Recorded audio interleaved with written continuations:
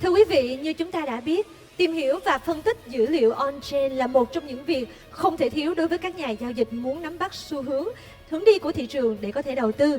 Các dữ liệu on-chain sẽ phản ánh rõ nhất tình trạng hiện tại của blockchain. Và đến với Good Morning Việt Nam Blockchain Week, chúng tôi muốn giới thiệu đến quý vị nền tảng phân tích on-chain hàng đầu, đó chính là Nansen. Tham gia cùng chúng ta trong buổi chia sẻ này, xin trân trọng giới thiệu một vị khách rất đặc biệt đến từ Nansen. Anh là giám đốc tại công ty này và chủ đề mà anh sẽ chia sẻ sẽ được Mr.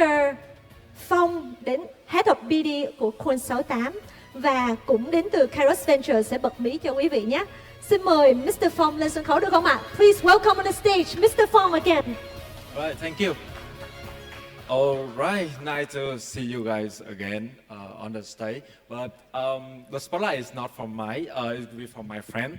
I think when you heard about Nansen, you pretty much can expect who gonna present on the stage right now. So without further delay, let's welcome Mr. Alex, CEO from Nansen, to join with us today.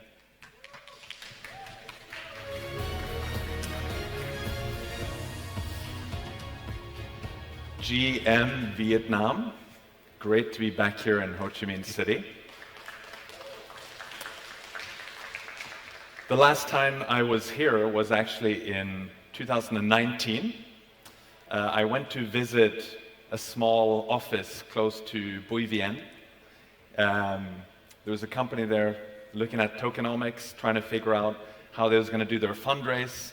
And that company was Sky Mavis, which has now become one of the real leaders in the space of Web3 gaming and in crypto more broadly. So it's pretty amazing to see how the scene in Ho Chi Minh City and in Vietnam has grown over these years. So it's great to be back here in Vietnam. Today, I'm going to be talking about what the hell people are actually doing on-chain in 2024. Before we dive into the specifics, the data, the information that we have about all these different chains and projects, I think it's important to affirm why we get up in the morning and go to work in crypto, why we come to this conference. And there are basically three main beliefs in the future that we have at Nansen, that I have personally, and I'm sure many of you share. The first one is that every asset will be tokenized. Everything that you can own is eventually going to come on-chain. And as a result of that, you're going to have billions of people in the world who are owners. So I believe in the opposite of what the World Economic Forum says when they say that you will own nothing and you will be happy. I think that you will own something and that you will be happy, and that's one of the things we should work towards in crypto. And finally, blockchains are going to become the new financial fabric for the world. What that means is that our children are not going to be using banks, they're going to be using chains. That's the future that we are trying to build here, and I think it's important to step back and think about the long-term perspective. And so what is our mission at Nansen with that future belief about the world? What we try to do is to surface the signal and create winners. What that means is that we help investors grow their portfolios by having better information about what happens on-chain. And we also help chains grow their ecosystems by creating more transparency about what's happening on their chain and the ecosystem around their chains. Okay, so let's start looking at some data here. And I think it's important to everyone should remember that this is information that you get from the blockchain. This is just looking transparently at what's happening. We're not promoting any of these products, even if we're going to be mentioning specific names. We're going to be looking at what is actually happening on-chain. And so a few years ago, I think many people would have thought maybe it's only going to be Ethereum or it's only going to be Bitcoin. But today, I think you can very clearly state that we live in a multi-chain world. And I've made this map to help everyone understand what this multi-chain world looks like at the moment. And I'm sure some people are going to be upset about this, maybe the folks who believe in Tezos, Cardano, XRP, and Eon. But if we look at the size of chains, looking at how many daily active addresses you have, for example, and you look at the growth, how much these chains and ecosystems are growing year on year, you see an interesting pattern here where basically you can create 4 quadrants. So in the top right, you have the chains that are leading from the perspective of having very many users and also growing a lot year on year. In the bottom right, you have the established chains that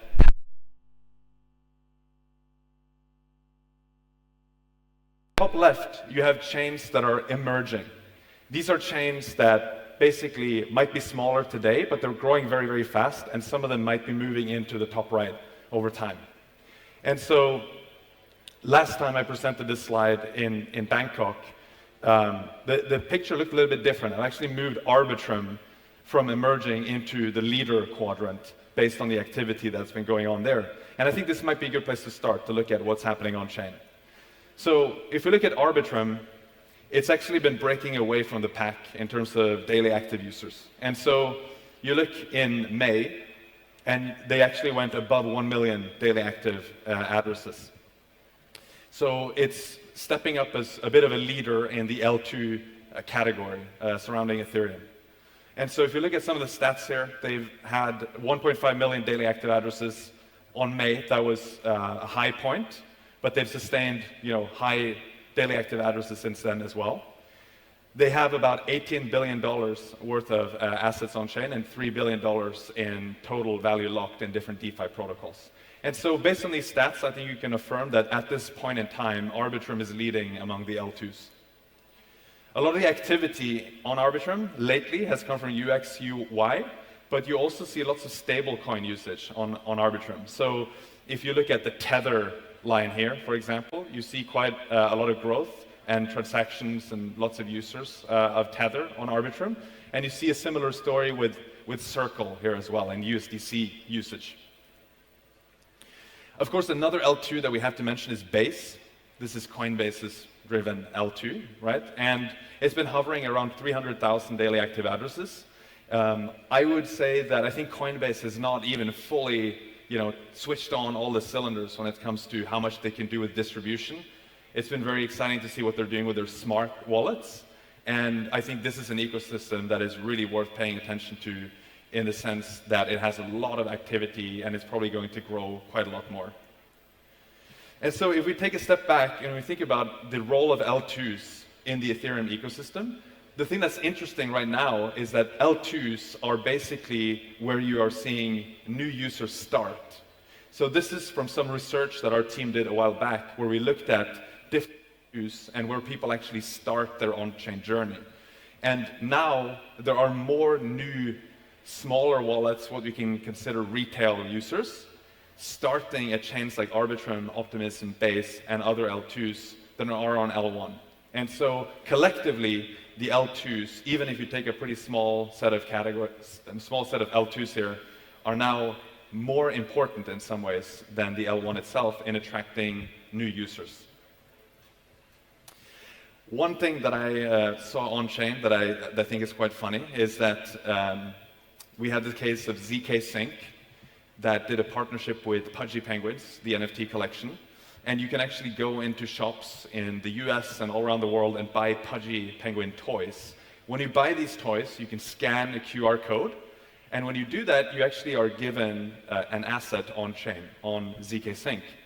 And this chart is quite cute, in my opinion, because you can see that the peak of when people were using these Pudgy Penguins NFTs on ZK Sync was on Christmas Day. So this is literally people opening up their presents under the Christmas tree and finding a Pudgy Penguin toy and scanning the QR code. So this is maybe the first time we've seen Christmas very clearly on-chain. Okay, so overall for L2s, right, this is a category that I think will be very competitive going forward. And so if you look at the ranking, in fact, there's been some changes just in the last days. Base overtook OP Mainnet on this ranking of assets on-chain for L2s. But you can see probably the top 3 or 4, right? Arbitrum, OP Mainnet, Base, and Blast account for a large part of the market share if you're just looking at the assets on-chain. You're also seeing other L2s, Mantle, Linea, You have ZK Sync there again, and so on. And there's a very long list of L2s that are coming to market now. This is going to be a very competitive category going forward. Now, if you look again at some of the activity that's happening, so on Base, for example, the #1 app on Base is Uniswap. This might not be surprising to you, but it shows how important Uniswap has come as an application. And so, if you look at Ethereum L1 itself, and you just look at gas usage, this is a pretty good indicator of what people are doing on chain, because it shows the bandwidth usage, right? That's the transaction fees on the L1 on Ethereum. And almost 50% of all the gas consumption among the top 20 dApps and entities comes from Uniswap. And so Uniswap, I think you can clearly state, is the undisputed #1 blockchain application in terms of usage. And so, like I said before, that's happening now on Base as well. So Uniswap's leading position on L1s is moving on to the L2s as well, and it's becoming, you know, a blockchain application that people use on L2s as well as on L1. Another application that I think is worth mentioning when we talk about what people are doing on chain is Lido. So Lido is liquid staking for Ethereum, and they have about $36 billion worth of total value locked in the protocol. They have an almost 30% market share, and you have 9.5 million ETH staked. So we can think of Uniswap as the #1 application in terms of usage, number of users, transactions, things like that. But then you have Lido, which is #1 when it comes to capital, right? And you have to think about both of these perspectives when you analyze user activity on chain, both number of users and how much capital is actually being used in the different applications. Of course, we have EigenLayer as well. When you talk about Lido, it's important to also mention EigenLayer, which has really stepped up in terms of TVL. And they've crossed $20 billion in TVL last time I checked. That's 10, I think it's maybe a 15x since the start of 2024. So this is another ecosystem that is very, very important to understand and stay on top of. You can see some of the projects that have staked, projects and entities that have staked ETH through EigenLayer on this slide. But this is something that's going to be updating. You see a huge flourishing ecosystem of LRTs and so on and so forth. Okay, besides Uniswap and Lido, I think the third application to mention here is actually Tether, right? And Tether, it's really important people understand how important Tether is. It's used an insane amount, right? And it's used for trading, you know, market making and so on, but it's also used all around the world as a way to get access to the dollar. And again, if you're looking at stats here, right, the number of transactions, this is on Ethereum L1, you can see that Uniswap and Tether on the number of transactions are completely in a category of their own. So this is an incredibly important dApp. People might not think of Tether as a dApp, but it really is. It's an application that lives on the blockchain and has a very clear product market fit. And it's, you know, it's the #1 among stablecoins. This is not news to people. You know, $112 billion circulating supply. You know, it's on 16 chains, and Tether as a company in Q1 generated $4.5 billion in profits, which probably makes it the most profitable company in the world per head count, right? It's a small company. I think it's less than 100 people at Tether. So it's pretty incredible what business this is, as well as how important this product has become. Now, one thing I want to call out with Tether is that the #1 chain for Tether is actually Tron. And some people might not be aware of that. But more than half of the USDT that's been issued is actually on Tron. And this is probably because Tron historically has been one of the chains that has low transaction fees. And if you're in, say, a developing country and you want to use an alternative to banking, it's not really acceptable to be using Ethereum L1 because of the transaction fees. And so people have started using Tron, for example, instead. Also, a lot of the market making activity and the trading activity when you pass Tether between different centralized exchanges has also been happening on Tron.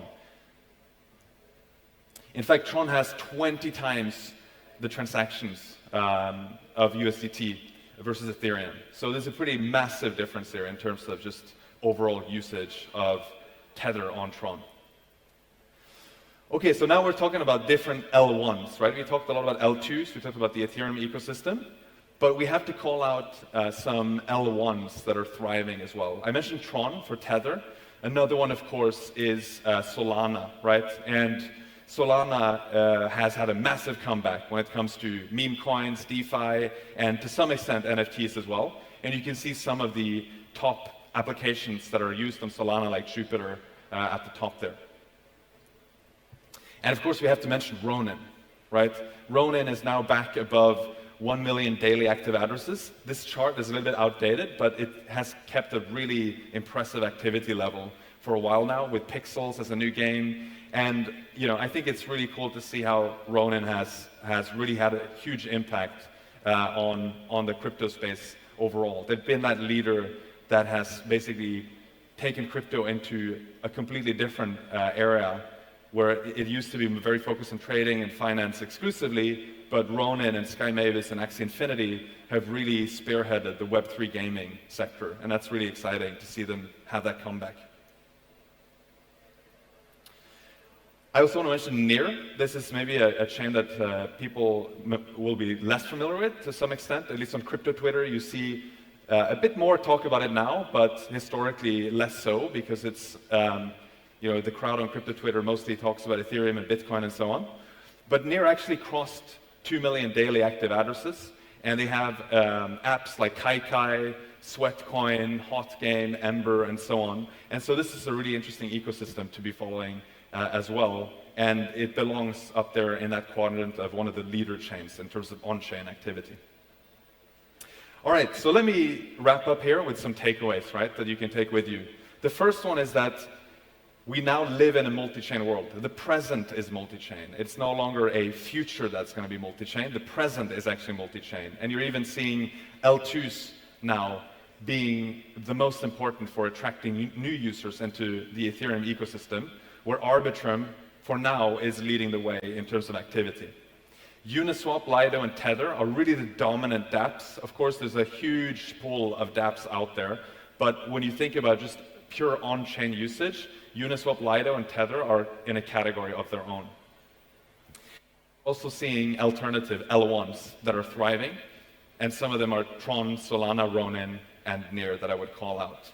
Now, I'm going to show one thing. It's a little bit of a different topic, but when you think about what's happening on-chain, this is the smart money you're trading against on-chain. This is one of the features we launched recently. I'm not going to read up what the name of the ENS is on this wallet, but you can see the P&L that's pretty extreme here, where they traded the Pew token of putting $3,800 in and generating $285,000. And so it's pretty incredible to see this transparently on-chain. You can see what the smart money is doing, and you can get more informed about what's actually happening on-chain. With that, I think we're moving to Q&A. So thank you very much. All right, thank you, Alex, for a really insightful presentation. And follow up with that, I think that many of you will have your questions for Alex over here. So yeah, feel free to raise your hand and ask the most significant on-chain CEO over here. And yeah, we would love to hear and discuss with you as well. So if you have any questions, please raise your hand, and our team will pass the mic to you, so we can discuss with you as well.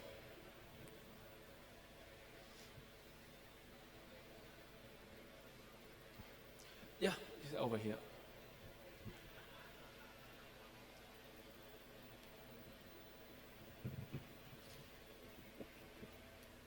Hello. Okay, here. Thank you so much for the speak.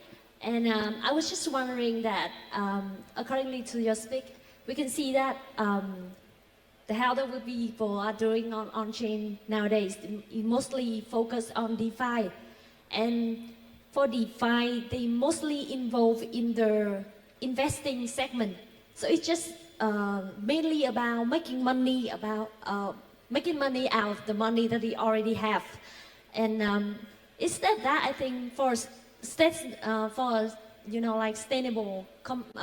environment for people to engage in on-chain activity, they still have to do something about more real life involved or something that they use daily, something to make on-chain activity actually a killer thing.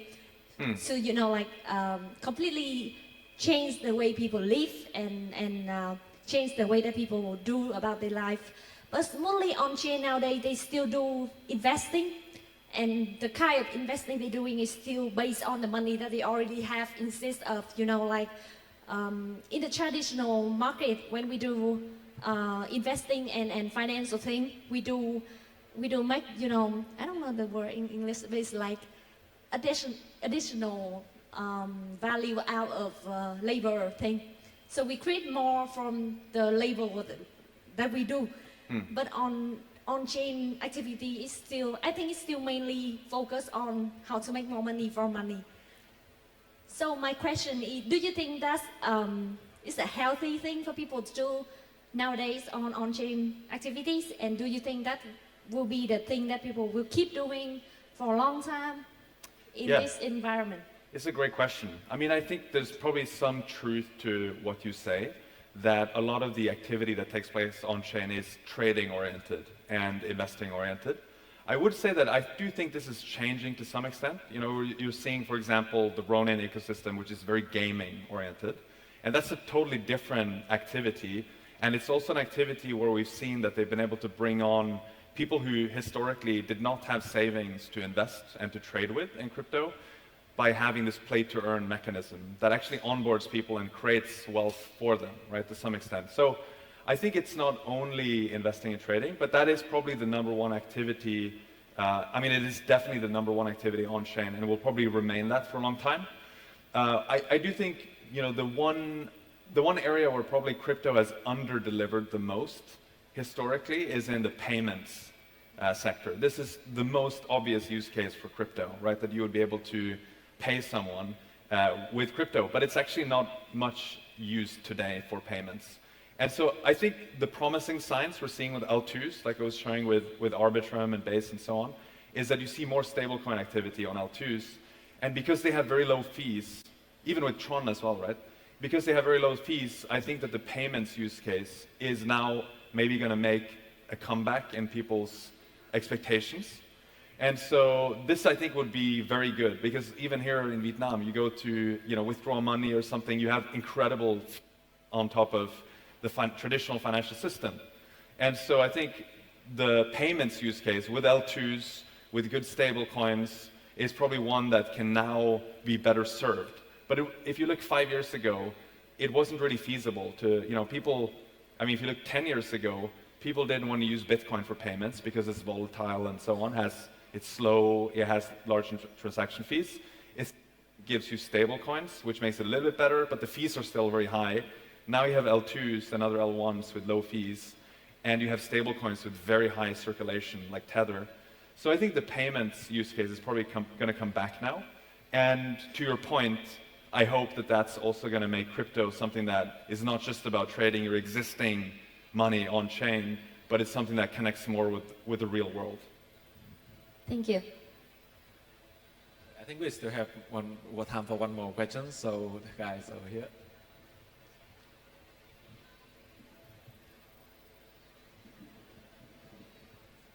Hello, my name is BG. I'm coming from BVM. We are a BTC Layer 2. My question here is because what you just mentioned about, I think I didn't see that regarding the BTC stuff, right? So my question is, what happens in BTC Layer 2 according to Nansen, and what it takes to succeed in Layer 2? Because you just mentioned a lot of the examples regarding Tron, etc.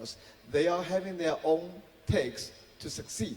But in your opinion, in terms of BTC Layer 2 or BTC 5, etc., what it takes for BTC Layer 2 chain to succeed? Thank you. Yeah, good question. I'm glad someone called out that I did not talk about Bitcoin at all in my presentation. I should have mentioned that some people are probably going to get upset about that.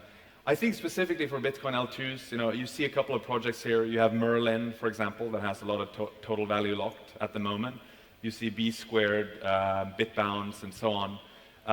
There's also been some criticism around Bitcoin L2s, like Eric Wall has an analysis and a pretty harsh criticism of what's going on in the Bitcoin L2 ecosystem.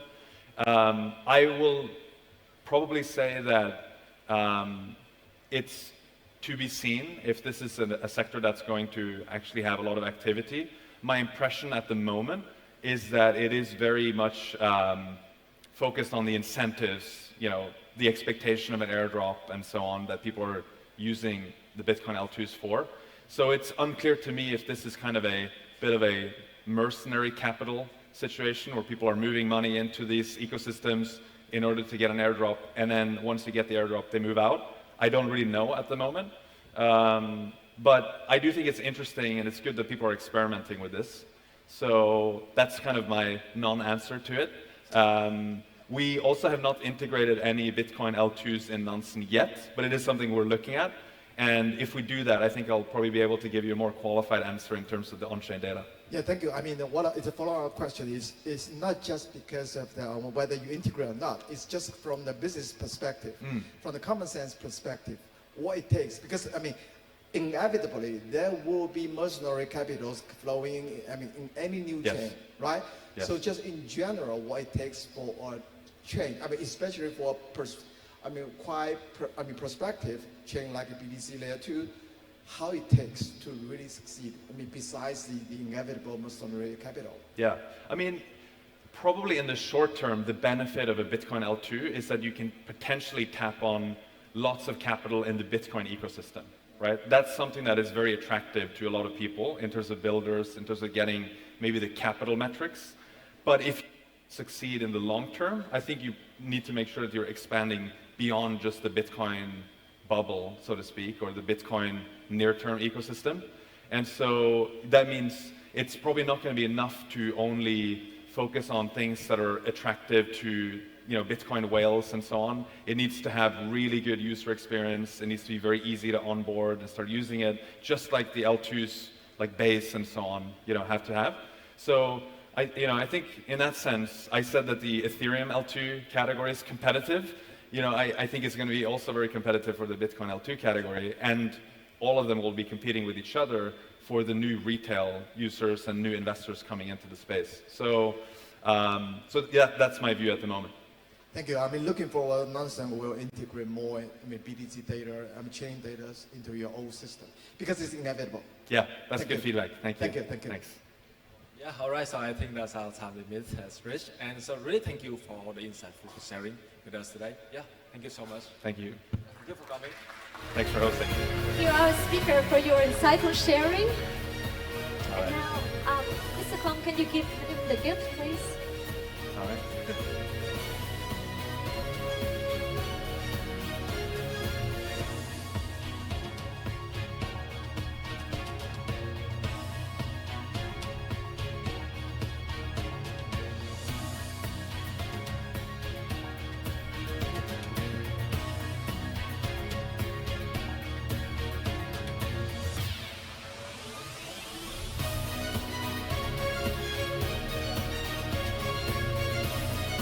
Thank you.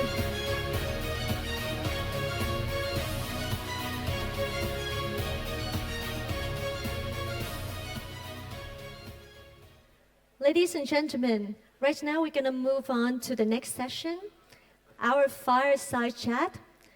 And let's welcome to the stage the representative from Kairos Ventures and our special guest today. Và bây giờ chúng ta sẽ cùng qua phần thảo luận tiếp theo. Và Thủy Tiên xin được mời lên sân khấu đại diện của Kairos Ventures. Và chúng ta hãy dành một tràng vỗ tay thật lớn cho hai vị khách quý của chúng ta, Mr. Benji and Mr. David.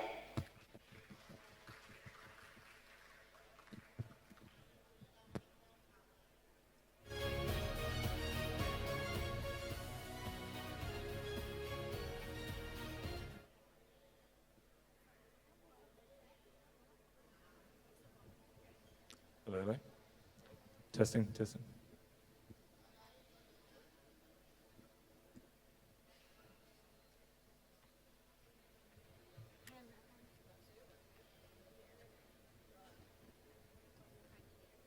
Please welcome to the stage, Mr. Benji and Mr. David to the stage. Yep, we're here. Yeah, that's us. Hey guys, thanks for being here today. I'm Benji. This is David. We're from Kairos's venture team. So today we're doing a fireside chat with the founder of Jupiter, Solana's most successful DEX at the moment, and also Vietnam's very own Kyber's founder, Mr. Loy. The format's been changed a little bit, but thanks for understanding and thanks for being here anyways.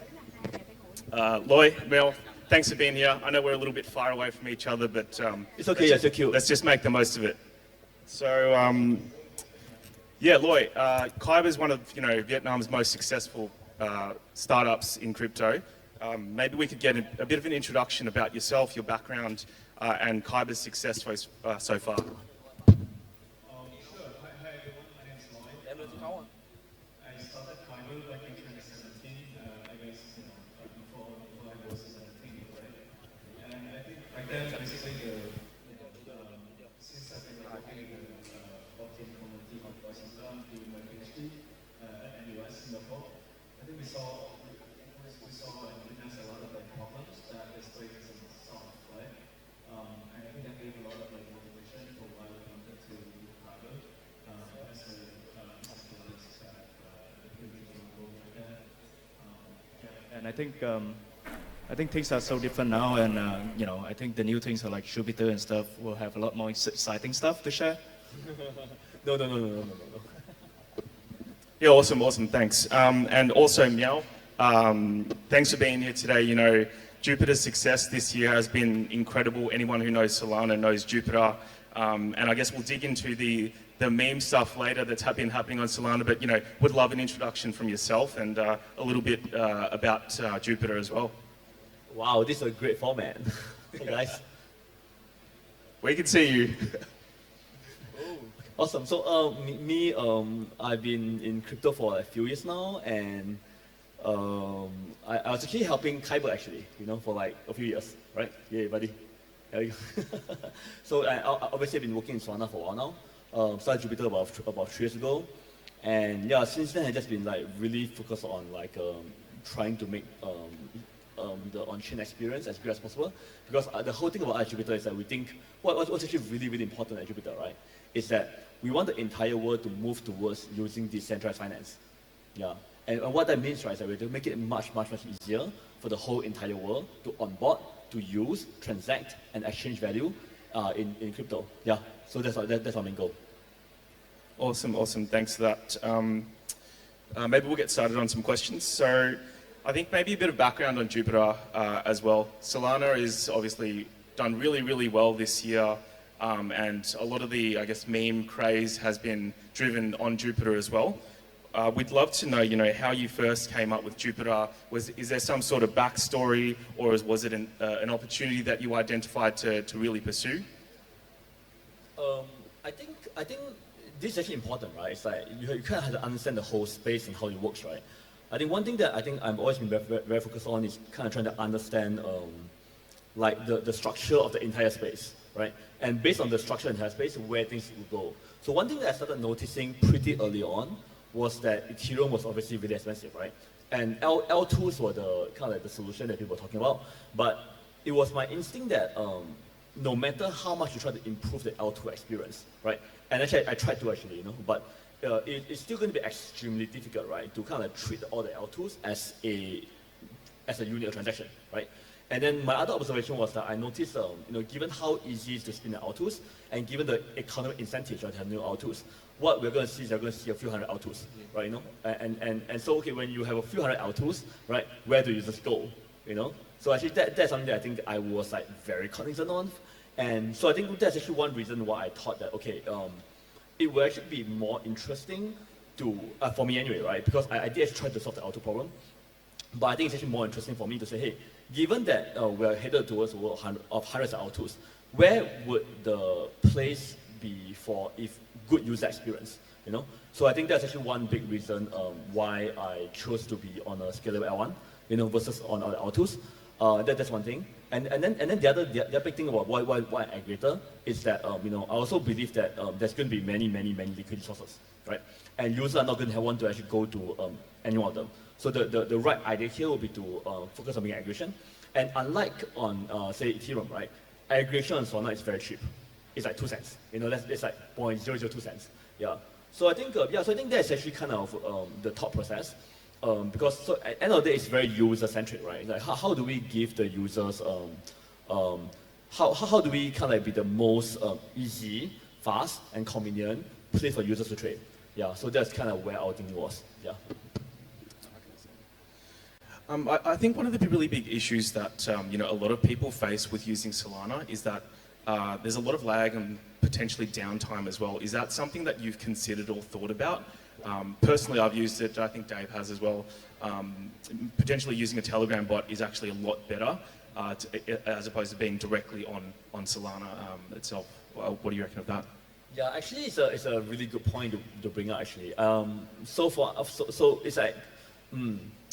Bots are great because bots are one layer, right? You know, bots can abstract away the complexity, the issues, and the use challenges behind using the network.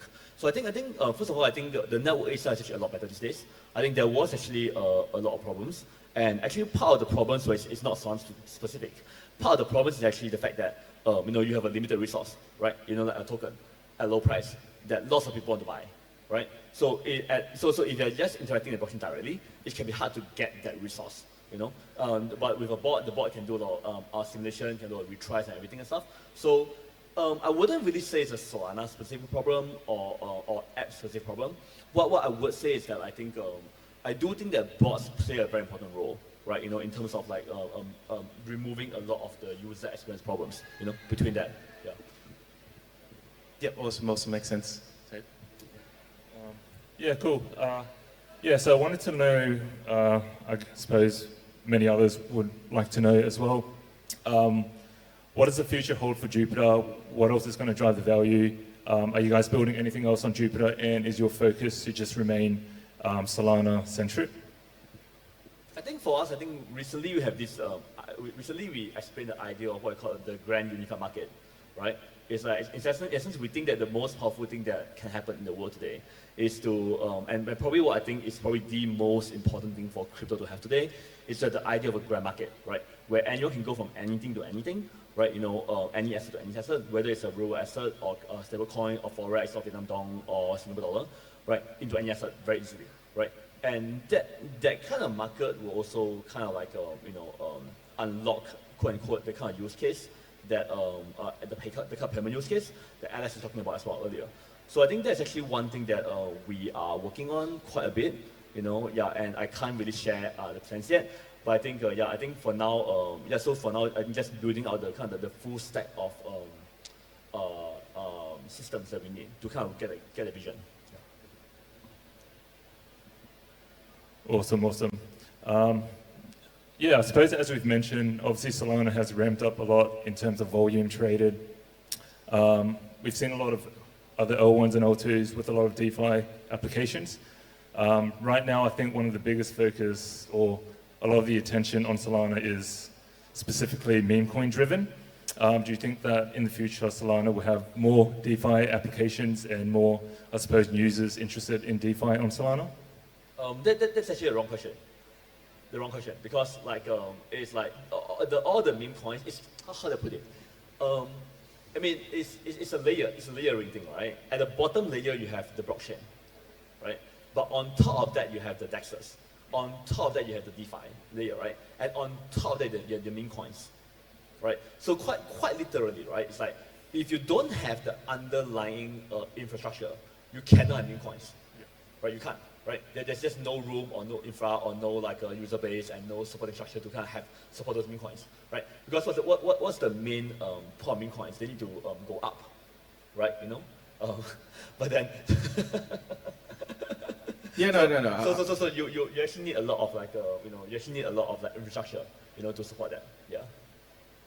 Yeah, I agree there because like meme coins we've seen probably outperformed most things this year, despite not having any real intrinsic value as a technology, despite being this significant marketing tool to capture a lot of people, specifically retail, right? Because as you enter the space, as a normie or as retail, you don't have to do significant research. You can follow trends, you can follow stories, but it's still a necessary tool for us to onboard people in that sense. I agree there. Maybe we'll move on to Loy. We'll dig into you for a little bit.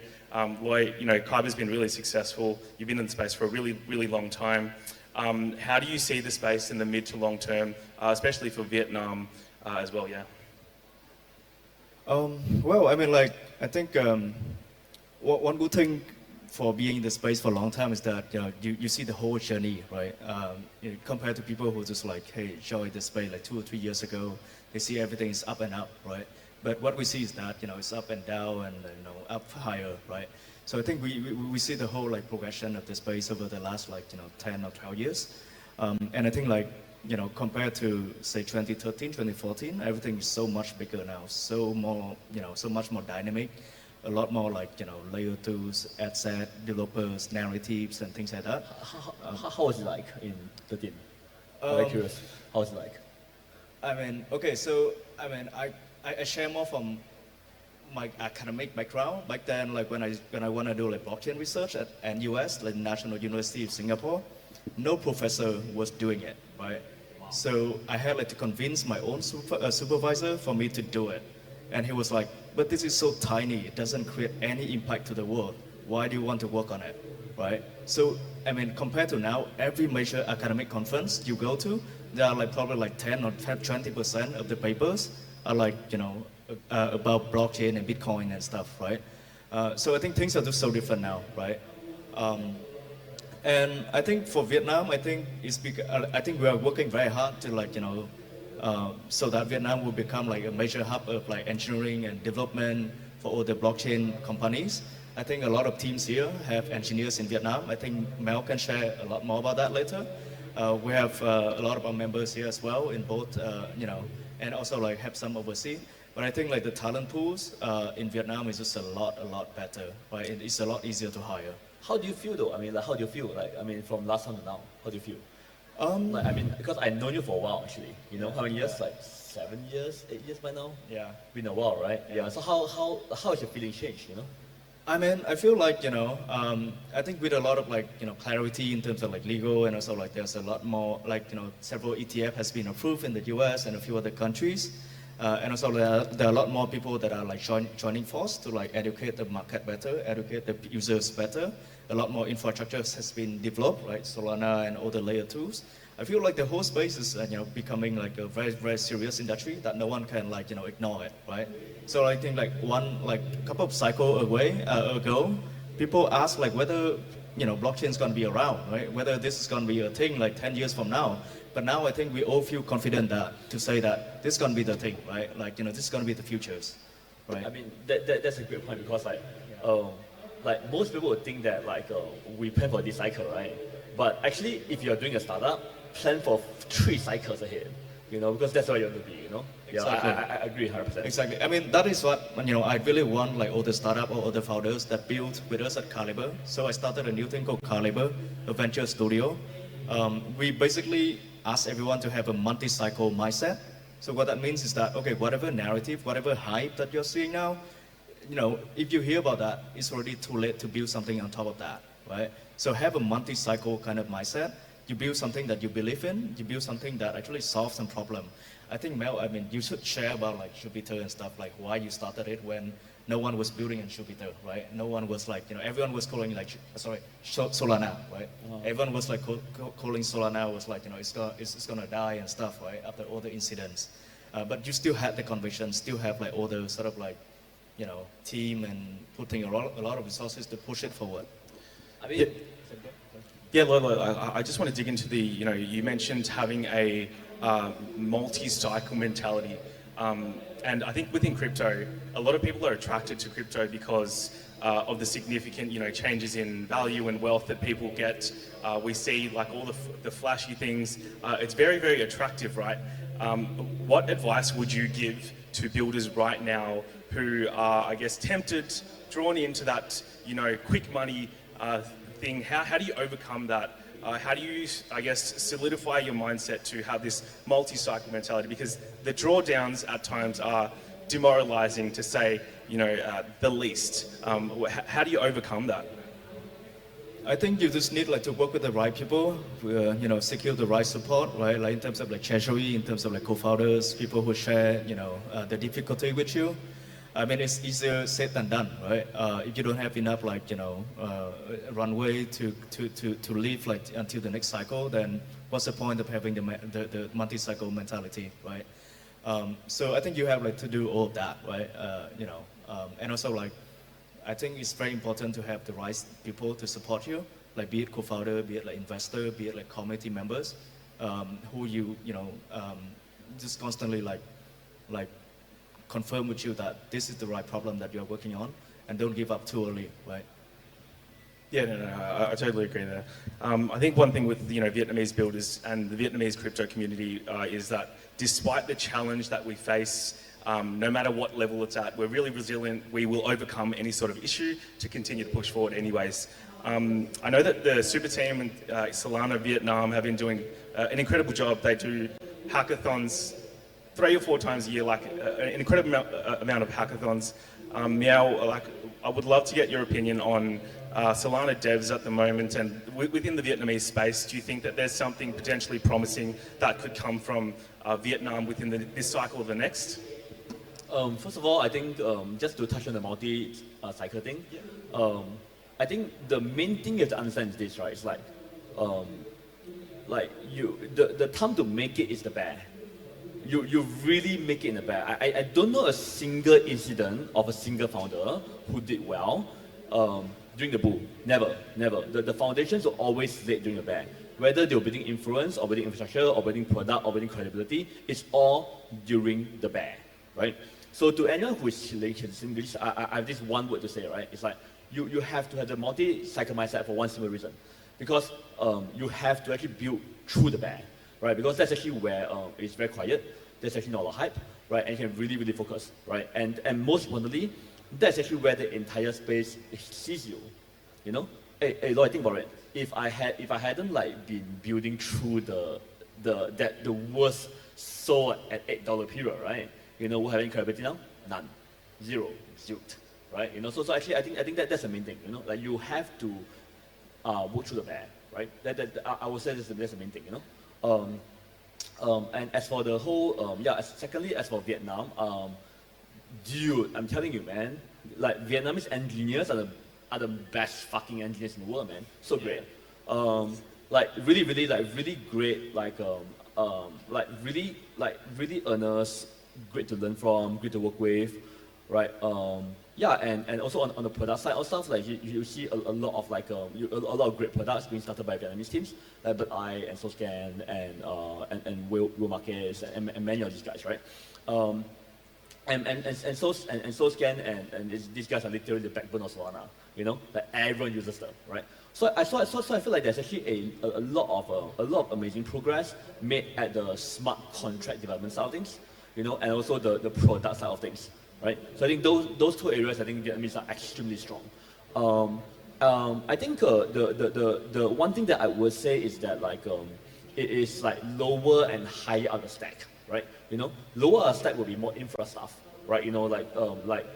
I think so far we haven't really seen a lot of innovation or a lot of building up in terms of lower level of the stack.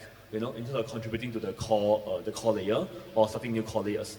Right, but it kind of makes sense, right? You have to kind of work your way down into it, right? But that's secondly. The other thing that I would say as well is that there's also a certain level of salesmanship involved in crypto that we don't talk about, but it's actually pretty important. It's how do you take your idea and market it and explain it and sell it to the rest of the world, in a way that resonates, So that, sorry about that. So I think that's actually, so I think in summary, I think I love, I've been working in Buổi for a while now and Khyber for a while now. Amazing people, just pretty much my favorite people in the world, But then I think the thing is, I think lower in the stack, I think that will need some time to build up, right? And higher in the stack in terms of being able to communicate and sell the idea. I think those are 2 things that can be, I think, improved. But in terms of the middle layer, the product and the engineering layer, really great, amazing. Yeah, maybe just to tap into your mention of skillsmanship. I think one thing with Vietnamese, the Vietnam, I guess, landscape, dev landscape at the moment, we have a significant amount of devs. There's a lot of tech talent here.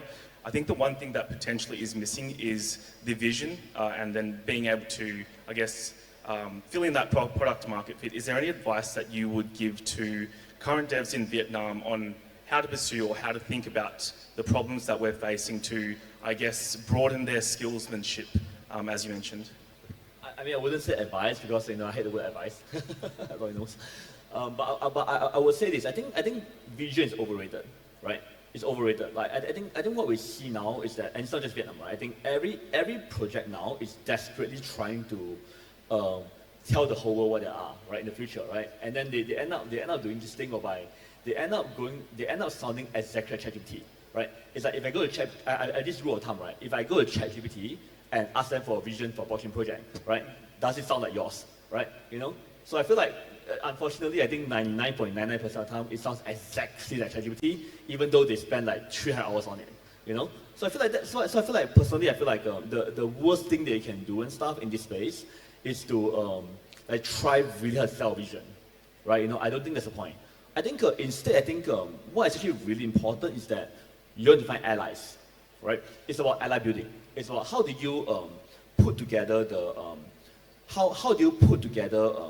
the the perfect set of allies, and whether allies are KOLs or whether allies are or whether platform builders or projects and stuff or like ecosystem people, right? To kind of push it together, right? So I think that is certainly something that I think we focus a lot on, right? For example, for us, right? I think when we push a certain vision of the world, we never ever go like, okay, hey, this is Jupiter's vision. No, we never ever do that, right? We always go like, okay, this is our vision, right? This is together, we do together, right? As an ecosystem, as a community, as a platform, everything. And the reason why that mindset is so important is that it's so noisy. It's so fucking noisy. Do you know how many fucking meme coins launch every fucking day, right? 20,000, bro. 20,000. How do you break through that noise? And not in a year, a day. So the only way to break through that noise, right? You need a critical mass of voices advocating for it together, right? That's the only way to do it, right? But people confuse that, right? People confuse being able to rally enough like support for something as selling a vision. No, it's two different things, right? Like ChatGPT can write a better vision than you. Done. Over. Than me. Full stop. Right? But ChatGPT can't rally, they can't connect, and they can't push forward. So those are things. So I would say those are main things. Yeah. Well, I mean, Mel is a great communicator, right? So yep. You should check out his Twitter. I mean, he has like long essays over there, and you can learn a lot from him. How he tweets, how he writes about things, how he conveys his ideas. I suffer a lot when he worked with us at Kyber. So just like spend hours polishing like everything, right? Like every communication point. So I think he's one of the best. Guys, so fun story. When I was advising Kyber and shit, I would sit lie down for like how many hours? I don't know. Yeah, like until midnight at least. Yeah, no, seriously. I'll sit him down from like 10, at 7 p.m. to like 3 a.m. And I'll just like, guys, come on, no, this word is not correct. And then he'll be so fucking frustrated with me, right? But learn from him, to be honest. Like, I cannot find anyone better than him at this. Yeah. They're lost. It's fine. Hard to find, but you can find them. Yeah, most definitely. Loy, you have the platform Calibre. I think it's quite a new program that you're putting together. I'm sure you will lift a lot of Vietnamese devs up. Did you take inspiration from Meow? Are there values within the ethos of Calibre that you will I guess flush into Vietnamese devs as well? Yeah, I mean, like I think being in the space for quite some time and also seeing the difficulty of Asian and also Vietnamese founders trying to be more recognized and trying to thrive in this space. I think that's the major motivation for me to start Calibre. I think I really want to have like every one of us, like in Asia, especially like Vietnamese engineers and founders, to get the limelight that we deserve, right? And also to reach to the global stage. I mean, I think I had the opportunity to work with Mel and also with a lot of great people in the space, and I want to create that opportunity for people here in Asia and in Vietnam.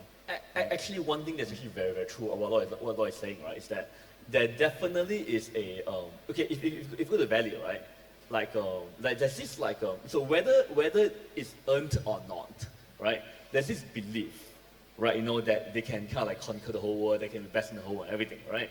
So I will say that's actually one thing that I think is lacking, right? Just believe, man. You gotta believe. You gotta believe. It starts from belief. Because if you don't believe, you won't even take a step forward.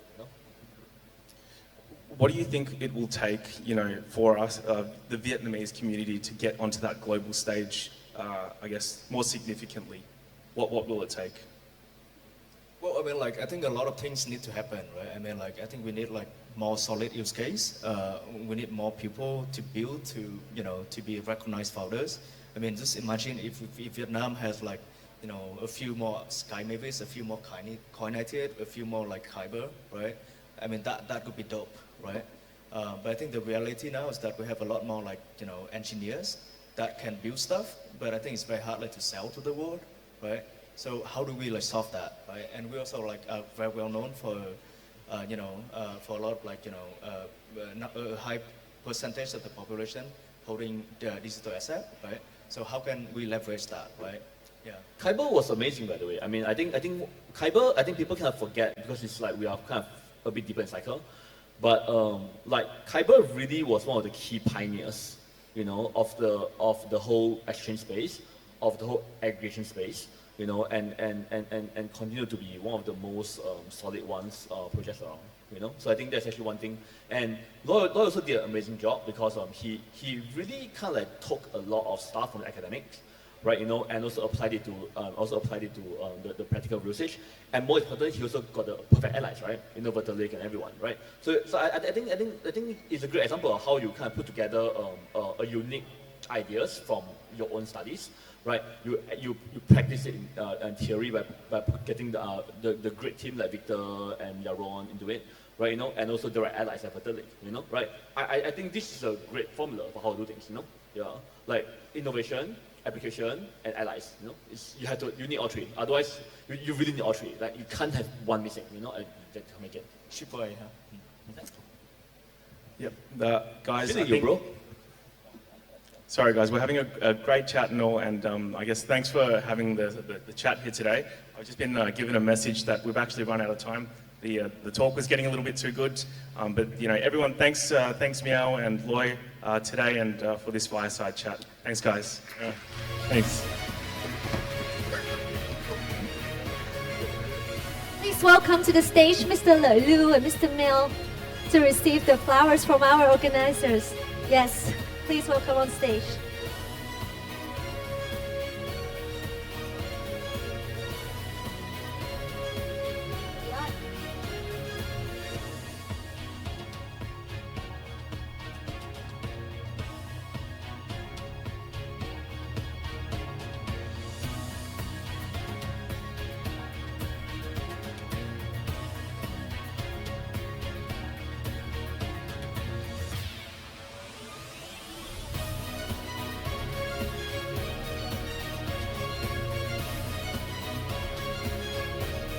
Let's take a group photo together. Please look at the camera.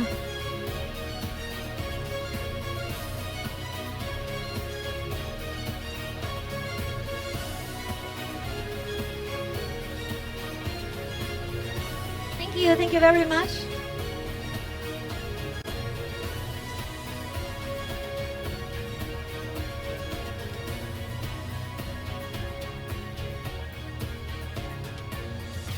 Ladies and gentlemen, and now please look at the screen and let's watch a video from our event.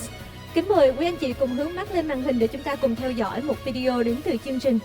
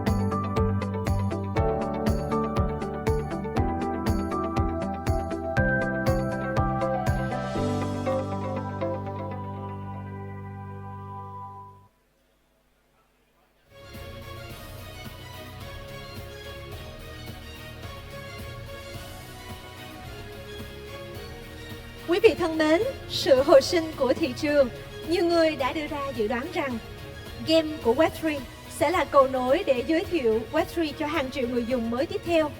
Làn sóng này sẽ có ảnh hưởng như thế nào đến toàn ngành? Xin mời quý vị cùng lắng nghe những phân tích của các khách mời của chúng ta trong phiên thảo luận tiếp theo với chủ đề How the new wave of GameFi will bring back adoption.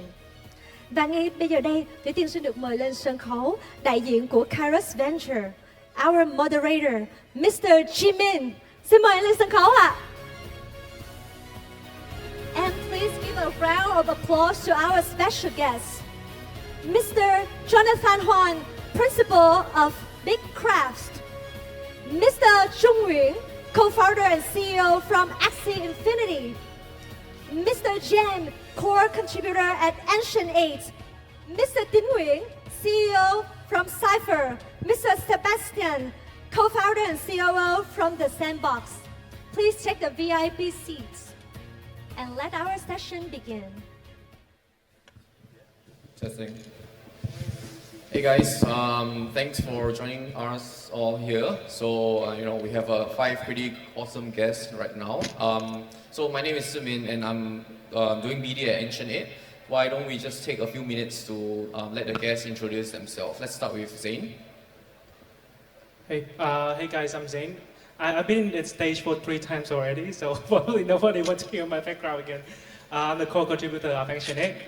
Very happy to be in this discussion with all the big boss here. I'm probably the most humble one here, so I hope that I can bring something to the table. Hi everyone, I'm Chung. I'm the co-founder of Sky Mavis, the company behind Axie Infinity and Ronin. Very happy to be here with all the awesome panelists today. Hope we have some good talks. Yeah, I'm gonna disagree with Zane. Zane, I'm the most humble one here, with some of the most legendary builders in all of Vietnam and I mean globally, right? So my name is Jonathan. I'm with Big Ventures. I invest in Asia. Hey everyone, really happy to be here for the first time at GM Vietnam. My name is Sébastien Manger. I'm the CEO and co-founder of The Sandbox, as well as the president of the Blockchain Game Alliance. The Sandbox, it's a decentralized virtual world where anyone can make 3D content and full games and experiences without any code. And we've grown as one of the largest decentralized virtual world to date. Hi everyone, my name is Tin. I'm the founder of Aether Labs. It's an honor to be here amongst this great panel. At Aether Labs, we're a studio that builds amazing gaming experiences and applying cool tech to our everyday entertainment life. So one of our flagship products is Cypher Odyssey, a action game that's coming on to mobile globally in the second half. And I've been very lucky to be supported by John here. Also by Zane, and I'm here to just hopefully share a bit of knowledge and maybe some lessons learned along the way that we have. Thank you. Yeah, thanks everyone for the introduction. I think why don't we just get started with the first question. I think before we dive deep into today's topic, let's take a moment and have a reflection about what changed from previous cycle compared to this cycle, and then what do you think the key changes are, and how do you think Game 5 will continue to evolve? Why don't we start with Zane? Okay.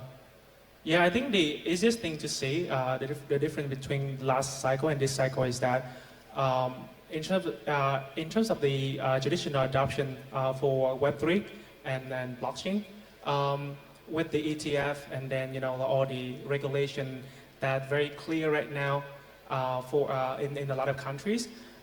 When it comes to ecosystem, the builders, the user itself, I do see that there is a material of culture and the way that the product founders ship their product. For example, what I feel right now is that there's a lot of narrative out there, there's a lot of ecosystem out there, but the builders, they are very clear about what they want. And they are, super focused on, their own ecosystem. They know what what's the users they want to serve. It's different from last time, 2021, where, most of the time the builder just, bring in the same product and then hopping different, ecosystem and try to launch the same product, not too deep in terms of the user experience, things like that. And then when it comes to culture, or like culture or like I think, for example, we see the ZK trademark recently. It's very interesting to see where, you know, like the whole community comes support, and then a lot of like people who are contributors of ZK technology also like contribute a lot on Twitter. Like I spending a few days just to read about the ZK trademark thing, and very happy to see that, you know, the community actually adding value and then come to the, you know, like development of the product.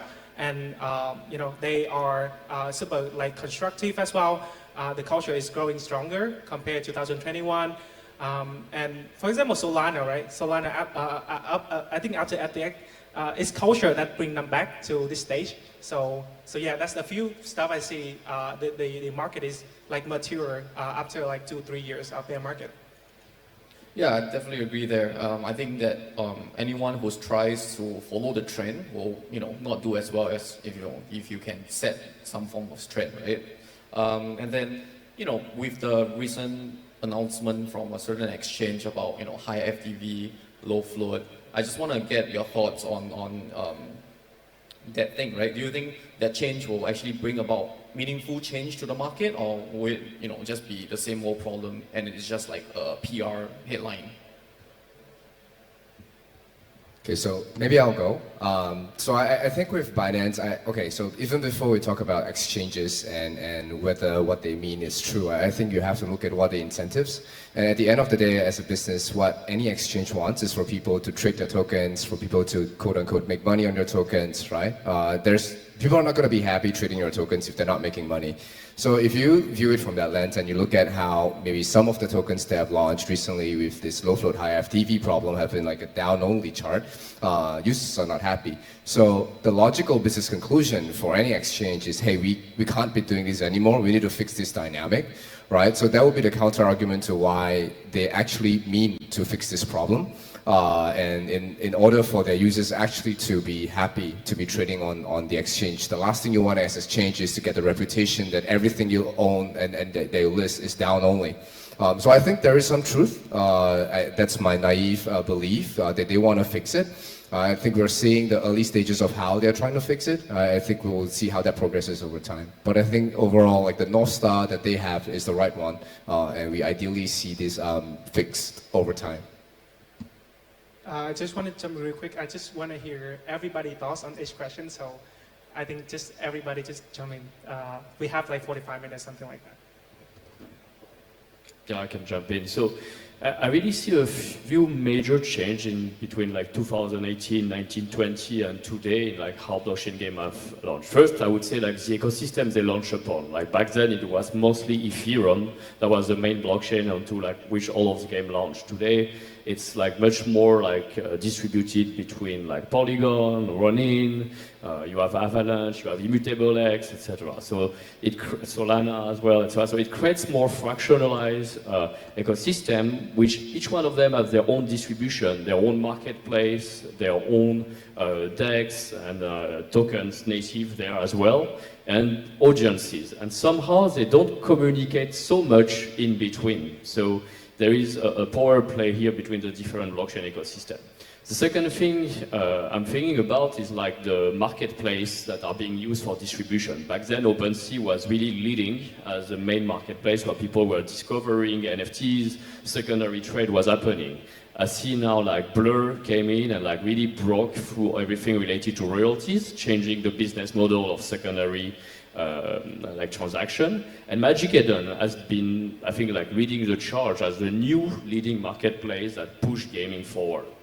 The way that most blockchain games were launched, back then Axie Infinity and ourselves, our token was introduced on the Binance Launchpad. Right now, I don't know any launchpad that has the strength to propel new games to the audience in the same way that it did back then. And the reason it did so well, I think, is also because Binance didn't do any new token launch for almost 2 years before. So that created like a lot of demand. And suddenly, like 2 strong games with a real utility, with a real gameplay behind and a fun gameplay behind that came to market really propelled it.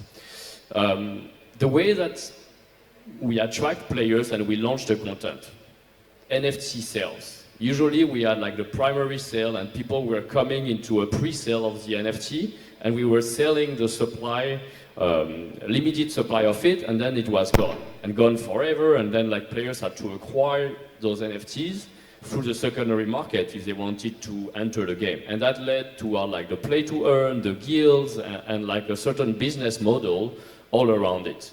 Today, I would say most games, they will do like free mint, airdrop, so there will be no gating to like you have to buy an NFT at a high price to enter the game. Like they will really change the whole distribution behind. So those are some of the main things. I think also like we are really gone that idea like, oh, we need absolutely to sell out a fixed supply of NFTs to be considered at a successful collection and so on. Now, like you just sell content is part of the normal. Every day new games come with different collection and so on. I think also NFT, like we had the push of PFPs, so everything from Bored Ape, Clone X, Cool Cat, PUBG Penguin and so on, they drove a lot of new collectors, a new entrant into the space, and they didn't have so much game to play. So it created a lot of interest for like interoperability, like where can I play with my token? So it created a new distribution mechanics where like people were creating games for Bored Ape, like Dookie Dash and so on, and it drove players into the system. Today, like PFPs, they kind of die down for most of the collection, except a few like blue chips.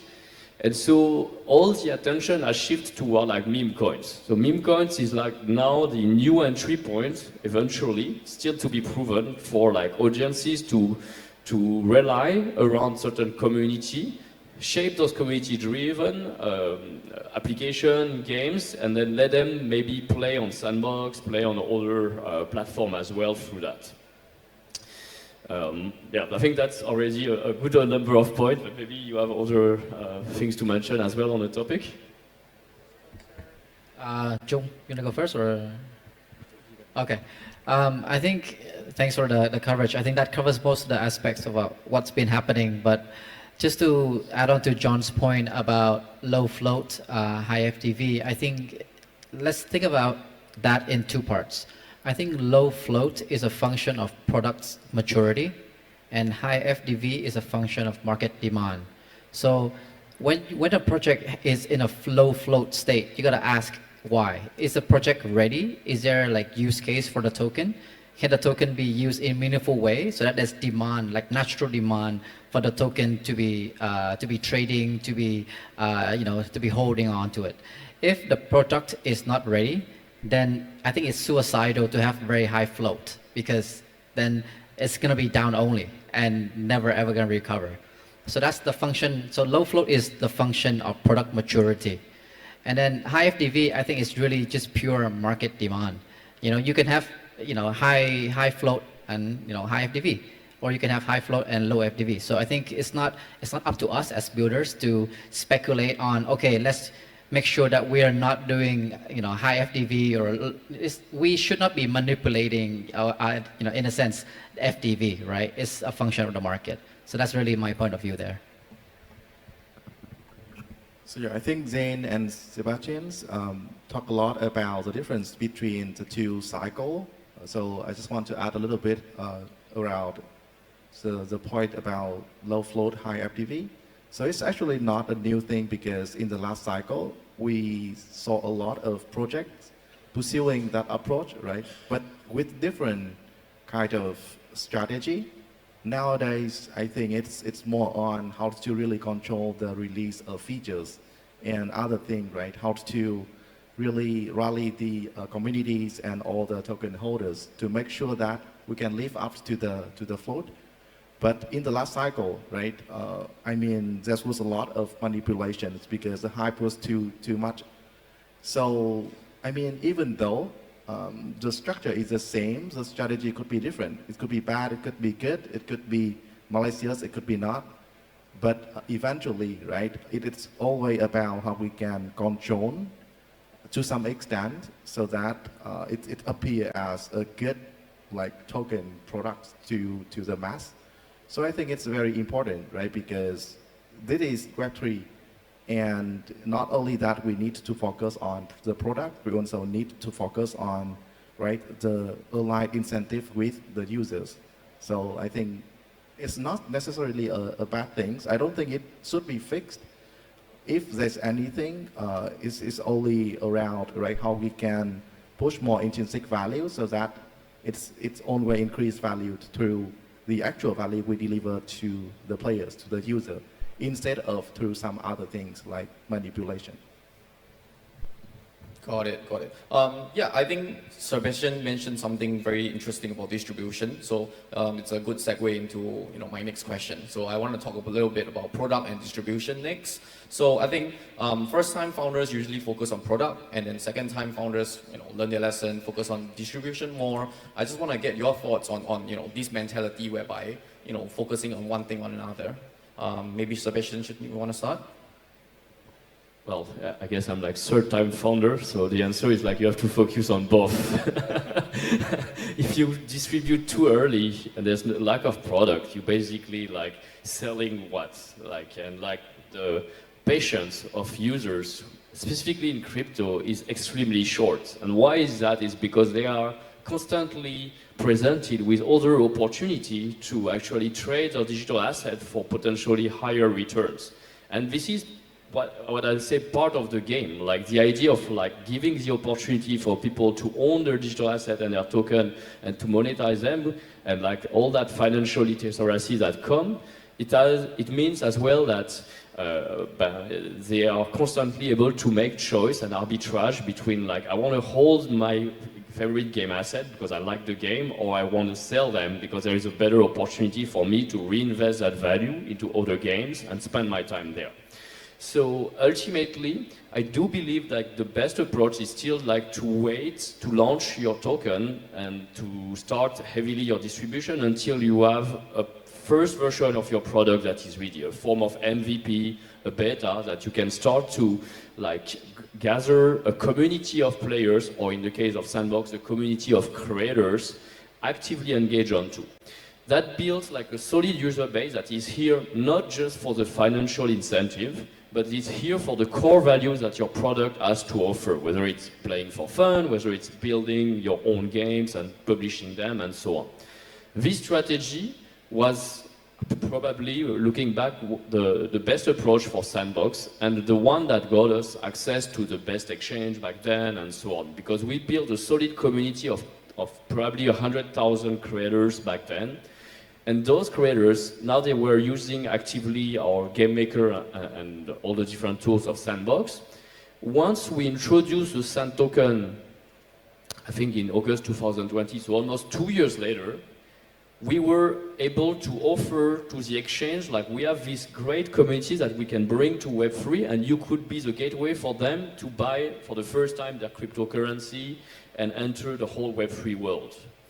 And that has given us much more leverage as well toward like the exchange, and that has also allowed us to have the right balance in our user base between the one that came from the exchange essentially for like the financial gain and the trading, and the actual user who are going to stay sticky because they were there already from the beginning. So that would be what I would recommend. And going further, I would say like right now, when I look at any project, when they're going to do their TG, because there is a lot of project coming up with TG, they say like, this is the summer, we have to do it fast.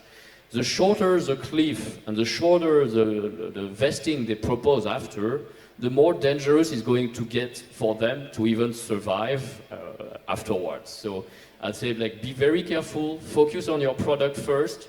The token, if the product is good, the token will find its way naturally. The opposite has been very rarely true. Yeah, I definitely agree. Web3, everyone Web3 has like a memory of a goldfish, right? Attention span super short. Once, they buy your token, they don't see any movement, they don't see any updates, they'll sell a token and move on to some other opportunity out there. Does anyone have anything to add? Yeah, I think, to me, I don't have the like clear definition for first-time founder and like second-time founder.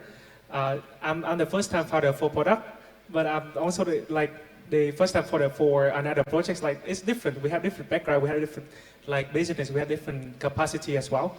I think like there has to be some balance between, you know, like we have to do our job. We have to like polish the product. We have to like pricing market. We have to focus on the community distribution, things like that. I think because most of the time in Web3, people are very like focusing on narrative. That at some point, I also hear from some people that saying, okay, it's all about go-to-market. Nobody care about your product. There are actually some case study in Web3 right now having high market cap, but the product is not that much like, you know, like utility, things like that. Maybe those cases make people confused about the importance between like product and go-to-market. But for the one that need like that want to survive for not only one cycle but for a few cycles, they have to have some balance between like, you know, product and go-to-market. And I think in Web3, it's not. I think it's good to mention that it's not only product and go-to-market, but it's also about collaboration as well. I do hear more keyword recently like cross-chain, cross-ecosystem, interoperability, things like that, or build on top of something. I think Web3 is all about like, you know, focusing on your product. You can, you know your distribution, and you need to collab with other people for your product success. Yeah, I think it's not that straightforward, right? When we say that first-time founders focus on products and second-time founders focus on distribution, I think, well, if we see it as a very momentary issues, a very momentary things, then maybe distribution could have more impact, right? Because even without a product, the abilities of rolling up the communities, the abilities of building a culture for the project, like are very important, especially in Web3. But if we see it as like something that lasts multiple cycles, then product is a substance, right? Product is a core value, the baseline value that we need to focus on in order for the multipliers of distributions to really shine. So without a substance, I think distribution means much less. And like distribution is also a very momentum-based kind of thing, because you need to maintain that over time. And in order to have something, right, to talk about, then products should be that kind of like materials for people to lean on. And let's say in a more mature organizations, like for ourselves, that kind of discussions happen like often, because it happens both ways, right? We have good products, but sometimes we don't talk enough about our features, any kind of new cool things that we like have to serve the users better. And at the same time, we might have very good like distribution about some other things, but like the time to actually work on the product for it to really mature, right, and create a lot of intrinsic value to the users is not something that we can work on like after like 1 or 2 months. So seeing from that perspective, right, if we see it as several cycles, we can really like understand more clearly when we should focus on the products and when we should focus more on the distribution. And suddenly, right, when the bull market comes, it's like everyone just stop most of the product things that they are working on and focus more on the distribution, because that's what delivers the most value in the bull market. So I think it's very normal, and the fact that everyone is pursuing like kind of the same strategy, I think it speaks a lot about like what the most value we can kind of like create in which situation. So maybe I'll contextualize this information. I get so excited hearing Sebastian, Zane, and Trung talk about like the importance of both product and distribution, because these are like the highest quality founders like we know, right? And I go through so many pitches, and I can tell you I do not hear this very often. So I just want to highlight to the audience, right? Like this is like very, very good color from some of the best founders. And the reason I say that is because a lot of like the biggest innovations in gaming in general have been distribution innovations. So you think about free to play. that's not a product innovation, it's distribution innovation. And we see that a lot in Web3, where we're using tokens to drive new distribution methods that are not possible in Web2. But a lot of times we see pitches that come to us and, hey, I have this like new crypto like ideas, or I love distribution, solve the cold start problem, but the product itself is very, very thin.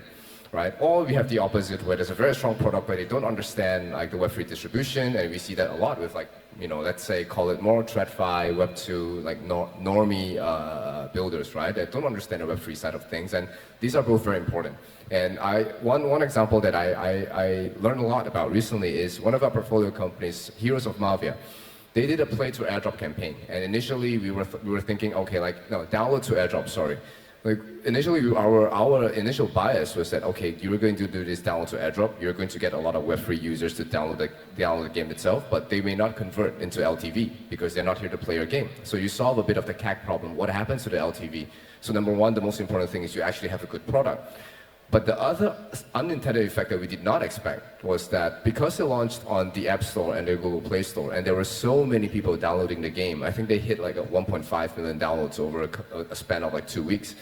That allowed the game that launched on the App Store to catapult to the top of the App Store, and then immediately you could access all the Web2 users, right? And that itself is a very novel distribution hack, right? So you need both, a combination of both, and ultimately, without distribution, people don't know how good your product is, right? But even if you have very good distribution and your product's not good, no one's going to stay to play the game. So they're both equally important.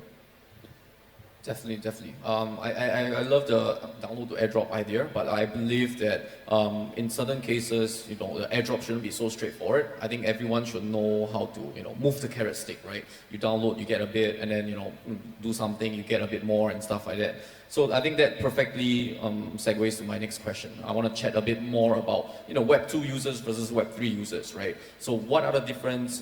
I personally think that Web3 users are like, well, Web3 gamers are always like the same few people hopping from one game to another game. Once the airdrop is over, they'll just hop to another game. And then like, if we want to attract like Web2 users, you know, what should we aim for? What should we strive for? I have some thoughts on this one. We've been thinking about this a lot, and looking at our playtest data, we see some valuable insights. I think Web 2 and Web 3, and then there's some overlap, right? So let's start with Web 2. The reason why Web 2 players play games is for the intrinsic value that they get out of the game, right? It's the fun, it's the entertainment, it's the social connections that they get with their friends. It's the quality time they spend with, you know, their loved ones in a game, in a social world, in a metaverse. So I think that's the intrinsic value that Web2 gamers desire. Even like social casino games in Web2, like Monopoly Go, gives out constant like dopamine hits for players when they like hit a jackpot, when they stole something, when they, you know, like they attack some friend's base. I think those are just non-financial, pure intrinsic value, right? That's Web 2 players. Or think of like the top of the echelon, like the League of Legends, you know, the STK, Faker, like, yes, they compete for money. There's a big money prize at the end of the day, but at the end of the, in nerd, it's about the love of the craft, right? The love of just being so good at one game that they love and practicing like 9 hours a day. So it has to be like intrinsic is a very strong motivator. And then the opposite is the pure like financial Web3 players, where I think we all can agree that they're there to play the money game, right? It's a game, but it's a money game. And the best metrics for them is how much ROI they can make per hour, per dollar they invest in a token, an NFT, a project, whatever, right? I mean, you see projects like, you see like all these farmers calculating, like, okay, if I spend this X amount of hours farming layer 0, farming wormhole, farming project ABC, is it like a net ROI positive, and can I do it? Should I do it? You know, can I scale it? So I think those are very, very extrinsic, you know, motivating factors for them, and they care only about that. And then lastly, which is the most interesting, I think, like crossover group, is the blend between Web 2 and Web 3. And I think this is the group that we are very excited about collectively here, because the only way to onboard more people into Web3, into this exciting, you know, innovations that we're on the brink of, is not to onboard more Web3, you know, extrinsic financial farmers, right? It's to onboard like our friends, our families, our kids, the people like our moms, our dads, right? And I think those people will have to be onboarded through the intrinsic motivation first, through the quality of games, through the quality of apps, of metaverses that are user-friendly, that are fun, that they can feel there is like a dopamine hit of some sort for the action that they do. And then once they are onboarded through the intrinsic motivation, and then they get rewarded surprisingly with like, oh, by the way, you are now own a part of this, ecosystem of this collective. Then they feel even more attached to that. But it's not the ultimate goal for them at the beginning. And I think that is the holy grail of what we at Aether Labs have been searching for all our products.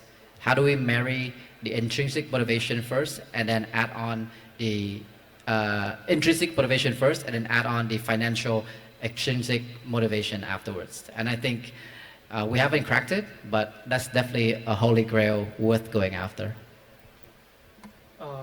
It's also something I think a lot recently. I actually not sure if I want to classify them like Web 2 and Web 3.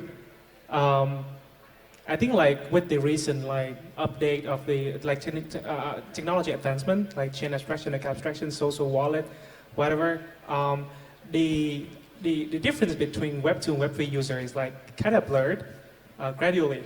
And how I see it is like it's more about users that are like mass users, and the users that are digit in Web 3, like use Web 3 a lot, hardcore. And I also want to understand from I just want to ask you guys, like the one that actually building game, how do you optimize that in terms of okay, how much on-chain you're gonna put when you first onboard users? How do you treat the mass users instead of the the hardcore users? And because I see a few teams that basically build a Web 2 version of the game first to test the game or test the market or something, but then they find it harder for them to convert those users to Web 3.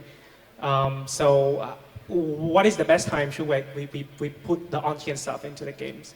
Yeah, I love the question, but before I get to that, I have a very good example I just remembered about intrinsic and extrinsic motivation.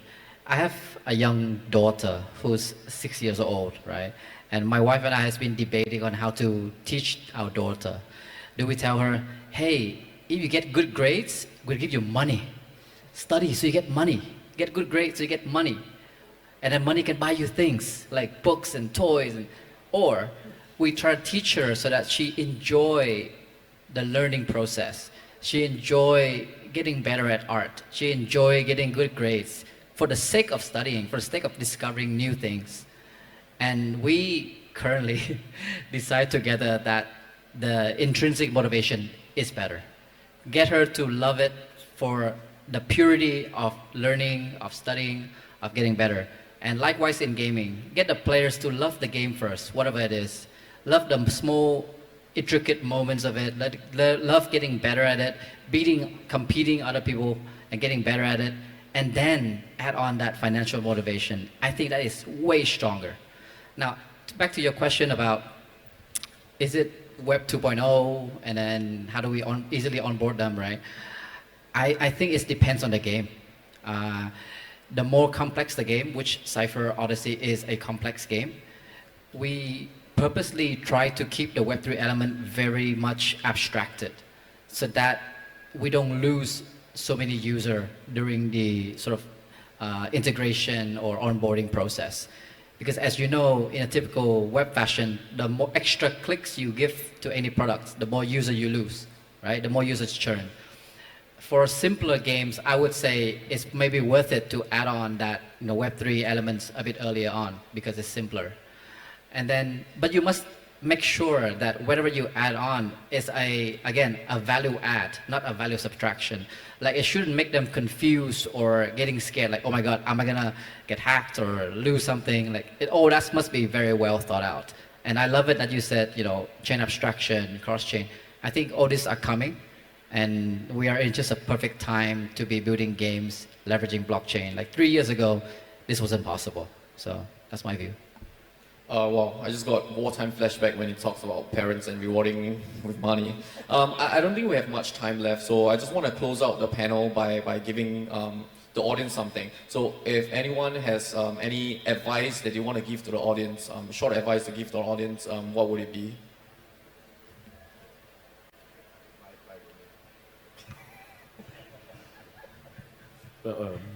Sorry. Let me rephrase. Advice about building on Web3. Yeah. Okay.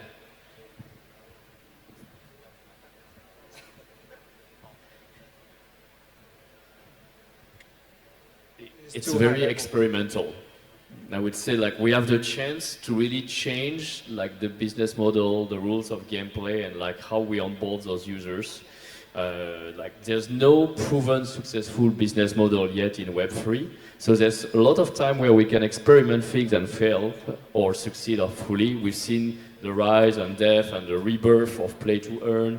We're seeing new model where players are invited to stake token in order to receive assets, so to mint, stake to mint. I think what you were describing before is really interesting because the quality of the game has been rising. But 3 years back, the intrinsic value was not yet quite there, I would say in general, to justify. But now, I think like a lot of games, you should think of like, just like free to play, make it enjoyable. Reward, like the first thing when you play a free-to-play game, you start, hey, here's 1,000 coins for you to enjoy. And then, oh, you just tap here on the screen, plus 100 coins for you, and so on. So you kind of enjoy, and you don't even think whether there's money or not involved yet. And then after, here's your first purchase. So don't forget all the basic about doing a great game, because like UX matter even more than like we think, not just the wallet UX, but just the overall game UX in general. Hand-holding, education is essential as well. And ultimately decentralization, do it for the right reason. Ask yourself, why do I really want to decentralize that? Do I just do it to launch a token so it's a way to raise funds? Or there is a strong motivator for me to break a statu quo, to change something, a closed walled garden, and like break it entirely, like where we're thinking about user-generated content, sandbox, and so on, for example. Only minor thing I'd add is the most widespread mass adoption kind of applications all spread because of word of mouth, right? You use Uber because it's a good product, what people tell you about it. You play games because your friends are playing about it. So if you believe in Web3, share about Web3 with your friends or family. This small story, my younger brother is completely crypto illiterate, knows nothing about crypto. So over a year ago, he started dabbling into crypto. I just like gave him a wallet and asked him to play some games. After 6 months of doing research, one day he came to ask me, hey, am I your exit liquidity? And then I said, yeah, maybe. Right? And that was when he had, been fully red-pilled. So and now he's like deep in the weeds with me. So like, yeah, if you believe in the space, you just go be an advocate for it, and you'll see more people come in. So to add a little bit regarding the intrinsic value, I think what I love about this space is that everyone has different approach, everyone has different opinions. And there's not only one true answer, right? Let's say if we want to go with intrinsic value first, right? As a form of user acquisitions, then of course we can like do Web3 distributions so that we can get so many eyes on the project and then scale from it, right? Try to optimize like the value, the intrinsic value that we can provide so that people find other values rather than just monetary values that they can extract from the project. If we want to optimize for the intrinsic value first, right? I could say it could be more challenging because then we have to make sure the value of the quality of the products is so good so that we don't have to rely on, right, the intrinsic value at the beginning. But then we need to compete with all the like traditional games out there. The cost per install right now, let's say to get us users in a first tier market could be like $40 and even more than that. So the monetization needs to be very sophisticated so that we can at least get to like almost break even, right? To continue running the machine. So, I mean, there's different challenges, there's different approaches.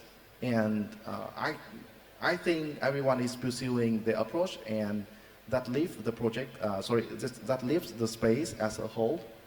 And I think we have so many thoughts, we have so many experiments we want to do, and that is not possible with only one project. So, I mean, leaning on others' discovery is a good thing in this space to grow together. So, can we get a round of applause for our distinguished speakers? All right, can I invite the speakers to get on stage and to receive some token appreciation from the team, please?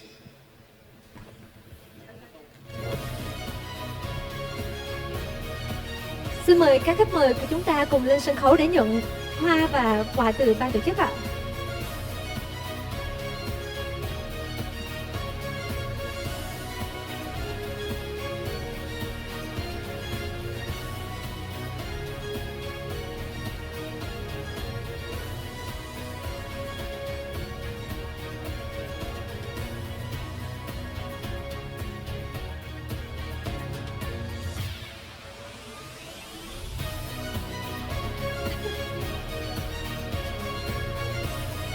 Stepping forward for the photos, please.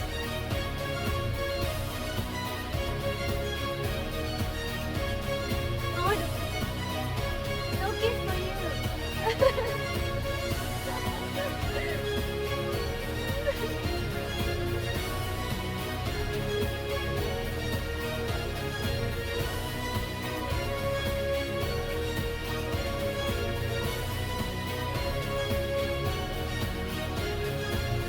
Gentlemen, please step forward right there.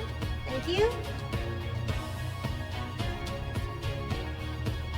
Okay, to the right a little bit. Thank you. Okay, now let's look at the camera and smile.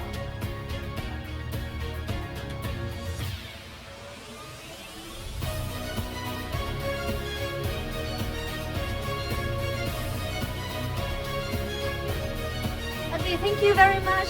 Thank you.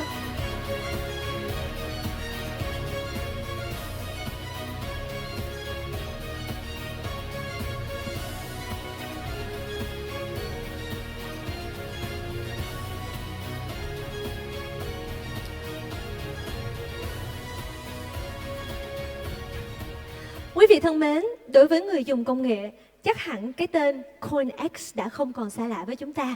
Trong ngành công nghệ blockchain, Coin68 nổi bật với hệ thống bảo mật tài sản được nâng cấp và các dịch vụ tăng cường giúp họ phát triển mạnh mẽ ngay cả trong bối cảnh thị trường có nhiều thách thức. Ngay sau đây, chúng ta hãy cùng chào đón đại diện của Coin68. Anh sẽ chia sẻ với chúng ta những phát triển của Coin68 trong năm qua cũng như những dự định phát triển trong năm 2024. Please welcome to the stage, Mr. Kelvin Ngô, Senior VP of BD Asia Pacific Coin68. And please welcome the representatives of Kairos Ventures, Mr. David to the stage. Xin một tràng vỗ tay thật lớn cho Mr. David và Mr. Kelvin Ngô được không ạ? Xin chân thành cảm ơn. Hello. It's alright.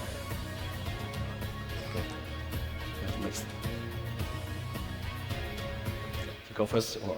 Hey guys, thanks for welcoming me back on stage again. I'm David from Kairos Ventures, and I just want to give an introduction to Kelvin from Coin68, who will be giving us a bit of a talk on shaping the future of the Web3 landscape. Yeah. Hi everyone. My name is Kelvin Ngô. I'm from Vietnam, and I'm the regional director who in charge of Asia Pacific for Coin68. And it's my honor today to be here to share with you the topic about shaping the future of Web3. So I hope you can enjoy it. So in this session, we will talk about the integration of Web3 in gaming, in AI, and in social media. And the second part is about the future trends of Web3. And the last part, we will talk about the roles of Coin68 in the development of Web3 in the future. Okay, so I can see many faces here from many activities of blockchain week in Vietnam. And I tell to my hello? Yeah, maybe only blockchain world can bring as many people to a country, to a city like blockchain week. Maybe even like FIFA World Cup. is the second one who brings as many people, as many attention, as many impact to a city.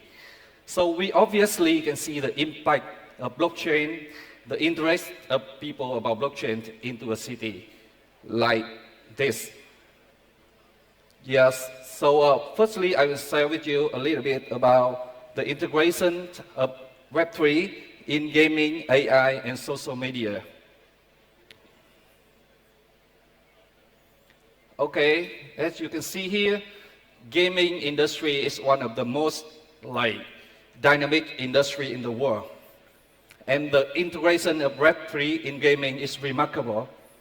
You just have the session with Mr. Chung from RC Infinity, and it is very proud for us to be Vietnamese, to have a Vietnamese company, to build a gaming company from the ground to $1 billion in just a few years. I don't think that any other industry can have a company that moves as quickly like that as RC Infinity. So RC Infinity is a play-to-earn game from Vietnam on Ethereum, so player can collect, breed, and battle the very cute RCs like Pokemon. And we also have the sandbox. I also one of the first contributor to Sandbox project because of the philosophy that Sandbox want to bring to the society, that every user can create their own game, can create their own game, can design their own game, and can monetize from their own game. So Sandbox is the decentralized platform on Ethereum that user can create, own, and monetize gaming experience with virtual real estate and users-generated content. In recent years, many brands, even the biggest brand in banking like HSBC or Citibank, had even put their virtual real estate on the system of Sandbox. And in the last few days, we have very great talk with the team of Sandbox in Vietnam. And we think that in the future, we're going to have a lot of cooperation opportunities for Sandbox and Coin68 to work with each other to bring more benefits to the users of both. And we also have the Decentraland, also a virtual reality on Ethereum that user can purchase, develop. Virtual land fostering a thriving economy of digital assets, ownership, and trading. So there are three words I want to say about the integration of Web3 in gaming. Firstly, it's about decentralized, that bring the users the opportunity to create their own content and to monetize their own content. The second word is about ownership, because maybe in Web2, they cannot own their content as effectively as in Web3. And the third word is about consensus of the node, that bring more innovative opportunity for the gaming studio to continuously improve the experience of the users. We also have the integration of AI, the integration of Web3 in AI. And everybody talk about AI these days. And people say that maybe AI can replace human, but we don't think so. I have to repeat this sentence from someone, but we also believe that AI will not replace human. The people who can use AI effectively, it actually have much more advantage in their career and life advancement. So in the world of AI, how Web3 have been integrated. Firstly, you can see here some very popular name in Web3 and AI, like AI World, Singularity, and Fetch. And in simple words, I can explain like these are the platforms that users can exchange the AI models, the AI algorithm, the AI service to each other using a platform and tokenomics. So firstly, it's fostering the knowledge of AI to everyone. And secondly, it's increased the innovations of AI to everyone in the most security and quick way. Also social media. The idea about integrate Web3 and social media is very interesting that let's think about the world when your content, you post anything on social media, is created by you, owned by you, and monetized by you. That means you create your content and you can earn from your content. The content not belong to like Mark Zuckerberg or like maybe CEO of TikTok. It's owned by you. It's created by you, it's owned by you, and it's work for you. So that is the integration of Web3 in social media. We have here some names like Republic. It's a blockchain-powered social media. When creator can monetize content directly, users earn digital access for engagement. It's mean like when you like or comment on your friend content, you can earn from it. The same for Steemit. It's a social media on Steam blockchain that user can earn digital asset for creating content with decentralized control over data. So in some summary about the integration of blockchains in gaming, AI, and social media, we have some idea. First, for gaming, the true digital asset ownership, play-to-earn model, and decentralized community participant are the main benefits that Web3 bring to the gaming world. For AI, it's enhanced blockchain efficiency, security, user engagement, new digital innovation ventures. In short word, it's fostering the development and the integration of AIs into people's life much more effectively and easier. And for social media, it's increased user autonomy, improved privacy, and new monetization model for the users. Okay, let's move to the next part. It's about the future expectation for Web3 development. Firstly, we've been talking about the environment. In other words, the ecological innovation. So there are many projects like Climate Collective or Cheesure. They are the platform for people to trade the carbon credit programs. Thus fostering the mindset and idea of like environment sustainability into the corporations, within the corporations and to the people. And you know the word carbon credit has been mentioned a lot in the news this day. It is like the initiative from the governments and from the organization to encourage organizations to lower their use of carbon to save the environment. And the applications of Web3 into ecological also fostering that initiative. And we also see the trend of the changing policy landscape in the blockchain world. There are many countries accept blockchain as a part of the economy. Some countries are working on their legal framework, and some countries are like have like difficulties in bringing out any policy regarding the legal framework for blockchain. Some positive examples can be the EU MiCA framework that secures transparent environment for digital assets. The UAE and UK also proactive in like creating regulations, dedicated authorities and financial instrument regulations for the digital asset. But in some other part of the world, like in the USA, the legislative delays in digital assets regulation, complex economic landscape that bring a lot of challenge and difficulties for the developer companies in blockchain and Web3 to work and to develop their project. For Coin68, we see that Web3 bring a lot of fostering, bring a lot of benefits, bring a lot of like advancement to many industries. So we think that we have to have a role in the contribution of the development of Web3. So we have some technologies and platforms to help the developers and users.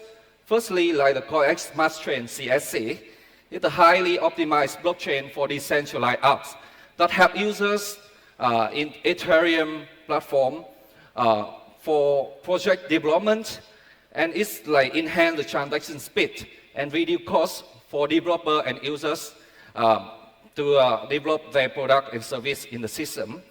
And it's also like scale application to meet user demand without compromising any performance. We also have the Coin68 Explorer.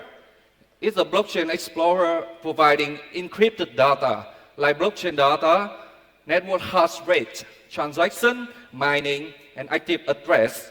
And it supports transaction acceleration, offer users simple and convenient way to query blockchain information. At Coin68, we put user in the heart of everything we do. And user first philosophy is applied in all the operation of Coin68. So we always for three pillars of the strategy. Firstly, it's about user-friendly for any app or any function that we develop. Secondly, it's about security. To keep the security and the privacy of users very carefully and effectively is one of the main strategies of Coin68. And finally, it's about continuous development. We always have the culture to continuously develop our product to meet the demands of the users. And we have a lot of meetings in my 13 markets. I have a lot of meetings with the country managers to see what a country wants, what the user in the countries think of our product, and what we should improve. And the idea is communicated to the CEO right away in order for us to develop our product based on the demands of the users globally, but also locally adapted. And we are very proud that we have not only contributions in the tech space, we also care about the community with the Coin68 charity. Coin68 charity is like a separate organization created by Coin68 and sponsored by Coin68. Coin68 charity is a non-profit organization created by Coin68 and focused on public welfare on the various fields such as education, poverty reduction, and disaster support. We use blockchain to track the donations effectively to the right people. And we are proudly that the total donation of Coin68 charity has been more than 400K throughout the years in more than 40 countries, and it reached and helped more than 2,000 people across the years in many countries, as you can see on the screen.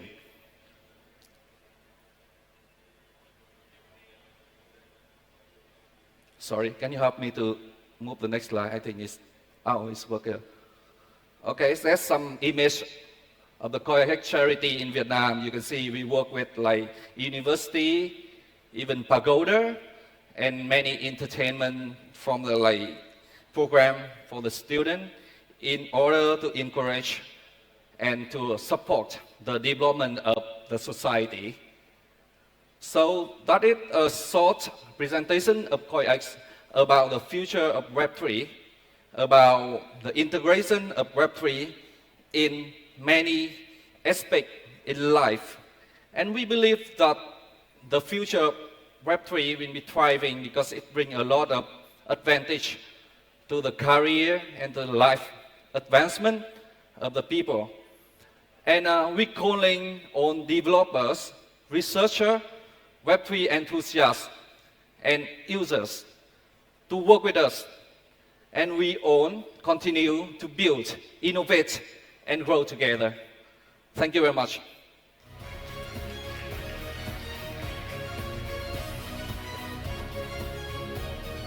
All right, thank you, Kelvin. Yeah, as a token of appreciation, I just wanted to hand you some flowers. Okay, please remain on the stage to receive the flower from our organizers. Mr. Kelvin.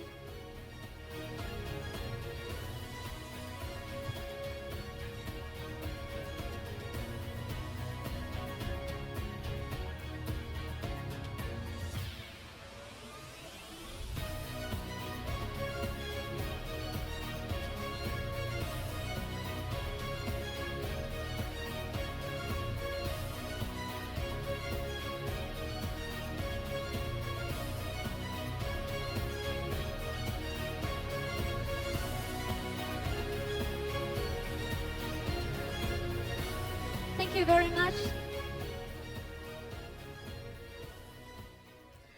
Thưa quý vị, trí tuệ nhân tạo hay còn gọi là AI và Web 3 không chỉ là sản phẩm của sự tiến bộ công nghệ mà còn là kết quả của nhu cầu ngày càng tăng về tự động hóa và phi tập trung. Sự kết hợp giữa AI và Web 3 đang mở ra một chương mới cho sự phát triển của công nghệ, hứa hẹn một tương lai mà trong đó công nghệ không chỉ hỗ trợ con người mà còn tăng cường khả năng tự chủ và bảo mật. Vậy, cách thức mà AI và Web3 đã phối hợp với nhau là gì? Ngay bây giờ đây, chúng ta sẽ cùng nhau đến với buổi tọa đàm tiếp theo. Với chủ đề How AI and Blockchain can maximize each other's potentials.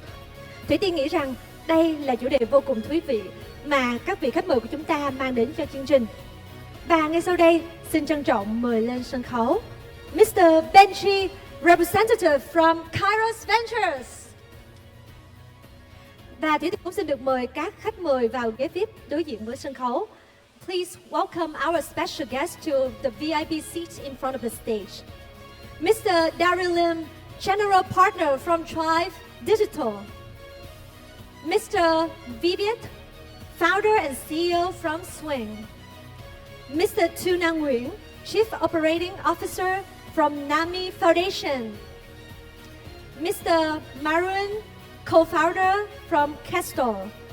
Mr. William Nguyen, CEO and founder from Wicom.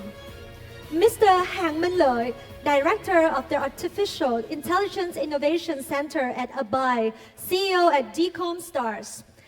Let our session begin. Thank you. Hey guys, thanks for being here again. Going to have a quick chat to these guys here, just about AI and I guess its relation to blockchain. AI over the past couple of years has been really big. We've seen Nvidia this year, its market cap ridiculous at the moment. But yeah, we'll get some opinions on how AI is relevant to blockchain here.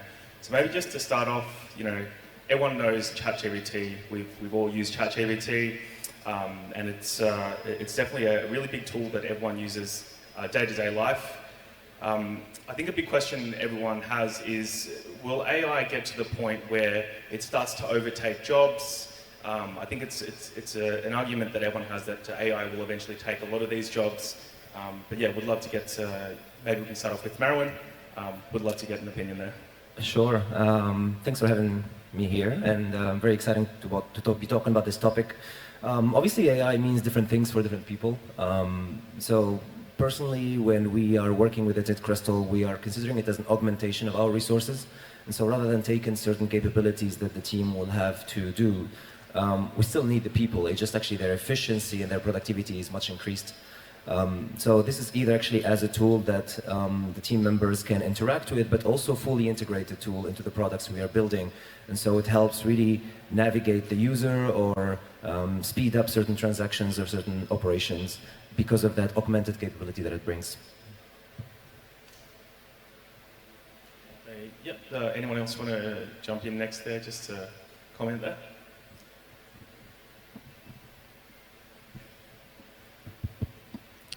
Hello.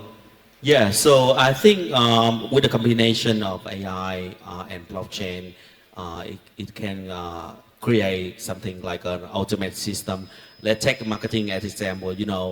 Research department in any blockchain company, they need to generate a vast amount of data every day just to make decisions or creating content across social media. So with the combination, not just only ChatGPT, with any AI application that provide open APIs, you can combine them and such as one AI generate research data, the other AI can form that research, form an article or insight data and feedback to the team for multiple channels at the same time. So you can reduce not only the large amount of people working on these type of work, but also increase the productivity across the departments.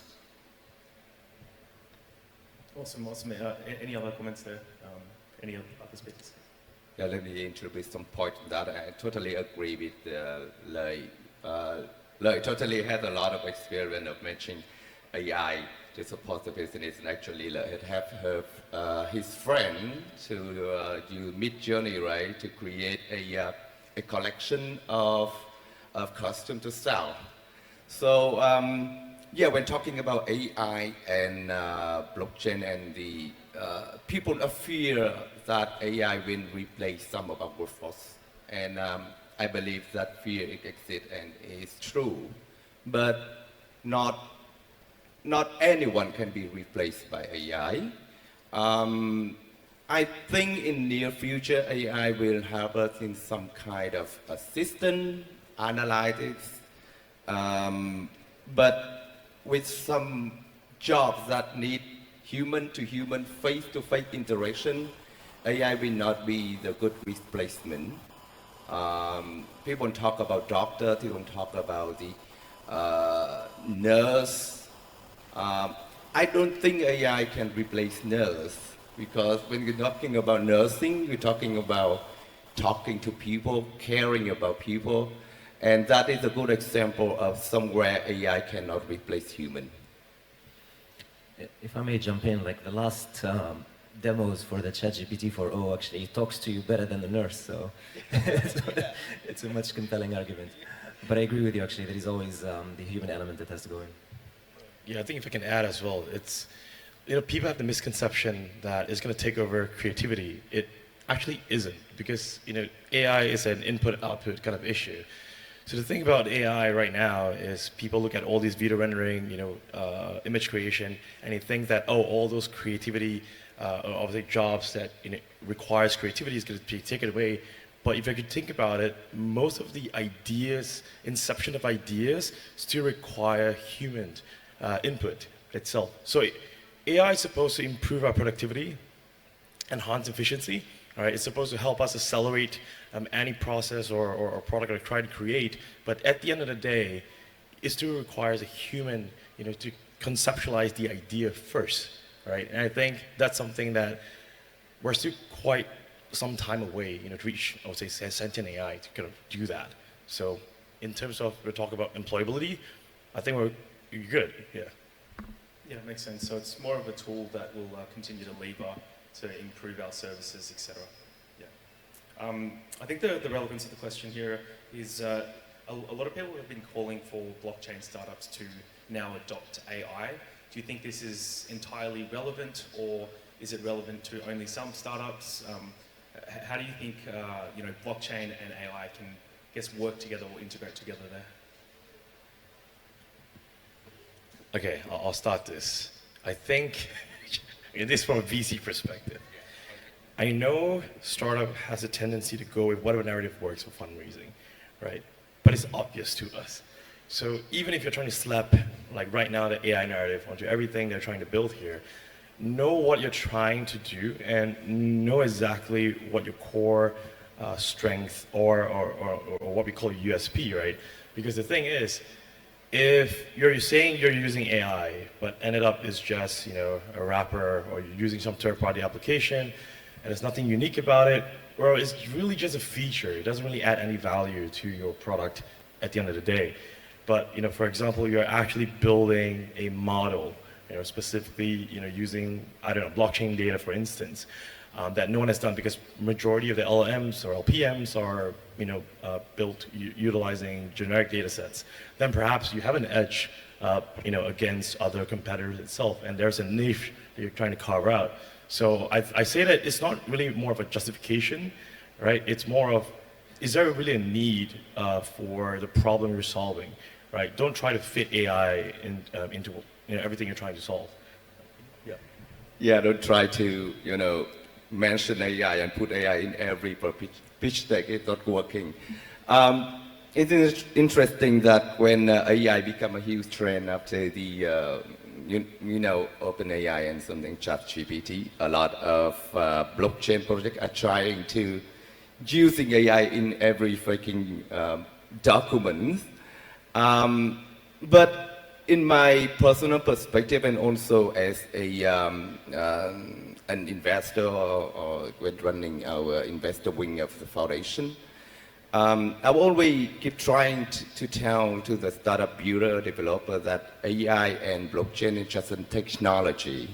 It's not a miracle of whenever you put it into some of your document or your pitch deck, it can get some, I think it can get a little bit attention from the investor or from the community. But in the end of the day, as a builder, as a developer, and as an investor, we all talking about, benefit, right? You're talking about profit.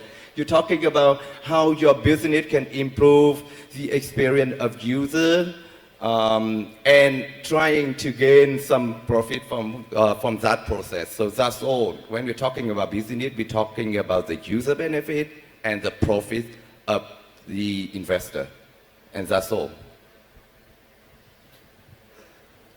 Perhaps I can add as a project as we are building. It's very much here on the point, the project itself, in most projects, it's not a blockchain project or an AI project. It's trying to solve a user problem. And so it happens that you're using blockchain or you're building on Web3, the same way that it happens that you're using AI as well. And so from a narrative and investment point of view, it's really a question to the efficiency of your business, where perhaps an investor or an interested party can come and ask you, the same way they can ask you, for example, how do you run your finances for this project? You could do it on Excel sheet, you could be doing it to the proper finance system. So similar way as well, if there is areas of the product as features or even internal operations where it's obvious that AI can improve that, then I think it's a missed opportunity for the project if they don't adopt that part. Now, I wouldn't put it on my marketing materials, for example, perhaps on the technical documentation so people understand how that feature works. That I'll take, for example, what we are building at Crystal. We are part of the product building a recommendation for Web3 developers on which infrastructure matches their needs. And so naturally these developers that come to the platform and then ask the question, I am building a DeFi project, what is the best infrastructure for me? They might want to know where that recommendation is coming from. And so for the system itself, we are using a layer of AI that will filter the queries and then redirects to other sources of information. And that will show up in the documentation that this is how your request is being processed. But I wouldn't say it wouldn't make us an AI company, right? So that's really the main perspective here, but very much in the VC round raising discussions, projects do tend actually to highlight these ones because they're trying to appeal to the audience that want to invest in a particular space. And so a Web3 investor is slightly different from an AI investor, so that expands for them the opportunity to raise more money from different sources. Yeah, I totally agree on these topics, and I think at the end of the day, it's still about how you want to extract the benefit from using AI, tech, and blockchain. It's just technology. At the end of the day, what is your goal? So I can give you two examples that applying AI technology combined with blockchain. You know, every blockchain project, we know that we gotta do a smart contract. There's you can build an AI agent to automation create the smart contract, and also you can build an AI agent that analyze and audit it. So these are the use case that you can apply AI tech. Also for DeFi project, you can build an AI agent that have some predefined rules and data. So when it can on your behalf to make a decision for you in terms of portfolio management and investment decisions. So these type of AI agents, I think if you apply in the right model, VC gonna love it because it actually innovate both AI and blockchain. Yeah. So just go back to the fundamental, right? So AI, there's so many questions, so many different view, different thing, right? So just like a massive on the open sea, you don't know, so many possibility. But go back to the fundamental question of AI, right? To me, AI is about the big data and automation, right? So recently, the ChatGPT, what I call generative AI, is about the UX interface. Now, you're surprised, so surprised because ChatGPT, because is speaking the human language first time ever. Right? That was surprise. That's basically to me that's the UX, that's the interface between human and machine, and that's why you feel wow surprised. You know, I write an article in English. I can translate to Vietnamese, Chinese in seconds, right? Even much better than the rest of people, right? So this is the interface. It's the interface between the human and the machines. The machine can speak the language that we can understand even better than ourselves. Okay, on the big data, massive data. That's all about AI. Blockchain, on the other hand, is about infrastructure. It's about data. Data, the openness of data, and the integrity of data. Okay, so these two different things. AI needs data. Okay, if you fit the AI wrong data, you get the wrong thing. Gap it in, gap it out. I've been doing AI for the last 30 years. Okay, from different machine learning, different mechanisms for medicine, for healthcare, for physics, chemistry, whatever. So it's all about data, right? Gap it in, gap it out. Doesn't matter how good your model is, okay? And blockchain is about the data itself, the infrastructures. And that, the blockchain gives you the integrity of data and openness data. And the combination of that gives you whatever you want. So you know, you don't have to be specific to AI, right? So, and also AI is just like the computer programs, right? A database. Think about 20 years ago, right? People use database searching. In my old day, I had to go to the library to search for books, and you look at the library card, you know. Now you can do it online, you can search very fast. You know, the world's still there, nobody dead, nobody died. Make human a better race, you know, make our life better, more efficient, more productive, right? It won't kill anyone, right? It won't replace anyone, anyway. This is not my opinion. Yep, that makes sense. Thank you for that. I think that leads into the next question. Both technologies are relatively new, relatively nascent. There will obviously be teething issues with the development of AI and blockchain. What do you guys think are the risks and I guess challenges that we will face for both technologies to eventually integrate to what its next form will be? I can jump in. So I think AI, obviously, it's an impressive technology, and then we can easily recognize the leaders in this space, such as Google and OpenAI building this one. And blockchain has always been an attempt from a community, which is the blockchain community, who believe in decentralization, so they can distribute the control over different systems, whether that's a monetary system or perhaps application database, but also AI roadmap and control. And so it was a natural reaction that most of the blockchain developers and Web3 developers, when they saw the rise of AI, the first question was like, well, this is centralized in the hands of few organizations. How can our technology, that is a big advocate into decentralization, act on this one? And so this is where perhaps a little bit of friction might happen, and then we could see attempts of certain projects to say, well, listen, you should not use OpenAI, I'm going to build a decentralized OpenAI. But the reality of it is perhaps that's not your core competency. You're not be able to compete with a bigger organization. And so there is more affinity, more synergies where you can enhance or add layers of verification, layers of traceability on the data that is being trained by the big data models. And so this is the main, I think, intellectual dilemma that we'll have to solve that could block the collaboration between AI and blockchain, whereas AI is a domain that is being developed. It takes a lot of resources, whether that's from a hardware point of view, the NVIDIA company, as well as the engineering from companies like OpenAI and Google. And there is a lot of development that needs to be done. And meanwhile, we have these innovators in the blockchain space who look at it and say, well, listen, we can build it, but in a decentralized network way, or a decentralized agent. And that could maybe divert a little bit of the resources and perception of the public on using the AI. So as long as we recognize that certain things are done in a better way, like, not push the decentralization idea on everything, I think that we'll have a good collaborative ecosystem between AI and blockchain. But otherwise, we might see fragmentation of efforts, and then ultimately nobody wins in this space.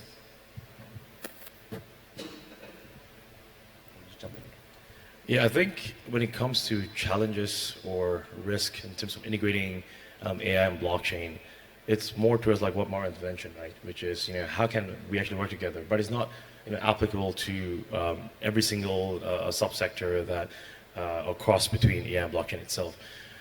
Perhaps what we should start looking into is, how could we have a collaborative efforts or some aspects of things. For example, one of the things we're looking at in terms of technology-wise, where there's a cross, is really the encryption side of blockchain, right? Such as MPC or FHE itself, and how that can be utilized towards providing, from a blockchain perspective, encryption technology perspective, providing data towards the AI industry. Because think about it, what's the number one challenge for AI companies is access to data, right? And why is that so? Because people don't want to share their data, right? And so what if you have something that you're able to encrypt that data, right? So you can kind of essentially train models without actually sharing it across. So I think it's more complementary than not, but it's not applicable to everything else. But this is one way that we've seen it possibly working. Yeah. The funny thing, let me tell you before we get to that, I got the content of the panel discussion. I asked ChatGPT about that. I did. But what I said from the beginning until now is not powered by ChatGPT in any way. I just asked ChatGPT for reference, for the information. And when we're talking about the risk of AI and blockchain combination, we have been talking a lot about data. And yes, data is the biggest risk with AI and blockchain when we're talking about trying to merge the two technologies together. And agree that the users are not willing to share the data. And AI needs a huge lot of data and continuously providing data throughout the time. And we're not talking about just data, we're talking about data processing, data center, we're talking about power, we're talking about a lot of whole thing following. So I think that the biggest risk is the same as our guests had talking about. The biggest risk with the AI when we try to merge with the blockchain is the data. You need to convince user to give us the data. Even if centralized or decentralized, it's not important anymore. AI just needs the data, a lot of data. And you need to convince the user to provide data, a lot of data, and continuously doing that forever, so your AI can survive and grow. Other way, your AI is just stop at 2020 or 2021 or 2024, and that's it. That's the stop of your project. That's the stop of your AI. So, ChatGPT agree with me on that. He knows that he needs a lot of data, and he knows that that is a biggest risk. And I'm not even talking about the legal framework about that. In a lot of regions around the world, when you use the data of the user, you need the user approval on that first. And you need to prove that whenever the user wants to take back that approval, you have a procedure of, prove that to the user. And a lot of AI developer and a lot of AI projects cannot provide that procedure. So, whenever you build a blockchain and you want to use AI, remember that some of the blockchain project and element that do not require the user to approve that giving you the data. But whenever you use AI, you have to take care of the part of legal, and the data processing, data usage is very important. I think one more risk that we should talk about as well is that the particularity of the data of blockchain, that it carries value, monetary value. And so obviously blockchain allows different parties to interact in a trustless manner as long as you can execute certain steps and program. And so this is where also there is a big risk where AI does get used to be able to abuse these systems. And so we see a lot of ecosystems that have a lot of AI agents interacting with them. At the end of the day, most of the decentralized application in blockchain are, they have a game theory to them. So some parties are trying to game the system. And then obviously having that arsenal of AI agents that can, tilt the game into your favor allows certain parties to potentially abuse or mislead these decentralized applications for monetary gain. So that's also like a big risk as well, where definitely the risk is coming from the AI side that can destroy the ecosystems we're trying to build in the Web3 ecosystem. Yeah, just one more point, very quick, because he's talking about AI and talking about the risk of using data in AI. Interesting that I was talking with some guy outside of the event, and we're talking about an article I have read in LinkedIn that Sam Altman admit that his AI engineer did not really understand how is AI using machine learning and big data to give a decision. His own engineer cannot understand clearly 100% of how AI do that. So that is a huge risk. That is, it's huge, man, it's huge. And I read the comment beside below that article, and people say that, hey, you do not need to understand how your car driving to drive a car. Exactly, I don't need to know how the car, processing and sort of, but at least the engineer that built that car understand that for me, right? Right? And if the engineer cannot understand how the car driving, how can I give my life into that, equipment on vehicle running around, and nobody know what exactly of the operation and processing under, the wheel. It's too risky. It's too risky. So I think that we have still a long, long way until we're really talking AI as a motivation of our production or our real assistant, or I read somewhere, our real partner in work and in life. It's long, long way. Yeah, I think the biggest challenge for AI is how do you have enough resources to train the models or the agents? That's the biggest challenge. For the risk is the outcome of the AI agent with the predefined rules and patterns. You have to keep changing those. I can give you an example when I build just a mini project, that combination of two AI agents. One is to research and analyze data for me from over the news and social media. The other one is to monitor on-chain transactions. With the combination of two agents, it gives the decisions on investment, and sometimes these outcomes are not right. So you need something like maybe I call it decentralized labeling service. So you gather everyone and contribute to something bigger about these labeling of the AI agent, and can help the agent grow faster and more making the right decisions from a human perspective. Thank you. You look at the same argument apply, right? AI is a data, big data, and the operation, right? For big data, machine learning, and so the risk inside the AI is just a black box. It's a black box, right? You don't know what it behaves, right? You don't know what come out. So what inside the risk? And blockchain is just a data layer, right? So the combination of these two, it helps the combination better. At least you know where they come from, right? Rather than you have black box or the black box. So that's two different things, right? It was, right? So, think about AI or whatever, just like a gun, right? Gun doesn't kill, people do, right? Any technology, they always a good thing, a bad thing come with this, right? Think about a gun, right? Gun's a good thing, not a bad thing. I'm American, right? You like a gun, okay? I like to hold a gun, right? So, it's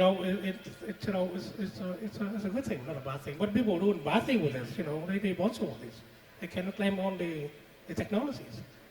So I don't see any, again, anything would come at a risk, right? But I don't think any significant risk, that can overcome the benefit of the combinations. Now, a common risk that we've seen, particularly with machine-generated content, is the lack of authenticity or the human touch or the humanness component to the content. So, what do you think are the what's the importance of a verification solution for this, into the future? I can share how we are working with attestation solutions. So when you are building an ecosystem that requires different profiles of parties, and to give an example, in what we are building at Crystal, it's a place that you have project builders, you have infrastructure experts, you have operations experts, you have enthusiasts and people who want to learn about it. And so these are different personalities and different profiles. And so being able to recognize their reputation and then reward that reputation as they contribute in a particular system, and whether they are human agents or AI agents, it's similarly applicable. This is where blockchain can play a lot of power, essentially bringing attestations by tracking their on-chain activities and then tagging accordingly where their expertise may lie. So this is, for me, it's the biggest area of exploration we're doing. There is a lot of good projects in the space that are using different approaches to how they do this and have their own databases and their own ecosystems. So I do encourage every Web3 builder to explore this so they can really recognize the different participants in their ecosystem and then track. If it's an AI agent, it's fine, but at least you know where it's coming from, what kind of data it's using, etc. And if it's a particular role that will play into your decentralized protocol as well, you can track their reputation system. Agree. I just jump in for a little bit of advice for the blockchain, and AI builder who want to prevent the misunderstanding of authenticity in AI.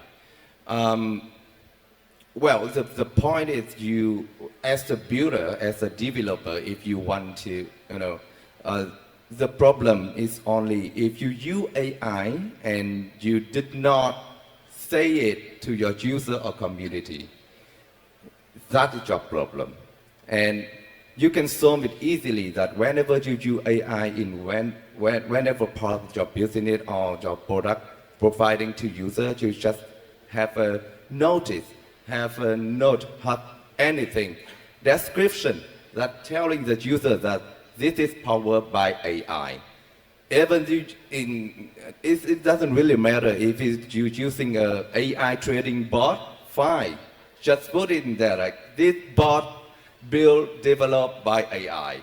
Or you have built a beautiful game, game file, and you have a GM. It's an AI, fine, good. Just tell the community that this game has GM AI, right? So, whenever you use that phrase, it proves that you have responsibility. You have the responsibility of telling people the fact that you use AI on that, and I think that will be really, really helpful for you as a developer, of course. Yeah. Anyone? I just give you a few examples for my few companies.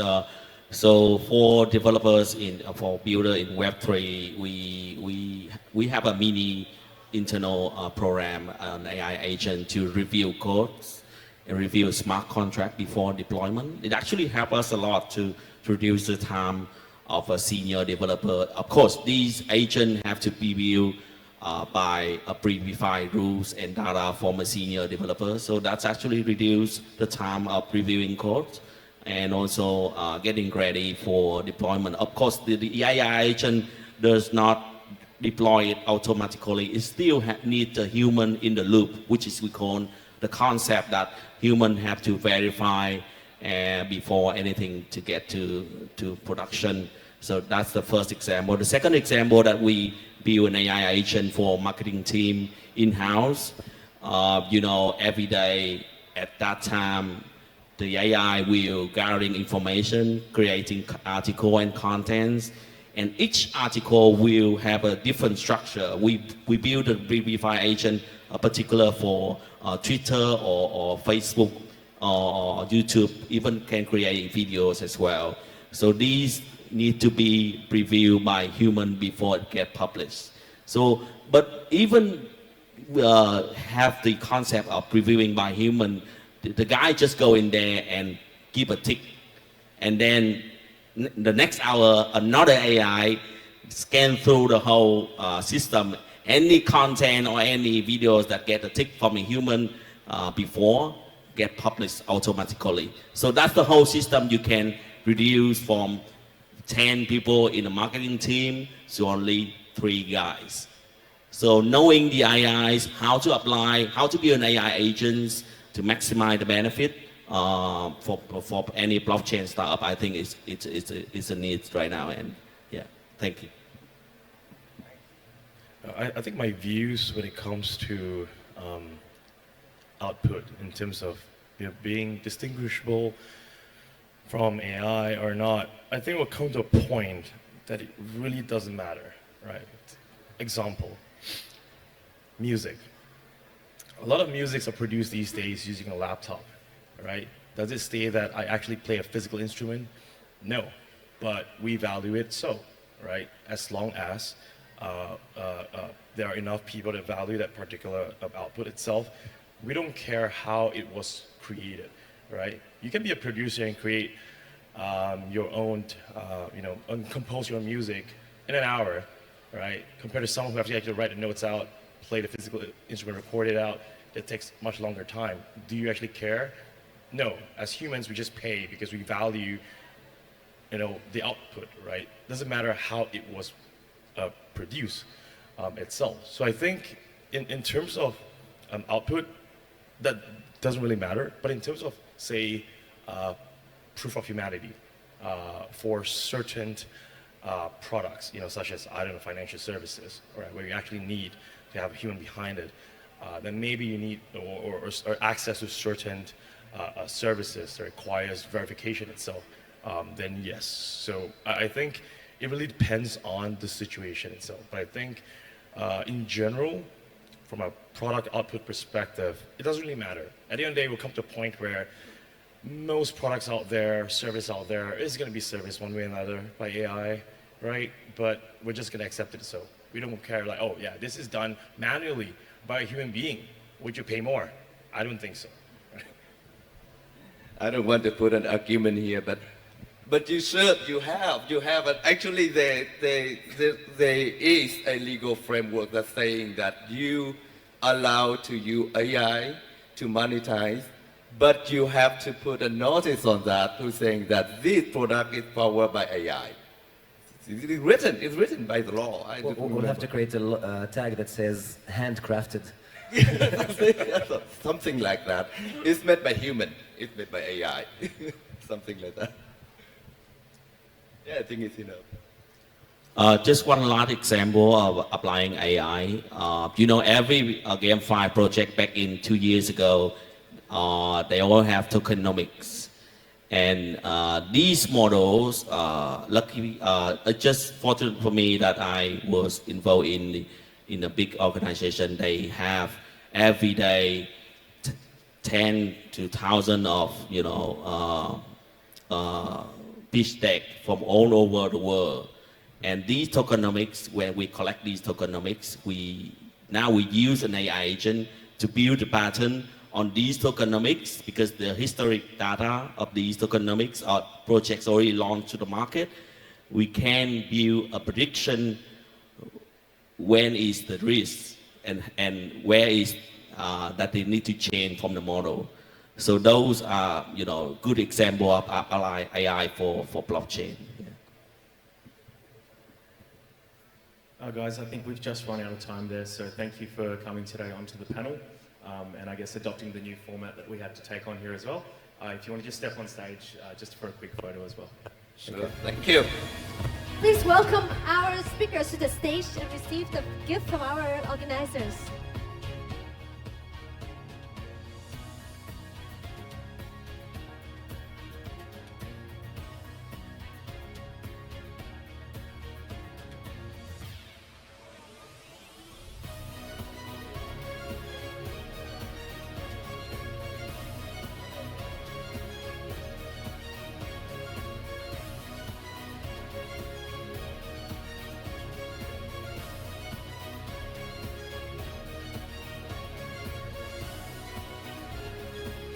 gentlemen, can you step forward, please?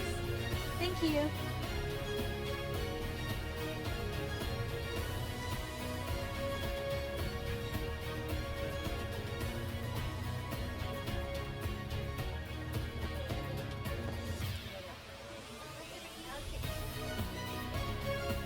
Okay, now let's look at the camera.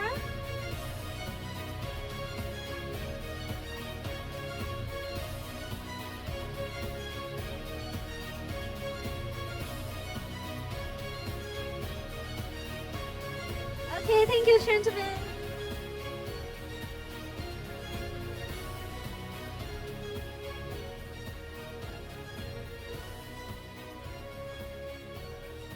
Và tiếp theo chương trình, Thủy Tiên xin được trân trọng giới thiệu một nhà tài trợ kim cương của chương trình. Xin mời đại diện của Suy sẽ lên sân khấu để có thể giới thiệu. Please welcome on stage Mr. Andenisi Abaudun, co-founder and CPO at Misten Labs, the company behind Suy Blockchain. And please welcome Mr. David from Kairos Ventures. Xin mời hai anh lên sân khấu ạ. Cho một tràng vỗ tay thật lớn cho Mr. David and Mr. Identity.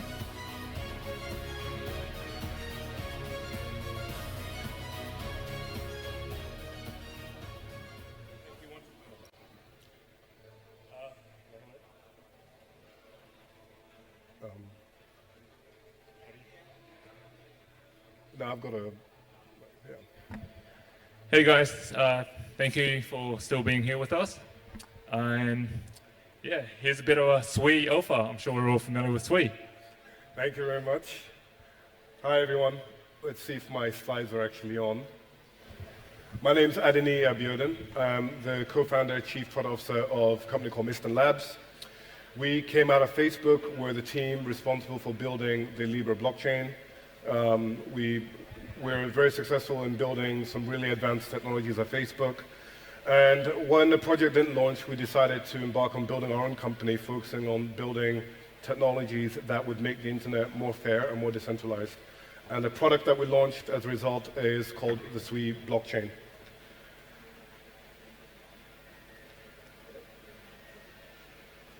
Right, I don't think my slides are on here. If we can get it on. Yeah, sorry guys, just a bit of technical issue with the monitor. Won't be too long, just a couple minutes.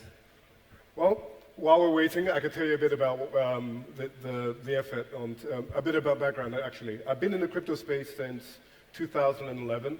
In 2011, I was working at investment banks, global investment banks, and I found the Bitcoin white paper. I read the white paper. I didn't understand much about it, but it seemed rather interesting. I looked into it again in about 2012, early 2012, and the paper itself described a financial system, a global financial system that I felt that's going to power the future. I think I saw the inefficiencies that we had inherited in the banking system at the time, and the Bitcoin white paper really spoke to me on a future that really could evolve with having autonomous systems at the heart that really buy trust. So what is a blockchain? A blockchain is effectively trust as a service. It's a decentralized trust as a service piece of infrastructure. Since that time, after leaving the Bitcoin space, I built one of the biggest mining companies in the world, largest Bitcoin mining companies in the world. Then I went over and I launched blockchain projects for Oracle, VMware, some of the largest technology companies in the world. Then I went over to Facebook to work on the Libra project. And hopefully we're good with slides. I don't know, are we? Sorry? Yeah, it's just, do you need the slide? Yeah, it's just a bit of technical issue with the slide at the moment. Okay. I think they're trying to fix it up. No worries.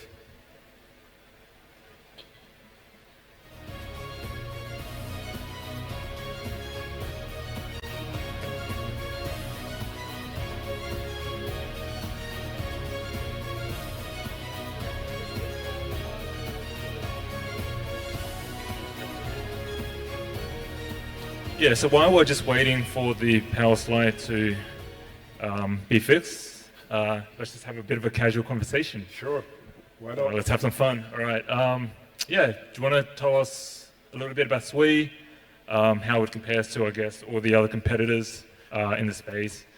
Sure. Yeah. Slides are fixed, but in fact, I will tell you as a result of the slides. Okay, so let's go on and talk about Sui.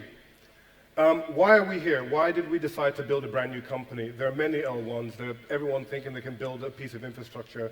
It's been around for a while. Ultimately, we think we're reaching a point where, as a former Facebooker and most of my colleagues as well, where we've reached peak centralization. Centralization of your data, centralization of your assets, centralization of everything that you do. We believe there could be significant power in allowing users to have greater control of their assets, greater control around their data. We think that technology could be very well facilitated by global coordination layer for the internet. Sui itself is a global coordination layer for the internet, and I hate being called a blockchain because I think blockchain is just the first level where you need to go. But imagine a world where everything you do has a form of digital ownership attributed to it. Our goal is to have a piece of infrastructure that can control or manage every aspect of digital assets that you have, whether it's concert tickets, whether it's files you have access to, whether it's something to do with money, whether it's something to do with how you choose to manage your financial resources. We think a global coordination layer is absolutely required to do so. How have we grown? So Sui as a blockchain has been around for just over a year, and in that very short space of time, is the fastest growing layer 1 that exists in the market. We've had TVL grow significantly in the last 6 months as a whole, but over that same space of time, the blockchain has done more transactions than many other blockchains in a very short space of time. We've never had a single outage, we've never had any failed transactions. The blockchain just works at scale. And that's just to do with the fact that we have people in our company who have built search at Google, who have built Spanner at Google, who have built the infrastructure that scales horizontally, that Facebook runs day in, day out to power billions of users. I think that is very far away from what we see in Web3 in terms of expertise today. So on some numbers, TVL shot up well above 750 million. More than 50% of the bridge assets that are going on Wormhole actually come via Sui now. So there's a lot of trust in the Sui ecosystem as a whole. Separately, there are over 3 billion transactions occurred on Sui. That's more transactions than the Bitcoin network has done. We did that in the space of 6 to 7 months. And we have, I believe, over 12 million active wallets already on Sui. It should be close to about 15 million now, active wallets on Sui. So we build, whenever we build something, we're building with the same mindset that you have with some of the largest companies in the world. It's built to scale. Sui does not have a maximum throughput. So unlike other blockchains who would tell you they have this TPS, that TPS, yes, we have a TPS number on here, it's very high, 297,000 transactions per second. That is in the minimal hardware configuration of a network. We've already proven with our Pilotfish implementation that if you double the amount of hardware, you double the TPS. If you add 8x the amount of hardware, you have 8x of TPS. There's no maximum throughput in Sui. Separately, we've had 100% uptime, never down, networks never been down. We've had transactions more than other blockchains, and we've never had fees spike. Fees are generally always flat dollar-wise. If you're trying to build a business, it cannot cost you 1 cent to trade today and 7 cents, a week later. It needs to be flat. Sui is the only chain that gives you flat to dollar prices for gas. Moving on. We've recently announced an upgrade to our protocol. Sui is already the fastest finality chain in the industry today. We're about to take transactions that go through consensus from close to 1.5 to 2 seconds down to 390 milliseconds, which means the transactions in Sui load faster than your website. From when you click trade on your website or for when you click a submit on a transaction, it's final before the website is actually loaded. This is a remarkable piece of research and engineering that the team has done, brought to you by some of the world's most renowned PhDs in the world. In the company, I believe we have over 70 PhDs in the company alone. A lot of these guys used to work in some of the biggest companies in the world building highly scalable systems for fun. Now we've brought that into the world of Web3, and we have a blockchain ultimately that can power the next generation of applications. We had a peak of 2.1 million daily active users. That's more users than most blockchains have actually had in their lifespan. But overly, we're able to handle the kind of demand that you see on chain. without any much of a fuss. The network never sees any slowdown. It's able to handle the peak and troughs of demand. We believe truly with SWE unique features that you're going to see differentiated apps on a SWE ecosystem that you just will not see in any other networks. What is our avenue into growth? As I said, the number of users in Web3 is very small. Web3 has about 40 million active wallets. That's a tiny market. At Facebook, we talked about 2.5 billion users, 3 billion users, 4 billion users. How do we get there? Gaming is our biggest avenue there. If you look at these companies we have, or these games, you have Roblox, you have Minecraft, you have Fortnite. These games alone have way more users than the majority of crypto as a whole. So our big bet is gaming is going to usher in the next level of users into the Web3 space. And they'll do all the things that we want to do in DeFi, but it will just be called something different. It's going to be hidden away and abstracted away. Some of the largest companies in the world already build on SWE. NHN, one of our largest partners, NCSoft, Netmarble, they're all building on SWE. So if we can convince some of the largest gaming companies in the world to build on the next generation infrastructure, we think we will already see the same things when you start to think of the largest financial institutions in the world. So we believe quite firmly that SWE will have more daily users in its ecosystem than any other blockchain as a result of having a very easy to use platform. And the fact that we've gone after a use case that we think is really going to bring in users frictionlessly. And we ultimately believe that gaming will bring in more utility to DeFi. I hate calling DeFi a product because DeFi is really a piece of infrastructure. It's rare that you find everybody in the world doing trades because that's not what you do. But there's an element of utility that you get from it. So if you're playing a video game and you need to swap from digital asset A to digital asset B, you'll do that in the game and you don't need to know about the DeFi protocol that powers that. Or you need to sell a concert ticket, or you need to liquidate a particular asset in time. It will be done for you through applications. We think killer applications are the path to billions of users. It's not going to be a layer one as a result. But we just so happen to have built the layer one that could power the next generation of billions of users who can be using Web3 as a whole. So in our view, the biggest growth for DeFi is going to happen via gaming as a whole. Why are developers choosing to come to SWE and come to SWE in mass? Very, very good question. For one, SWE has the lowest storage cost of any network that exists today. In fact, one of our NFT projects stores fully 4K images directly on chain.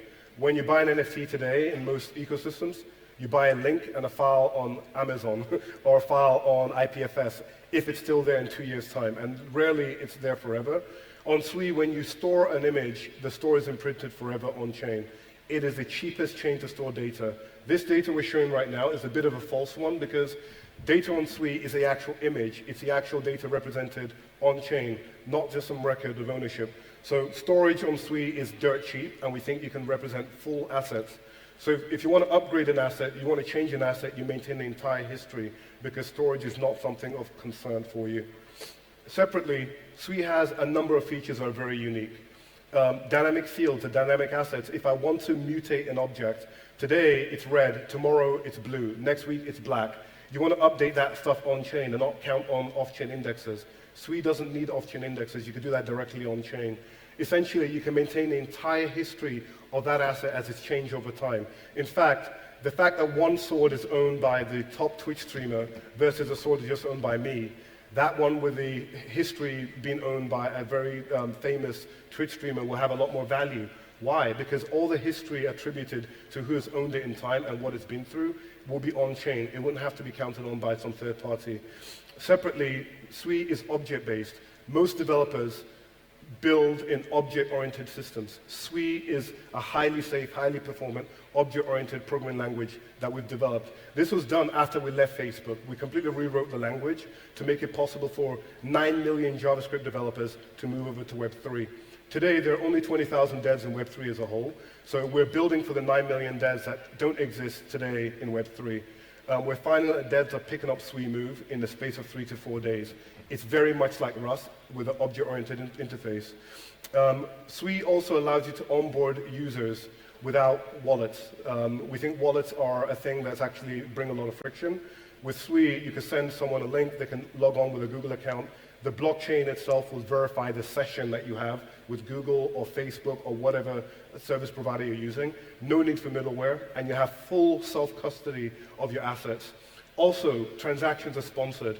No need to tell the users go and buy a digital asset to pay for. Gas is something that's taken care of by the network. So ultimately, if you want to have an app that has no gas, but users maybe watch an ad or you pay gas on their behalf, that is taken care of by the SUI network. So we think the onset of onboarding with a normal web address that you have today, whether it's Google, Facebook, Kakao, doesn't matter, and the ability to remove gas from the user experience means we can now make Web 2 users Web 3 without them knowing they're on the blockchain. Separately, all the features where gas, whenever you do a transaction, the fees will always be constant. The fact that you have objects that have hierarchical data structures, I can build, you know, a car, and the car can have wheels, and it can have an engine. All that complex data structure is built directly and composed on SUI. In SUI, you're dealing with objects, so an object can go as an argument into a function. You're not dealing with bits and bytes like you'll do on other blockchains. And separately, one last thing I want to touch around in regards to SUI is the fact that ultimately now you have royalties that's enforceable. So if you're building an NFT project and you want to make sure that marketplaces do not rip you off on royalties, you can actually bake royalties and enforce them with a chain. So before a transaction can be made, rules have to be met before it's transferable. Either the rules you could set could be pay a percentage of the floor price. You can set rules to say it could only be traded on Friday, only a person with a potential credential can own the asset.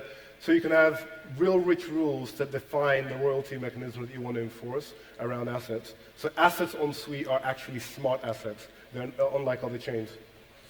Separately, we came from a world where we had, you know, these really crappy games that were pretty much spreadsheets that weren't really fun to play.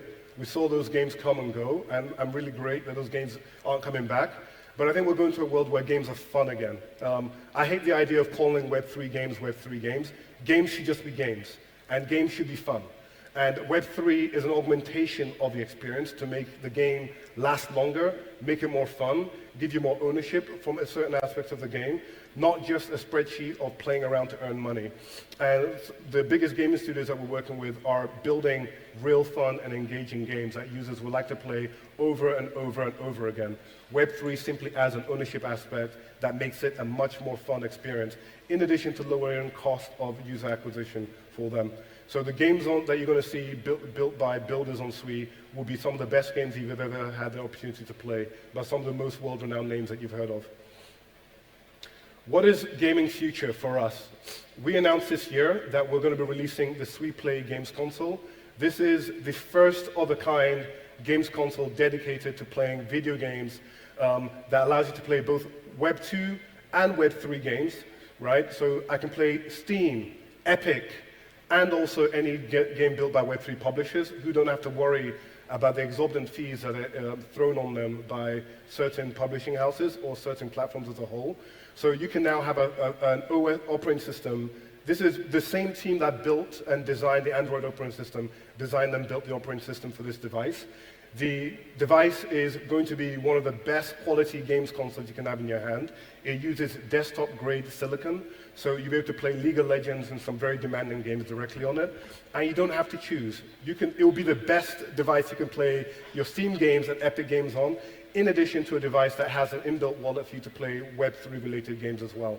So we hope to announce more about it towards the end of this year. But we are very, very excited about this, and it's got an inbuilt bridge, so if you're playing games in Solana, Ethereum, whatever, you'll be able to bridge those assets directly to the SUI Play 0x1 and benefit from the low fees that SUI offers you, and do that at very, very high speed. And then we have a QR code that you can scan if you want to get on the wait list for the SUI Play 0x1. And we hope to announce pre-orders sometime this year. Moving on. One final thing I want to talk about is Stashed. I mentioned before that we believe wallets are going to be a bit of a barrier to entry for mass market.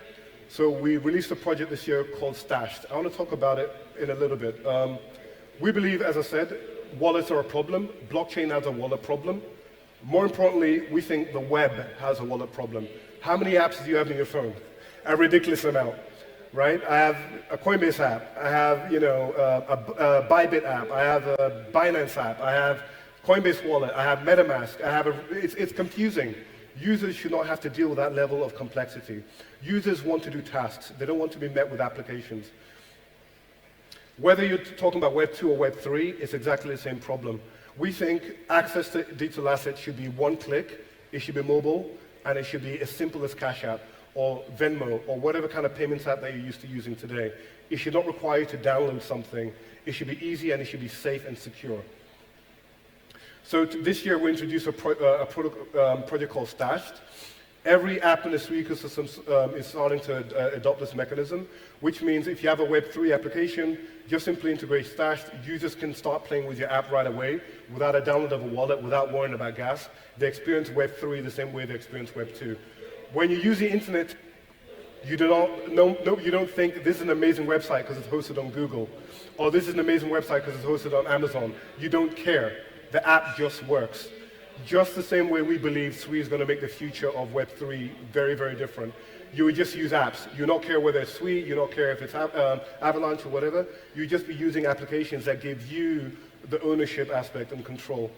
Today, Stashed allows you to send money anywhere in the world as simple as an email. It allows you to claim it very simply. It allows you to transfer it to anyone you want. We're going to be adding Stashed domains, so we'll even remove the web address from Stashed, so effectively you're just using Stashed and sending it to friends using human-readable names. We're going to add a Stashed debit card, and we're going to add the ability to on and off ramp very, very quickly with Stashed. That's all I have for time for today, but thank you very much, everyone. Thanks. Yeah, thank you, Aiden. Respectfully, I'm going to call you Aiden for short. Yeah, thank you for enlightening all of us a little bit more about Sui and the vision of Sui in the future. I just want to stick around. We have you have a video that you want to show the audience, right? I did. So let's remain on the stage and show them the video, all right? Sure, thank you. Chúng ta cùng theo dõi video mà Mr. Aiden want to show us. Sui is for builders. Pioneers dedicated to possibilities, innovative solutions, and services. A system of coordination enforced by code, where decentralized trust creates greater opportunity.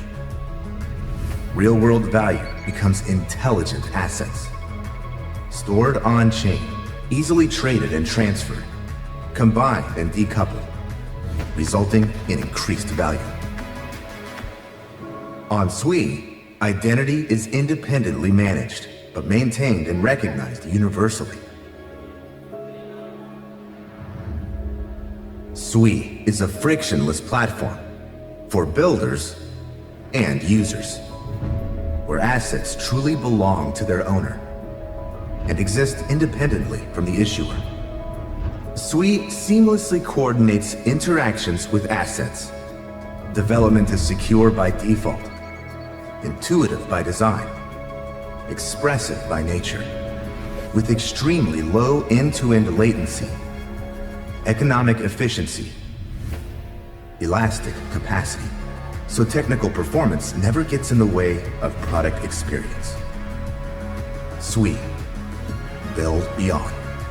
Một tràng vỗ tay thật lớn cho Sui được không ạ? A round of applause for Sui. Thank you very much. And now let's remain on the stage to receive the gift from our organizers. Thank you.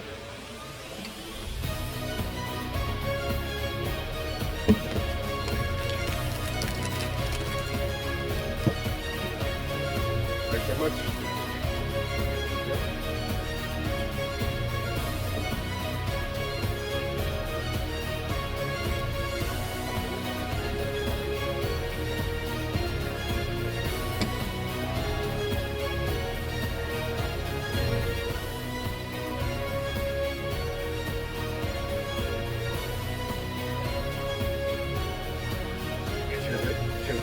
Thank you very much. Thank you. Quý vị thân mến, trước khi chúng ta tiếp tục với phiên hội thảo tiếp theo thì Thủy Tiên sẽ được thông báo là thùng bốc thăm trúng thưởng đã được đặt ở phía cuối khán phòng.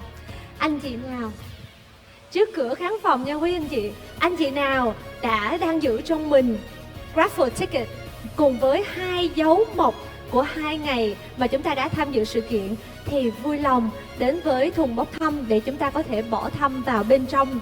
Lát nữa vào lúc 5 giờ chiều thì chúng ta sẽ có chương trình bốc thăm trúng thưởng và có rất nhiều phần quà hấp dẫn đang chờ đợi các anh chị.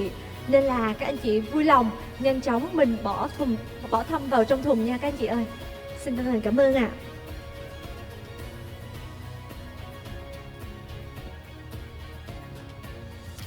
Quý vị thân mến, chúng ta cùng tiếp tục đến với phiên thảo luận về một chủ đề hấp dẫn không kém. Chủ đề liên quan đến nơi chúng ta sinh sống, khu vực châu Á, Thái Bình Dương. APEC đang nổi lên như một trung tâm blockchain hàng đầu thế giới với sự đổi mới và tiếp nhận Web 3 không ngừng tăng trưởng. APEC không chỉ là nơi diễn ra các hoạt động blockchain sôi động mà còn là điểm đến cho các nhà đầu tư và các doanh nghiệp quan tâm đến công nghệ này. Và chúng ta hãy cùng nhau đến với chủ đề APEC as the world's blockchain epicenter. Các vị khách mời sẽ phân tích những điểm mạnh của khu vực APEC để trở thành trung tâm thế giới về ngành công nghiệp blockchain, cùng với các cách để khắc phục điểm yếu của khu vực này. Please welcome on stage Mr. Jimin, Business Development from Ancient 8. Xin mời Mr. Jimin lên sân khấu ạ.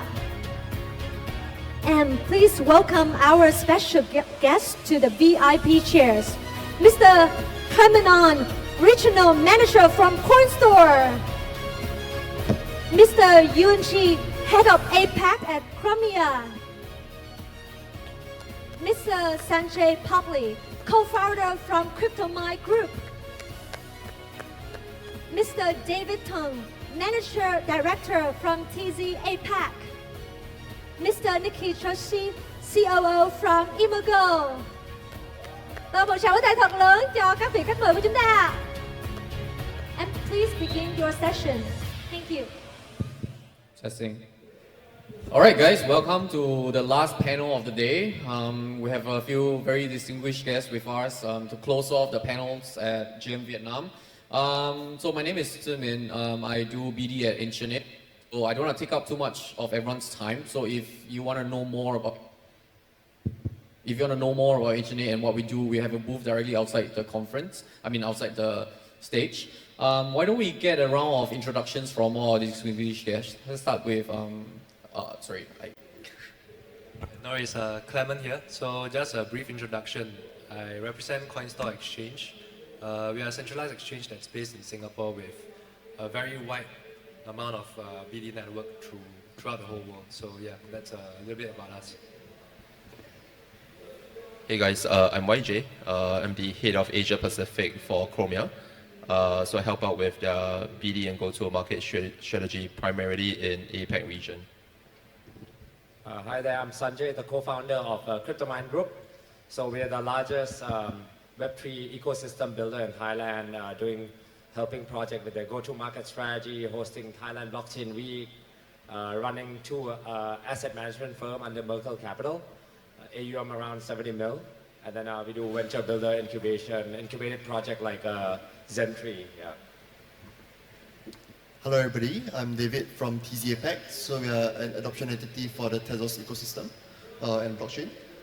So I'm primarily looking at the Asia region, what we can do over there, what we can actually do to enable builders. Hi everyone, my name is Nikhil Joshi. I'm the COO of Emergo. We're a co-founding entity of the Cardano blockchain with a mandate to facilitate commercial adoption of the blockchain. All right, welcome. So APEC as the world's blockchain epicenter. So I think it's quite a loaded statement. So we definitely have quite a few reputable projects that come out of Asia. XC, Ronin, and then obviously some of the projects here. I just want to start by asking, in the APEC market, what do you think is the unique opportunity or what sets us different from all the countries that's outside of APEC, and how can we use this advantage to propel us further down?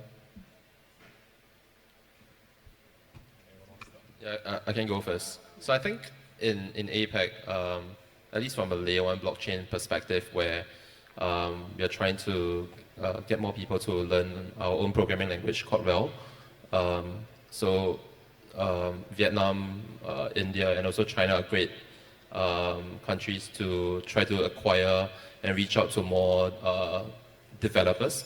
So a lot of the efforts of developer relationship and to advocate, raise the awareness and evangelize our programming language will be done primarily in APAC as compared to like US or Europe markets. Let me add on that point right from YG. So in my personal look and feel, right, I'm seeing a lot of adoption happening in this region. So if you look at the top 10 crypto adoption index, for example, you're going to see countries like Vietnam, India, China, Thailand, Philippines, Indonesia, in across top 10, top 12, top 15. Yeah. So that what does it mean for all of us here, right? Like, firstly, the user or adopted user are mostly in APAC, I would say. If you are a project looking for builder user acquisition, this way all the action that is happening at this end of the world, I would say, because let's face it, right? I mean, people in Europe or America, they might try out different protocol, but I think a lot of real adoption is happening in the this side of the world, where people are willing to try out new product, whether in DeFi, CeFi, gaming sector as well, and across all the sector. I would say in terms of usage, right, is where the numbers and driver are in this part of the world. Yep. I would agree a lot with what Sanjay says.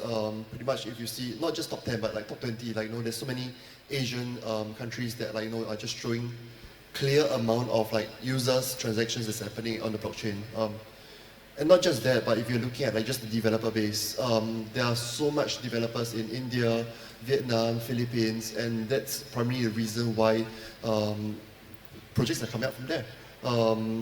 And even if you're looking at as a sort of a strategy in terms of actually finding users, it's a very low cost and also a very large audience.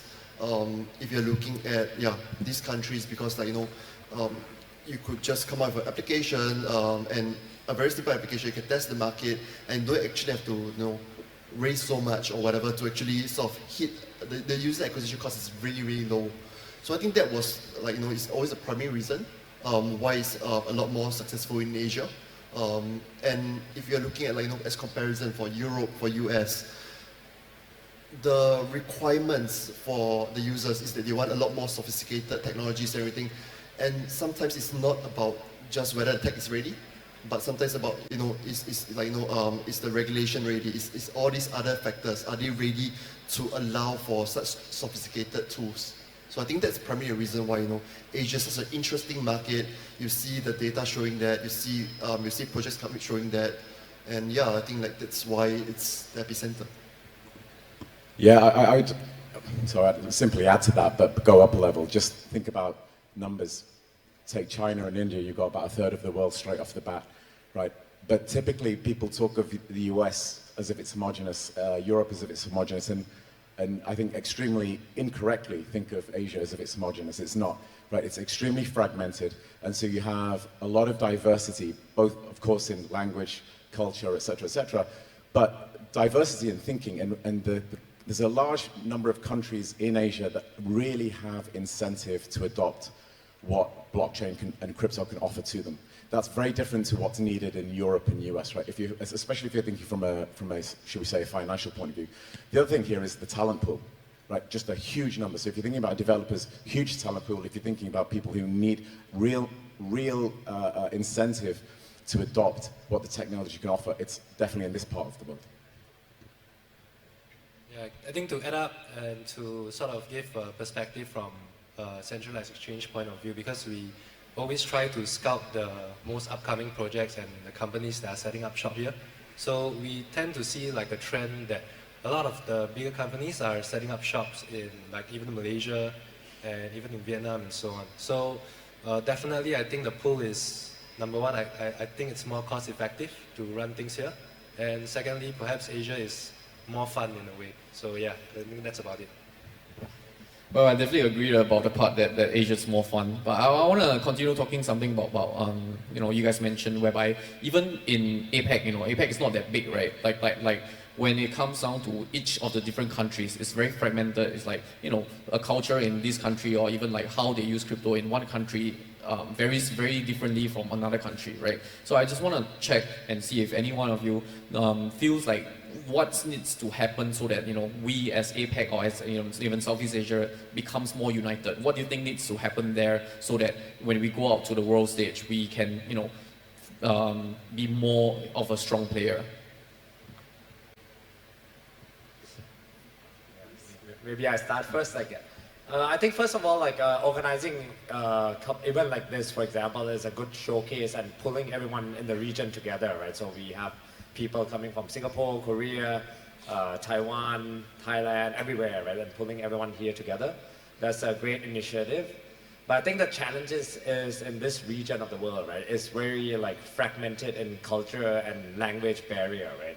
So I mean, Vietnam, you have your own language, have your own style of user adoption, or a kind of appetite that what the user or the builder want, right? Or even in Thailand, is a bit different.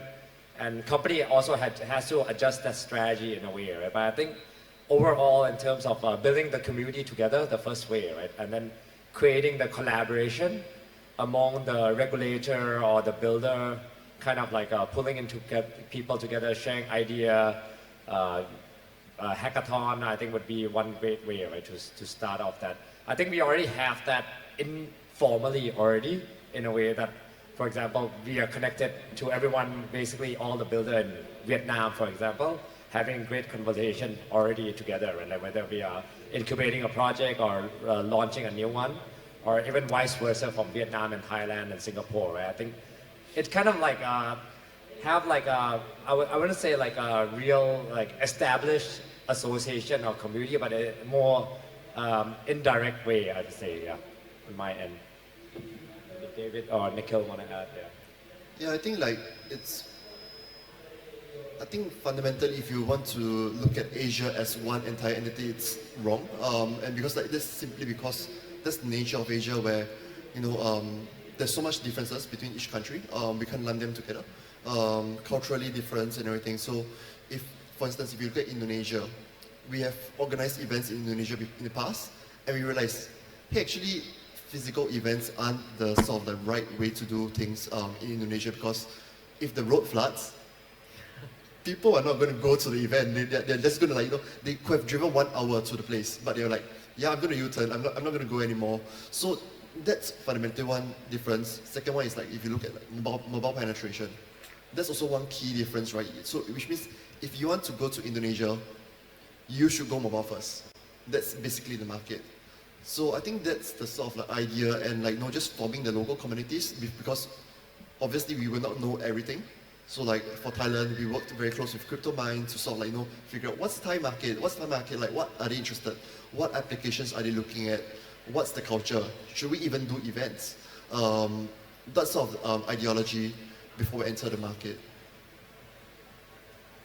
Yeah, I think there's a few different lenses to think through there, right? So there's the idea of community. Should there be more of a coordination or cohesion across Asia to kind of unify the region? I'm not sure if that's necessarily required. Having said that, when you look at things like Token 2049 in Singapore, that pretty much it's the biggest crypto event in the calendar, right? Personally, I didn't go to Consensus 2 weeks ago because I knew it was going to be not very interesting, or in numbers-wise at least, right? So I think things like that kind of already showcase Asia, because you get a lot of people coming in, and of course an event like this is great. But then there's the other lenses, for example, regulatory, right? So should there be a certain cohesion across regulators in the jurisdiction so they can should get in the ring with European and US regulators? Maybe, but I think that's, practically, I think that's going to be hard to achieve, right? So in some cases, when it comes to things like regulation, perhaps it's better to seek forgiveness than, ask for permission in the first place. Yeah, a touch of that is required. So I think it depends which lens you're looking at. I think some cohesion is good. In other cases, let's just get on with it. Yeah, I guess I'll add on to the regulatory one. I think the fastest way would be if the regulators just say that you guys can only use our token right now, and everyone gets messed up in a way. But of course, that's not what most of us wants to see. I think there needs to be sort of more communications across the different regions to have more collaborative approaches, more partnerships formed so that we can build more exciting things together. Yeah, nothing too much to add on my side. I think likely the landscape of Asia versus the West, maybe in US, is likely going to remain the same. I think a lot of the venture deal flow in Asia are still largely going to be circulated amongst investors who are based here, and this is going to be the same in US. That's likely how it's going to be moving forward as well. Americans are just a lot more prone to backing American-based founders, and I don't really see that changing. Yeah. Got it. I think, Asia, we have a very strong builder community, as some of you mentioned just now. But then when it comes down to, that's great builders here, that's great developers here. But when it comes down to it, when we are talking about go-to-market and doing promoting themselves, right? I think where we fall short here is that part, whereby we don't know how to promote ourselves, or we don't know how to do the proper go-to-market strategy. So what do you think needs to change for us to get better in that, or how are you guys helping out with that? So because we are the commercial arm of Cardano, so this is exactly where our sweet spot, if you like, right? So Cardano, I think, if you're familiar with it, typically has a lot of very tech-centric guys, building really good developers, really good, tech stack. But there is a bit of an absence around the commercial aspect of that, right? So what we want to do is work with those projects, helping them to go out, say, geographically, right, market-wise.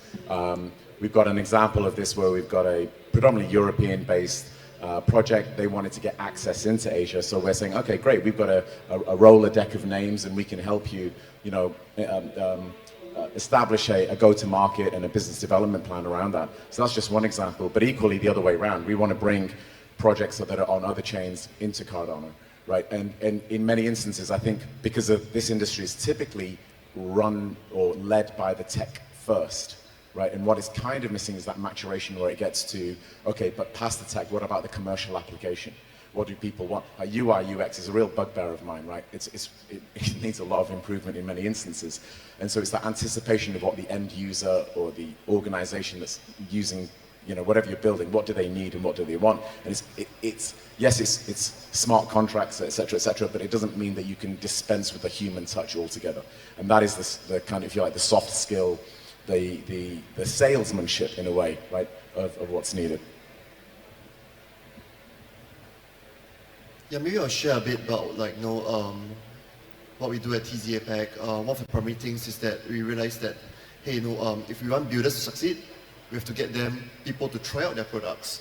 So what we do is that, number one, these builders, if they have products, we try to help them with go-to-market strategies, their marketing, their legal, trying to figure out, because they by themselves, they may not have the right access or the right resources to actually approach these people. But collectively, with us actually assisting them as TZ APAC, we help them to actually get to the stage through this accelerator program that we call 45 Labs. And on the second part, when they are ready to take their products to market, that's when we try to enable the community to help these projects by incentivizing them, saying that, hey, try these products, and we'll give you some rewards, like T-shirts or whatever, but creating this environment where the projects and builders the builders and the community are helping each other, and actually becoming a sustaining environment where we don't actually need to be participating in the future, but right now, through us helping, we create this very, very good culture. So I think that's what we are doing, and that's how we are answering to some of the lack of knowledge or whatever for some of these very, very young startups. Yeah, for me personally, I think I would break it down into two parts, right, from what I'm seeing. So firstly, for example, in Thailand, you got to see two groups of projects. So the first group of projects is those who build and launch super locally. So they might be thinking in the global level, but the initial stage, the way they launch, everything is localized, the language is in Thai, most of the community or user in Thai, right? So I would guess that it's very difficult for them to scale as well on the global level, because the product offering they have, the community they're building is super local, right? So they didn't go global from day one, I would say, which is very important in the blockchain space. It's like taking your company public, but you're not taking a company public in your own country, but you're taking a company public in a global manner. So the second group of project I would say that's more interesting is the one who thinks global from day one. So I think for this kind of project, right, you have to look at firstly what value proposition they have, right? What kind of problem they're solving, what chain are they building on, what kind of attractiveness they have in the product. And then once you get that, there's investment coming from different VC around the world. So you can try to make the cap table a bit more spread out as well in different regions to help with the kind of like the marketing, the exposure and awareness, right? Because I think in crypto, we can't really deny, right? It's a lot about the attention game. So would that mean that with so many people launching all the time, right, and so many attention taken, you got to really plan it out properly and actually build the core community quite strong as well to be your evangelist and advocate and to really push on the global level, I would say, yeah. Yeah, for Chromium Gaming is definitely one of a huge focus internally. So one of our flagship games is called My Neighbor Alice.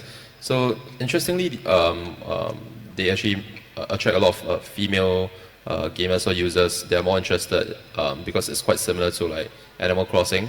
So at the back, the BD team is actually trying to work out some collaboration with like Pudgy Penguins, for example, to appeal a bit more towards their current set of gamers. So similar to this type of genre is what the BD team over at My Neighbor Alice will focus on. And yeah, that is our main target audience. For different games, you're probably not going too much of the region unless your play-to-earn tokenomics can be really sustainable. It's usually the genre of the game and how we create a strategy to incentivize them to continue to play our game. So yeah. In my own opinion, I think I would probably like to share a story. I think I was in Thailand, a little bit on what Sanjay touched about, like how some projects they want to focus domestically and locally before they go to the global scene. So I think I was at a Thai project owner's office about 2 years back, and we were kind of pitching to him that, oh, you know, we can help you be your global partner, we can help you to come out globally, come to Asia, like throughout the rest of the world, because what we like to do as an exchange to basically help go to market in terms of distributing and to create awareness is to do a lot of offline events. And I remember I was at this office and he was like, no, we are only going to focus locally. And after that I was like, okay, I don't know what to do next, like, that's it. Yeah, but all in all, I would say that definitely awareness and distribution is two main things to consider if we are talking about go-to-market strategies. And I like to see like more types of offline events, even though they don't work as much in Indonesia. But I think these are still things that we can kind of really put a face to the name, and we can sort of meet and greet people offline. Sorry, can we close the doors, please? I think there's quite a bit of noise outside, but can we get the doors closed? Yeah, okay, let's move on to the next question. I think, as the APAC market evolves continues to evolve and grow, right? In your opinions, what do you think the next emerging trend will be for the APAC market or the Asia region? Maybe I'll start first. I think what Heather mentioned at Sui just now when he was introducing, I think gaming is definitely the big thing. A lot of Korean guys, a lot of gaming publishers are coming out to try to see what they can do in crypto. I think the previous bull cycle, gaming is still a little bit immature, so perhaps we should see more prominent gaming stuff coming out soon. Yeah, I'll reiterate to that. I think in Southeast Asia particularly, gaming is definitely going to be still one of the big focus. I think in Thailand we see Zentree making like a huge push and been pretty impressed with their updates. Other gaming platforms as well, like YGG, I think their go-to market in Philippines is also pretty strong. In Vietnam, you have other gaming studios as well, not just like Sky Mavis, Cypher, and also Ancient 8. So I think this will continue to be the trend. Pretty excited about Cypher's mobile game to be fully launched. I think Tin has put in a lot of hard work for the past few years. So yeah. So for me, I think like really share the same sentiment about the gaming side. Like if we want to onboard the next billion user, gaming is probably probably the main way to go as well. Easy to access, fun to play game. It can even be like a Web 2.5 game, I would call it.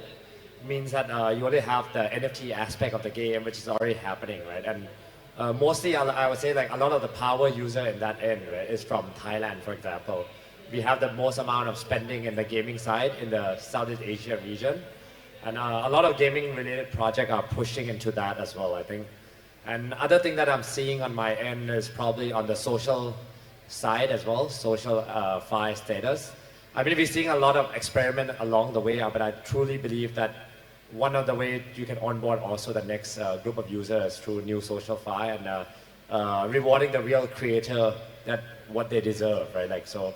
Right now, there's a lot of problem in the current social fi social platform, I would say. So that would probably be interesting. And also in the real world asset, we're also seeing some of the use cases happening. For example, in Thailand, we have a clear rule and regulation about asset tokenization. You're seeing a lot of conglomerate, corporate taking real estate company to like doing a tokenized platform, raising fund from that, and also enable normal people to invest through that as well. So I would say, but that is very, I would say, very country specific. So once you're gonna do a real world asset, you need the license in that particular jurisdiction, make sure that the asset is really owned by someone and tracking everything, right? So I would say like these three main themes is probably the way for me.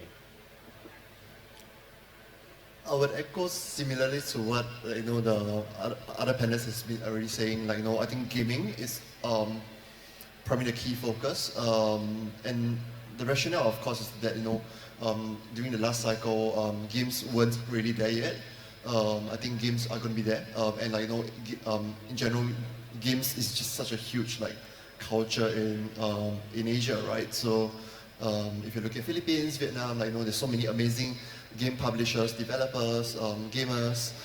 If you are looking at Korea, Japan, Taiwan, again, you see so many game developers. So I think games definitely is top of the market.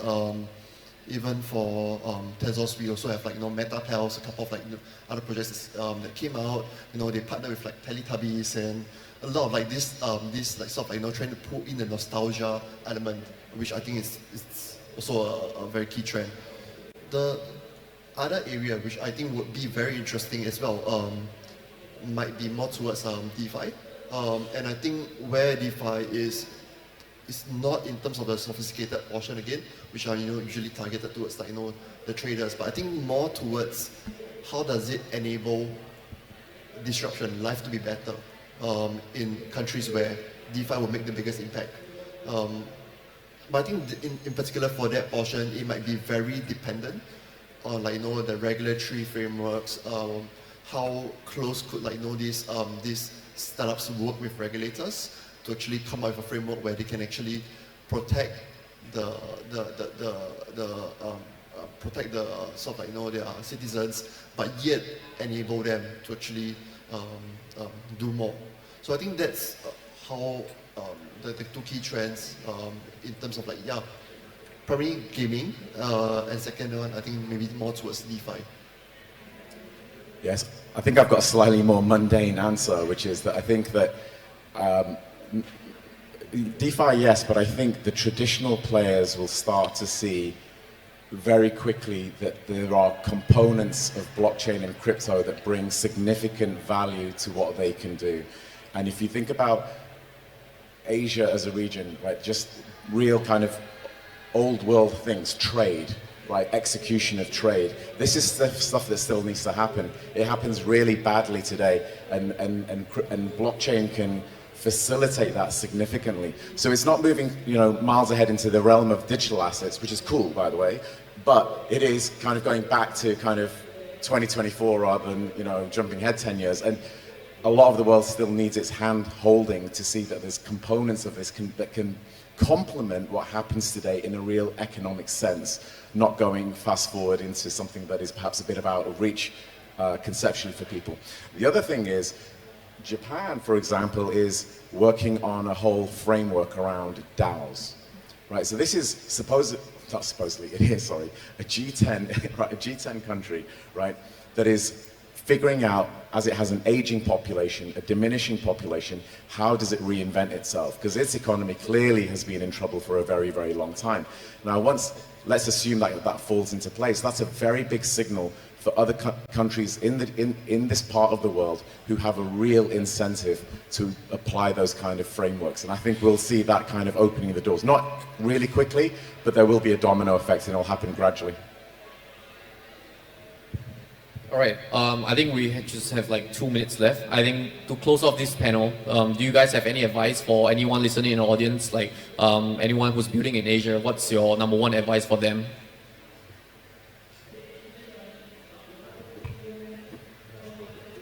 Make it user-friendly. I would say start global from the day one and reach out to all your partner and help build out with the community first. Yeah. Build out the community first, work with local partners so that you understand the local community. In my own opinion, find a good and trustworthy market maker. Good plug.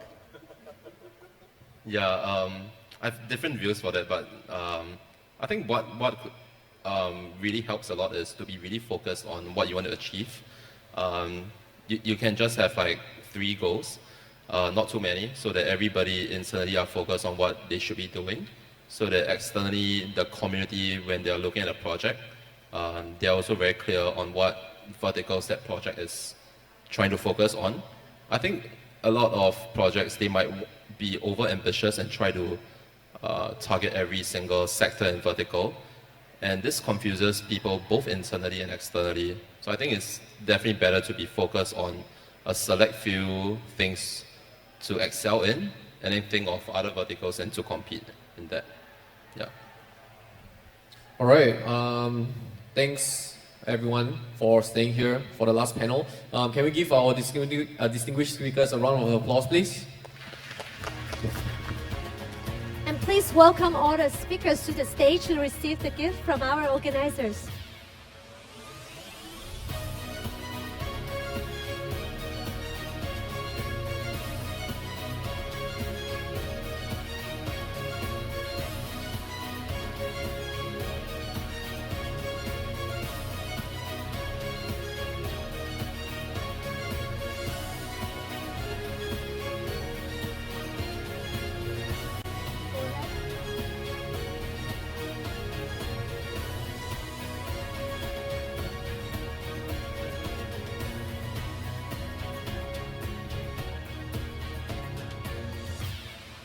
Gentlemen, can you move to the right and step forward for the photo, okay?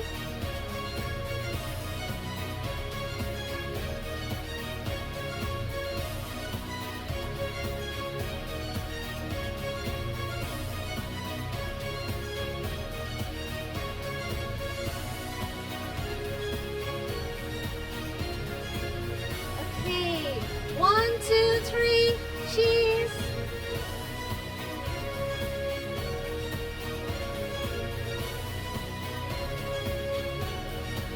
Một tràng pháo tay thật lớn cho các khách mời của chúng ta được không ạ? Thank you very much. Thank you.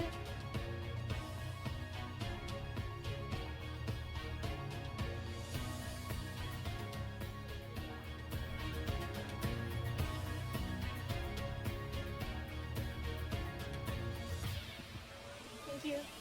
Quý vị thân mến, tiếp theo chương trình, Thủy Tiên rất vui khi được giới thiệu sự đồng hành của Aptos, một dự án Layer One đầy tiềm năng. Tầm nhìn của Aptos là đưa việc sử dụng Web 3 vào chính thống và trao quyền cho hệ sinh thái DApps để giải quyết các vấn đề thực tế của người dùng. Và ngay sau đây, Thủy Tiên xin được mời lên sân khấu đại diện của Aptos, Mr. David Walensky, Head of Engineering of Aptos. Please welcome Mr. David to the stage.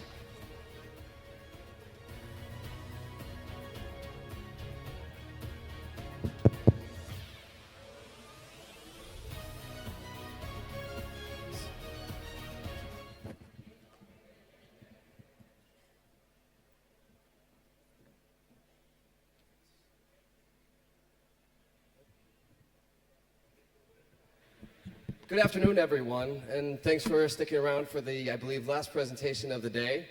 It's been a pleasure to be here. I'm David from Aptos Labs, Head of Engineering. If you haven't heard about Aptos, well, we launched back in October of 2022, and if you know anything about Aptos, then you know we have the best tech in Web3. And so today's presentation isn't going to be me telling you about the technology, but more about how we can leverage the technology to make really amazing applications, and how people within Vietnam and across the world have been taking advantage of that technology to do just that. So if you take a look, our goal in Aptos is to make sure that whatever is happening in Web3 can be done on Aptos, and we're seeing that happen today. But the reality is that it's largely because of ecosystem builders and communities within inside of Vietnam that we're seeing that happen. And I want to give just a bunch of props to various different groups that have contributed to that within this region alone. And so, before I go into that specifically, I want to emphasize that back in 2023, right as we hit GM Vietnam last year, which I attended, we had 0 projects in Vietnam building on top of Aptos. But we came and we had an amazing time meeting a whole bunch of builders, and that began first with our good friends at Amnes. And so Amnes came into Aptos in, I believe it was September of last year. It built the first liquid staking protocol in Aptos, and today has almost 140 million TVL. And they did that really, really fast. Continuing from there, we saw friends from Aragon, which is a subsidiary of SodaTech, come in, and they are building one of the most advanced gaming platforms on top of Aptos. They just hit their testnet within the past month, and they're going to be going to mainnet within the next month or two. And they've got so many great things on their platform that if you're building a game in Web3, you want to be doing it on top of Aragon. We also have an amazing DeFi protocol named Solana. And Solana took advantage of our upcoming, or just recently released, fungible asset standard that makes it incredibly easy to bring real-world assets into blockchain and make them interoperable on existing DeFi platforms without having to go through the rigmarole of trying to make them compatible. It just seamlessly works on top of Aptos, thanks to folks at Solana. We also have MoveGPT that just recently launched, and it makes it extremely easy to take advantage of AI assistance to roll out your new assets into Web3. So you don't have to figure out how to deploy them and do a bunch of science. MoveGPT takes care of it for you. We also have one of the best, if not the best, educators in all of Web3, thanks to Move Spiders. And they also have an incubation program ongoing for any builders inside of Web3 that want to build on Aptos. So take a look. If you're a builder in Web3 and you want to get started on Aptos, Move Spiders is a place to do it.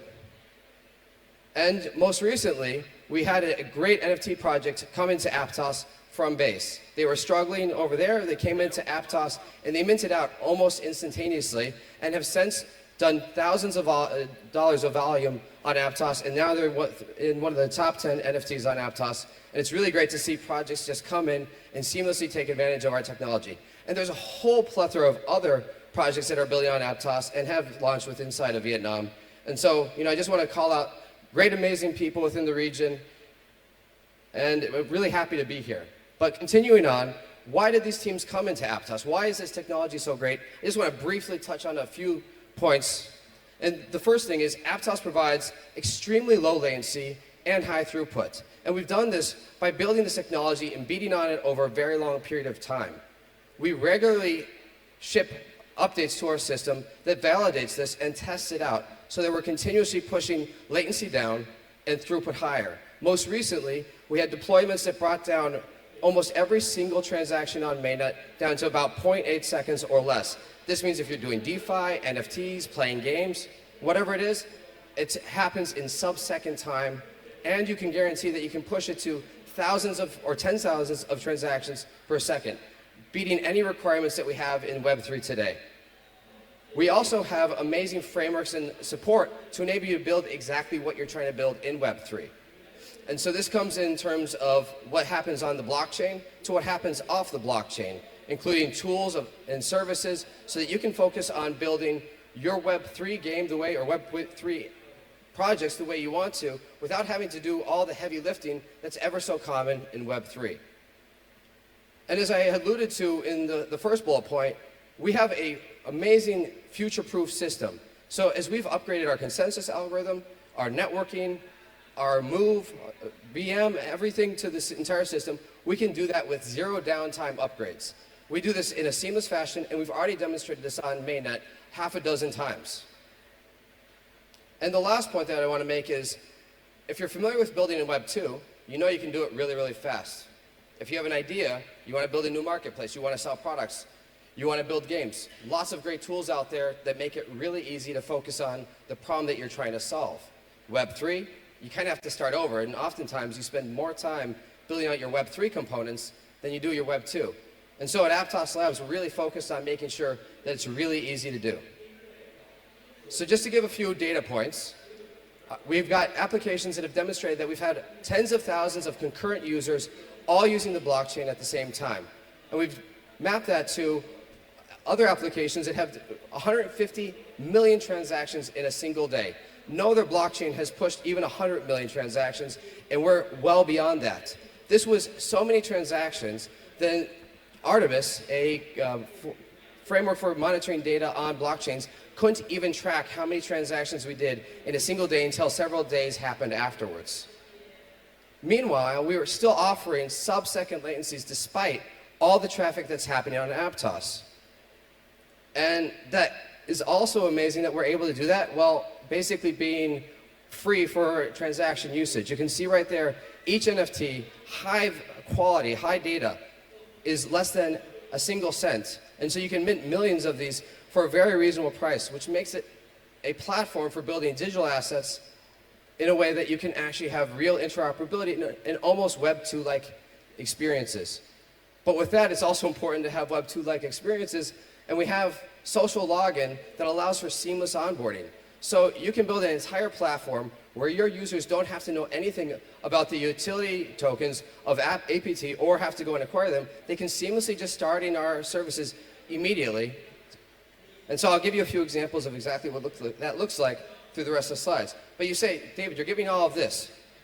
Is it really easy? So let me show you at least the service layer that we offer to make this happen before we jump into the actual depth. So first of all, we have free access to high-quality API services. So you can go to this developers.aptoslabs.com today and get free access to our indexing services, our Node APIs, and build applications that really make sense. You don't have to write a bunch of complex query systems or indexers to do that. We give that to you for free. We also have an amazing set of robust SDKs. And so when you bring the power of something like Aptos to the forefront, you need to have the right tools to interact with that. And so we have all of these great SDKs, and we're committed to supporting partners who need additional types of language support. And so for instance, we recently had a handful of partners request the Go SDK. And then within 2 weeks, one of our amazing engineers actually was able to build an entire Go SDK, deliver it to the partners, and make it work for them. And so, you know, the reality is I built these slides, and so much has changed in just a few weeks that there's already opportunities for me to go and add more content. So just to call out, there is now a Go SDK out there as well. We also have amazing development tooling to help you in your experience within Aptos. If you're not familiar, Aptos uses a new VM or new language called Move instead of your Solidity or Rust from other blockchains, which means that we need to have tools to make it easy to learn and develop inside of Move. And so we have an amazing Move compiler that brings in optimizations and builds you the best-in-class Move development experience. We even have contributions from folks within another project in Vietnam, which is Verichains, that built out Revela, that helps you decompile Move on-chain into actual Move source code so you can actually validate and understand all the applications within inside of the Aptos environments. Now, one of the things I really love about Aptos is that you can actually get real formal verification really, really easy thanks to the power of Move Prover. That makes Aptos one of the best, if not the most secure place to be writing and running applications in Web3. And we all know that Web3 is largely constituted of financial applications. And so it's super critical that we actually have this type of formal verification for our financial applications. And then, of course, we have additional tooling coming along, such as Move Formatter for your source code, as well as linting. We also have an amazing suite of developer experience and documentation. As I already called out, we have Move Spiders, which is really great for documentation and onboarding. And we also have other things such as our Learn platform and our developer documentations. And we also regularly host office hours on Zoom. So you're free to join, ask our engineers questions over the internet. Really easy to come in, ask a question, and learn from other people as well. Since it's open, you can learn what other developers are asking, and we can share more and more information with each other. And the last one that I mentioned earlier is that we have this concept of seamless user onboarding called keyless. And so this effectively lets you take your social login as your private key. So you never have to manage any seed phrases, private keys, or other things that are easy to lose or be compromised. Instead, you simply log into your favorite OIDC provider, such as Google, and you show that to the blockchain using zero-knowledge proof, and now you have seamless access to on-chain accounts. And of course, the most beautiful thing is there's no wallet necessary. And so, cool, we have all this technology. What can you do with that? Well, I want to run you through a few different projects that have been built on Aptos. And the first one that's a recent coming out game is Supervillain Labs. So they're building a series of passive idle RPG games coming to Aptos with a focus on digital assets on chain. And it's not just any type of digital assets on chain. They want to have really, really rich application on chain so that you don't have to deal with both a Web 2, Web 3 kind of inter-exchange of data. You can actually have your asset completely on chain. And so what does that mean? Well, they're going to take advantage of two core technologies inside of Aptos, the digital asset standard and our on-chain randomness. So let me just walk you through what that looked like. So first of all, we have all these really great NFTs up here that they want to make sure that if you're a holder of these, you can actually go ahead and get free drops within inside of this. And so if you had one of these NFTs over here, they gave you access to these things over here called capsules. And so simply by using our GraphQL query system through the developers portal, they were able to enumerate all of the holders of these and then give them these capsules over here. And these capsules, they actually stored inside of an inventory that they used social login. So no user actually had to have a wallet in order to gain access to these capsules. And so once you had the capsules, you could go ahead and use our randomness to generate one of these sidekicks over here. And so these sidekicks are generated completely on-chain by simply saying, I want to reveal what's inside of my capsule. And the really cool thing about this is it happened in a split second. You say open capsule through a transaction on-chain, the capsule opens and it picks a random number to basically state the probability of are you getting a legendary, epic, rare, uncommon, or common. And all the data for each of these is actually stored on chain. And that's going to be a really important component because as we move into the next part of their efforts, they recognize that as you collected a lot of commons, you probably didn't want to keep them, but keeping a bunch of commons around means that we've spent some sort of utility token to actually build out that data on chain. And so they came up with this idea of a fusion. And so you can actually take some of your lesser or your more common NFTs or your sidekicks to actually merge them together so that you can end up with ideally a more rare variant. And so here I selected two of the ones that I wanted to merge, and it's confirmed that I actually want to merge them. And I don't know if this video will play, but we'll try.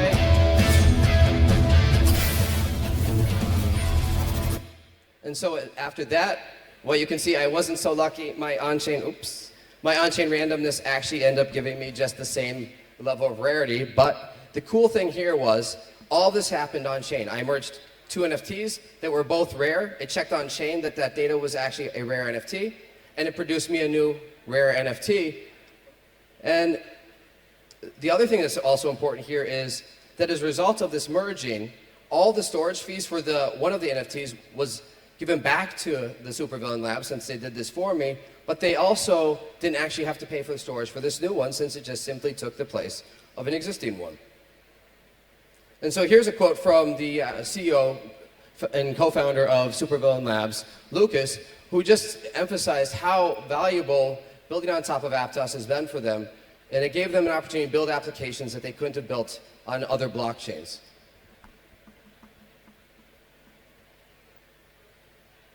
And so the next effort we did was this effort around it's an Aptos thing. And the key concept between it's an Aptos thing is we built out this technology called aggregators, which allows you to basically mint sequential NFTs at upwards of 1 million NFTs in 90 seconds. And we wanted to make a big community event around this, so we worked with our various different marketplaces and paymasters to go and make a really fun experience for everybody in the community to literally be part of minting an NFT at scale. And so, like I said, we want to demonstrate our Aptos NFT minting capability, and we actually had a community-wide 1 million NFT mint. And so, one of the problems we wanted to do is we didn't want this to be, you have to pay in order to mint an NFT. That's not very that's not very inclusive. And instead what we wanted to do is make sure it was free. And you can see right here, it's a free mint. But it's not just a free mint in that you still have to pay the utility token. It's a free mint in that you just have to have a wallet. And so we leveraged, on the core blockchain technology, we have this thing called the sponsored transaction. And we used our friends over at Kana Labs to actually house the framework for using those sponsored transactions. So what does that actually look like? And so the really cool thing about Aptos is you actually have sponsored transactions built directly into the blockchain. So you don't have to institute new things like account abstraction or other layering to try to hide that detail. It literally is supported directly, natively, within the transaction framework itself. And so a user will basically generate a transaction, sign it. Mind you, their account balance for APT is 0. They submit that to the Kana Labs paymaster, who ends up covering the fee payer costs and submits it directly to the blockchain where the transaction is executed.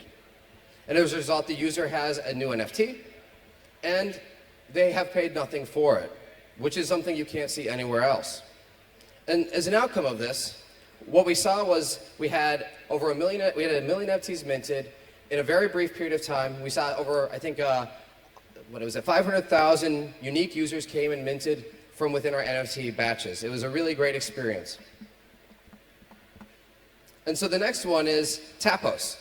And so Tapos is another Vietnamese team that came to Aptos and said, we want to push the limits of what can be done on Aptos.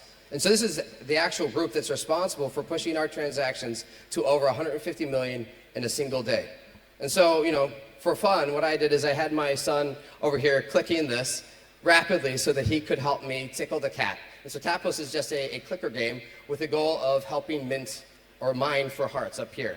And so this is a 4-day event on Aptos where we literally had everybody clicking this cat. And as a result, we were all clicking and increasing a single counter of how many times that cat has been tickled.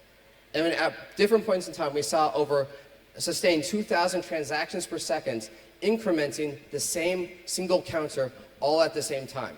No other blockchain can handle incrementing a single counter from a diverse set of transactions simultaneously. This is technology that's only viable and possible with inside of Aptos. Not to mention that as we were pushing this 2,000 transactions per second, latency was unimpacted. The gas fees stayed the same. Aptos was still just as accessible today as it was at that point in time. And mind you, my son also had a great time tickling the cat. Another project that we worked on is called Graphio. And so Graphio represents our 1-year anniversary that happened October of last year. And the goal of Graphio was to demonstrate that we could actually build a decentralized drawing program. And so we brought this to the market, which is effectively allows any user to come to a drawing canvas, select pixels, draw on the screen, and that resulted in transactions that would be submitted to the blockchain where the actual data for this is all stored directly on chain. And we leveraged our sponsored transactions so that users didn't have to pay for it. We leveraged our keyless so that users didn't actually have to even have a wallet. They just simply logged in. And the really cool thing was, as a result of this, we saw massive amounts of users come to Aptos for the first time. And again, we saw over 600,000 people come in, and just, what is that? 2 million different page views, and a ridiculous amount of actual pixels drawn on the canvas of over 75 million. And we ran this all over the period of about 3 days. And the really cool thing about all of this was that it was also still incredibly cheap to run, thanks to the infrastructure that we provide at Aptos. And last but not least, we also ran earlier this year this thing called Aptos Tournament. And so the really nice thing about Aptos Tournament was to really demonstrate that we could bring thousands of users concurrently to the network at the exact same time to play a massive game. And so the game here was a single elimination tournament over a series of mini games with folks who end up winning with prizes based upon how far they made it into the tournament. And as I mentioned, we saw over 10,000 concurrent users with almost 20,000 over a period of 5 days. It resulted in over 50 transactions, or 50,000 transactions, and we paid very little in terms of the actual utility fees to get this to work. And this was all massively using our indexer technology, our sponsored transactions, so no user had to pay, and again, the keyless technology. And the other really cool thing is, because of opening up these doors for users to learn about fun things on Aptos, we're actually able to really bring in a lot of people from outside the Aptos ecosystem to explore and experience Aptos for the first time. And so there's a lot of things happening on Aptos. And I said I was going to talk too much about the technology that we're still building, but I lied. And so we have a few things that I want to call out as next steps to make Aptos even a better place for developers. The first is this concept, Aptos Intent Engine. As users are coming into Web3 for the first time, we want to make sure that they can actually express what they are trying to do on a blockchain without having to understand the nuances of a transaction. And this is really, really important from a security perspective, because if I want to give somebody an NFT, or if I'm expecting to have a specific operation when I go to a contract or a web app, I want to know for certain that that's exactly what's happening. And so the intent engine is expected to allow users to clearly express what they're expecting to happen in making sure that happens. So that means no more rugs, no more drains, much higher security in Web3. We're also continuing to evolve our underlying VM, our execution engine of Move itself. And so we're expecting that this will have better performance. But the other thing is, we're also making it much easier for other Move ecosystems to be built in parallel to Aptos. And so we've got several relationships out there, including Movement Labs, to come along, and Roosh, who's building using our Aptos Move to further extend the vision and availability of Move to the broader audience. We're also bringing more concepts within inside of our account v2 state to allow for better account abstraction that's currently available on Aptos. We're also making it much cheaper to build for new users within that space by effectively eliminating the need for any storage for accounts on Aptos. And in terms of performance, today we're at roughly 30,000 plus transactions per second in a real world environment. But we need to be more than that. We need to be making sure that Aptos can hit that 1 million transactions per second. And while it might not be required today, because honestly the most heavily used blockchain today is roughly barely pushing 2,000 transactions per second, we recognize that we're building towards a much more longer term future.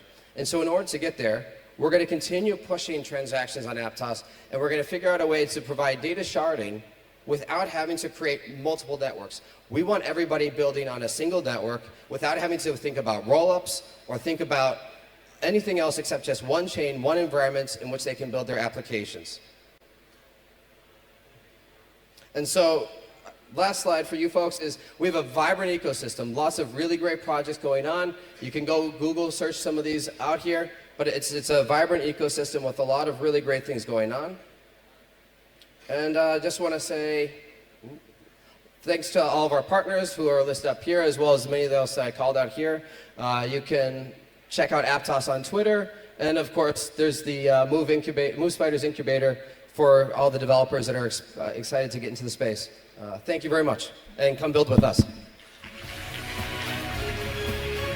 Thank you very much. A big round of applause for the last topic of our conference today. Thank you. Thank you, our speaker. Please remain on the stage to get the gift from our organizers. Can you move?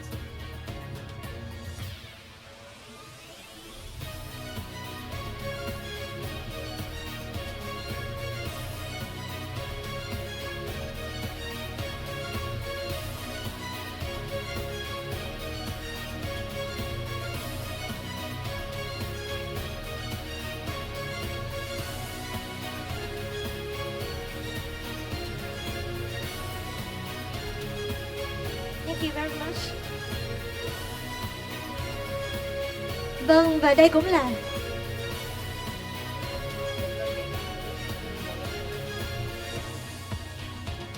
cũng là topic cuối cùng trong buổi event của chúng ta ngày hôm nay. Đại diện thay mặt ban tổ chức, Thủy Tiên xin được gửi lời cảm ơn trân trọng nhất đến tất cả các vị diễn giả cũng như các khán giả đã nán lại tới thời điểm này để lắng nghe những thông tin chia sẻ của quý anh chị. On behalf of the organizers, I would like to send you the best wishes and thank you so much for your precious time.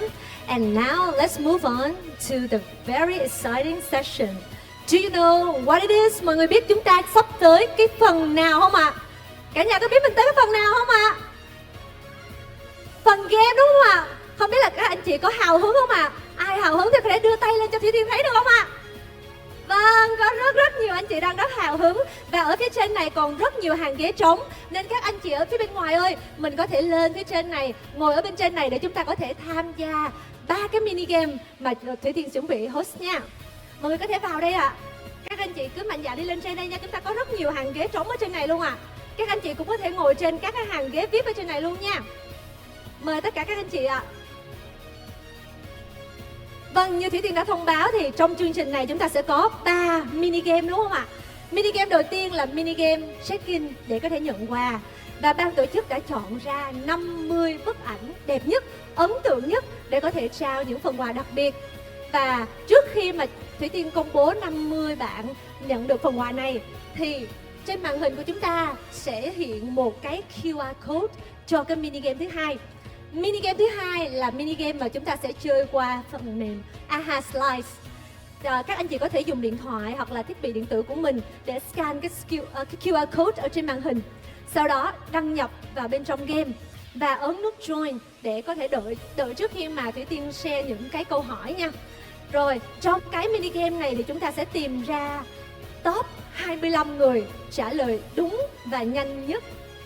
Top 3 sẽ được nhận 3 bộ quà tặng premium từ ban tổ chức. Và top 4 đến top 25 sẽ được nhận bộ Zen Card từ nhà tài trợ. Các anh chị ơi, đội kỹ thuật có thể cho mình xin cái QR code trên màn hình ạ. Vâng, và trước khi QR code hiện ra thì Thủy Tiên xin được công bố top 50 bạn đã đạt giải 50 bức ảnh check-in ấn tượng nhất tại sự kiện. Và thêm một lưu ý nữa quý vị, sau cái mini game thứ hai thì chúng ta còn một cái mini game thứ ba. Mọi người có nhớ mini game thứ ba là gì không ạ? Nhớ không ạ? Không ai nhớ cái iPhone 15 Pro hả ta? Trời ơi, đó là cái game mà hấp dẫn nhất ngày hôm nay luôn. Và ban tổ chức xíu nữa sẽ mang cái hộp mà chứa những cái phiếu thăm của anh chị đó lên trên này, rất là minh bạch nha, để trên này niêm phong lại hết luôn. Và sau khi chúng ta hoàn thành cái game thứ hai thì đại diện ban tổ chức sẽ lên đây bóc phiếu ra những cái giải, những cái phần thưởng dành cho anh chị. Nên là các anh chị nào mà đã nộp cái phiếu vào trong cái phòng thư rồi thì cả nhà cùng chờ đợi xem thử mình có may mắn nhận giải không nha.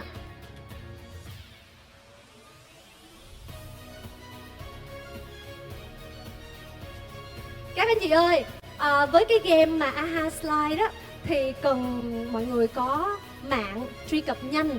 Bởi vì đôi khi mình biết câu trả lời á mà mình trả lời cái đường truyền mạng của mình nó yếu quá là cái đáp án của mình không có được ghi nhận.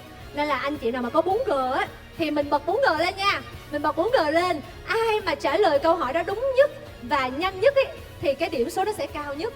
nha các anh chị. Và sau mỗi câu hỏi á, thì các anh chị sẽ thấy được mình ở top mấy luôn. Và anh chị nhớ nha, nếu mà mình ở trong top 25 ấy thì anh chị nhớ chụp màn hình lại, bởi vì sau khi chúng ta kết thúc game á, họ sẽ show ra là bạn đứng thứ hạng bao nhiêu trong cái game này, thì anh chị phải chụp màn hình cái đó lại để lên trên này confirm với ban tổ chức để mình nhận quà. Vâng. Và ngay phía sau lưng Thủy Tiên chính là top 50 bạn với 50 bức ảnh ấn tượng nhất đã được ban tổ chức chọn lọc ra. Các bạn sẽ được ban tổ chức liên hệ để có thể tặng quà. Còn ở phía hai bên cánh gà chính là cái QR code cho cái game thứ hai. Anh chị mau chóng chúng ta scan cái QR code để đăng nhập vào nha. Mình có thể đăng nhập ghi tên của mình vào để xíu nữa nó hiện lên màn hình, mình sẽ thấy là mình đã join được cái game hay chưa quý vị ha.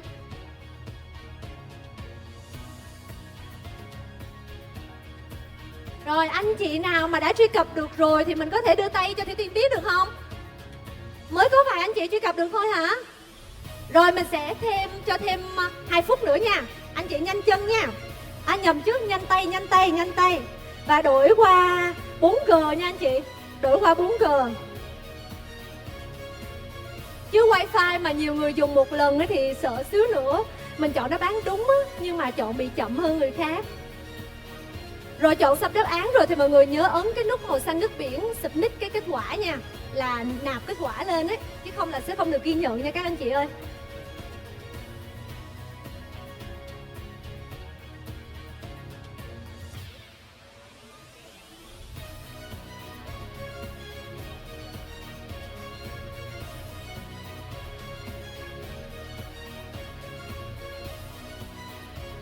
Các anh chị mà ở trên màn hình đây mình có tìm thấy ảnh của mình không? Có anh chị nào thấy ảnh của mình trên đây không? Giơ tay cho Thủy Tiên thấy được không ạ? Có ai thấy ảnh của mình ở trên màn hình không ạ? Có không ạ? Không thấy hả? Rồi anh chị đừng lo, anh chị nào mà đã check in rồi mà trúng giải á, thì ban tổ chức sẽ chủ động liên hệ để có thể tặng quà cho các anh chị luôn. Nên mình cứ yên tâm nha.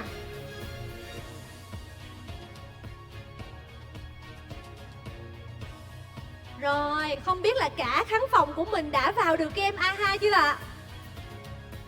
Còn ai chưa được thì mình giơ tay để mình đợi thêm một chút nữa không ạ?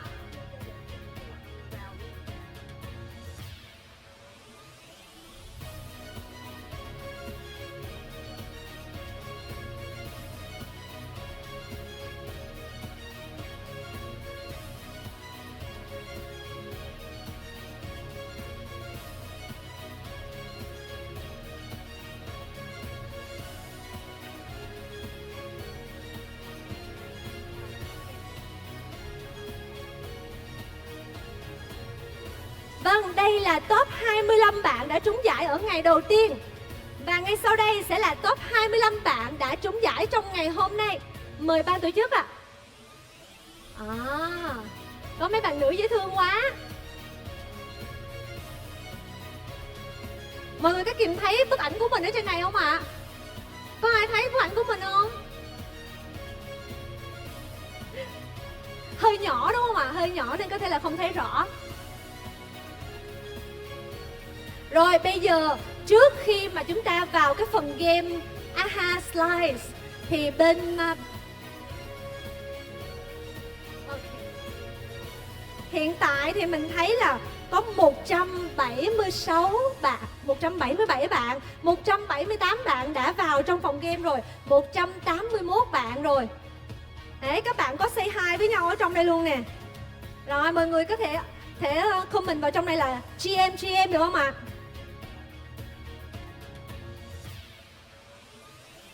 Rồi thùng phiếu của chúng ta đang được đem lên trên đây ạ. Thùng phiếu của chúng ta đang được đem lên rồi ạ. Rồi thùng phiếu sẽ nằm chễm chệ ở đây, đợi người chiến thắng.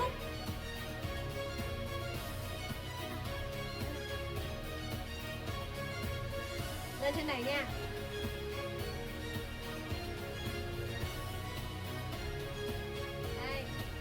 Đây là cả gia tài luôn ạ.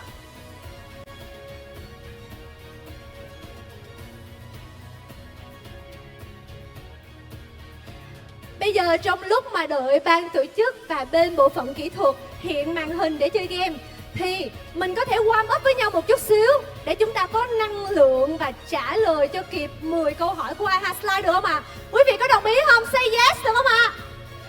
Ok, rồi bây giờ chúng ta warm up một chút xíu nha. Mọi người ơi, mọi người biết cái chương trình của chúng ta tên là Good Morning Việt Nam. Chào buổi sáng Việt Nam đúng không ạ? Vậy thì bây giờ Thủy Tiên sẽ hô khẩu hiệu là Good Morning và các bạn sẽ hô to Việt Nam, được không ạ?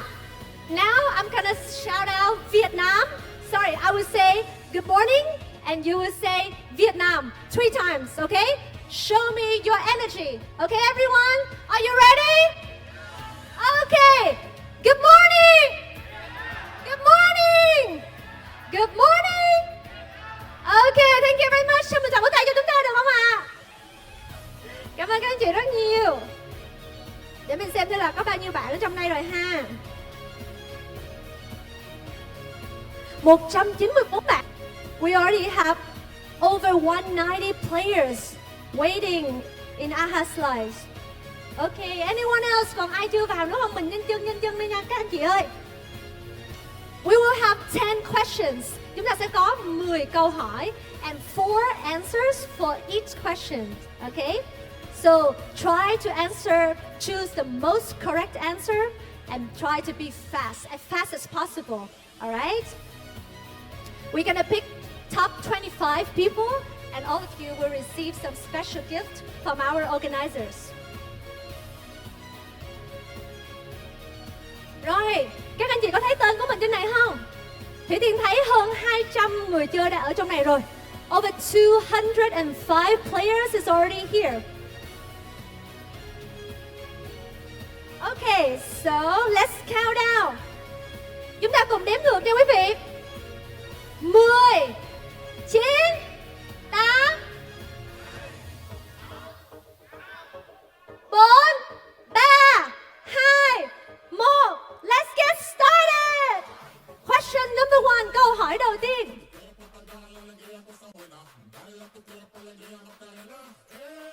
What GM stands for? Ôi, câu này là lộ đề rồi quý vị ơi. Lộ đề rồi, trả lời nhanh lên nha. Chúng ta có 20 giây để có thể trả lời câu hỏi này.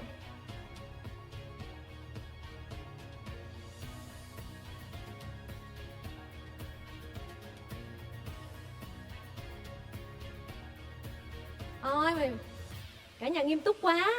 Sao có nhiều bạn thả ha ha vậy ta? Biết trước đáp án hay sao thả ha ha vậy ta? Thumbs up hết giờ rồi. 285 người đã trả lời đúng. Cho một tràng vỗ tay được không quý vị? GM Việt Nam, good morning Vietnam. Okay, are you ready for question number 2? Mọi người sẵn sàng cho câu hỏi thứ hai chưa ạ? Okay, let's go. Let's go to number 2. Câu hỏi số 2 ạ. Hiện tại là mình có thấy bạn Nicholas Nguyễn đang top đầu nha. Nicholas ơi, cho Thủy Tiên thấy tay của bạn được không? Ok, bạn Aisa đang ở đâu ạ?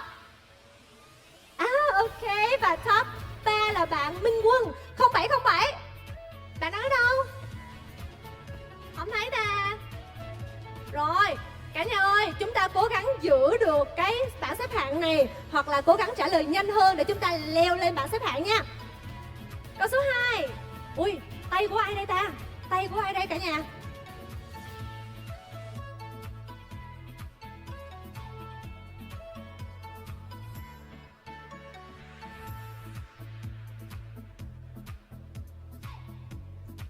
Chỉ còn 16 giây nữa.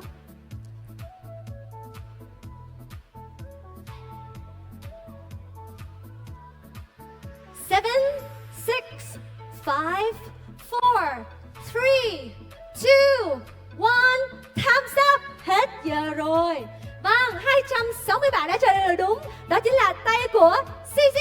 Cho một tràng vỗ tay cho 260 bạn. Good job. Để xem là có bạn nào leo lên bảng xếp hạng không nha. Wow, chúng ta có một vài bạn. Ôi, Aisa vẫn còn ở top 3 nè.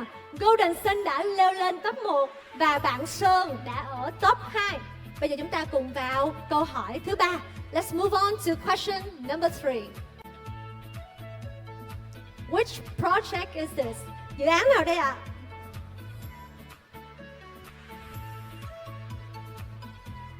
Chúng ta còn 25 giây thưa quý vị. We just have 20 seconds left.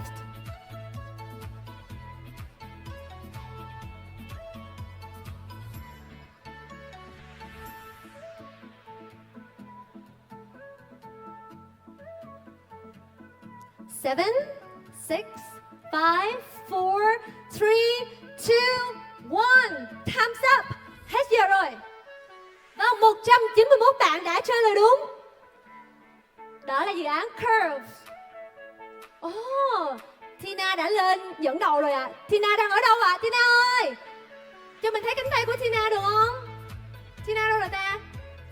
Ở dưới kia đúng không ạ? Ok, bạn Sơn vẫn ở top 3 ha. Và bạn Minh đã leo lên được tới top 3 rồi. Ok. Question number 4, câu hỏi số 4. What is the original color of this logo?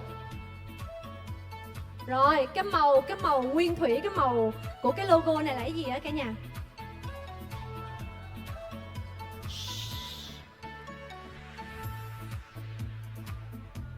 Red hay là orange hay là green hay là blue? Màu gì ta? Hay là rainbow, 7 sắc cầu vồng luôn?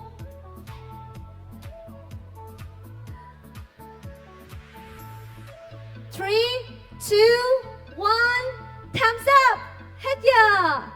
Okay, red is the correct answer.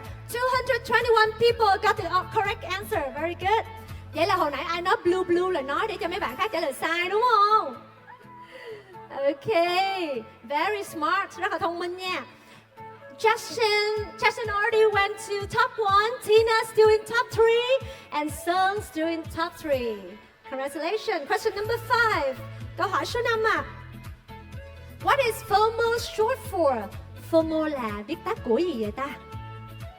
Anh chị em mình có ai FOMO không ạ? Ai mà FOMO là biết liền à?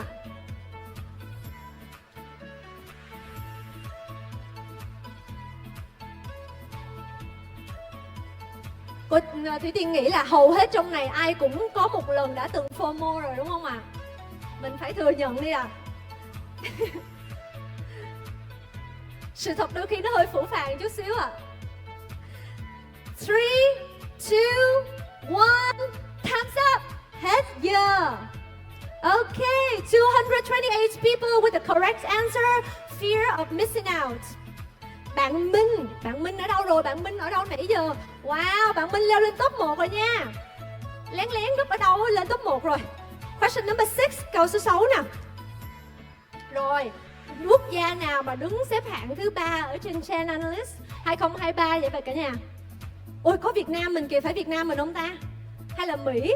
Hay là Nigeria? Hay là Ấn Độ, India? Mọi người ơi, đừng có tin lời của những người mà hô lên ở trong khán phòng nha.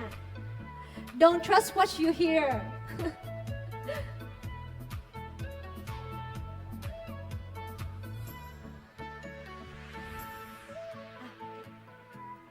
Hết giờ rồi, time's up. Và đó chính là Việt Nam. Cho một tràng vỗ tay cho Việt Nam được không cả nhà? Cả nhà ơi, Thủy Tiên thấy là ở phía đằng xa có rất nhiều anh chị á, mình phải đứng á. Anh chị ơi, mình có thể đi ở bên hông á, mình lên trên đây. Ở trên đây có rất nhiều hàng ghế trống luôn. Anh chị lên đây ngồi rất là thoải mái à. Mình có thể tự tin di chuyển lên trên đây à. Các anh chị nào mà ở đằng sau không có thấy á, mình lên trên đây ngồi à. Có rất là nhiều hàng ghế VIP ở trên này luôn. Anh chị cứ thoải mái tự tin lên trên đây ngồi nha. Okay, we have a lot of empty seats up here. Okay. Rồi, câu hỏi số 7 rồi à. Question number 7. Điền vào ô trống. Cái dấu hỏi đó là từ gì vậy ta?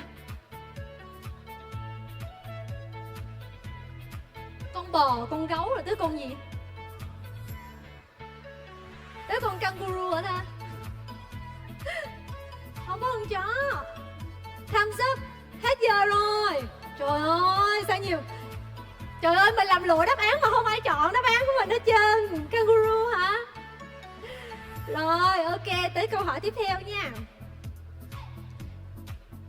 Tris lên tới top 1 rồi nè. Có thêm May Vincent và Nami Tiên Tiến gì đây. Rồi, chúc mừng các bạn ở trong top 3 nha. Còn mấy câu nữa ta? Qua câu tiếp theo nha cả nhà. Qua câu tiếp theo nha. Câu số 8 rồi. Câu số 8 rồi, còn 2 câu nữa thôi.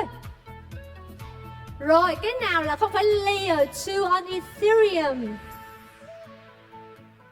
Cẩn thận nha, chọn đáp án đúng và nhanh nhất nha quý vị.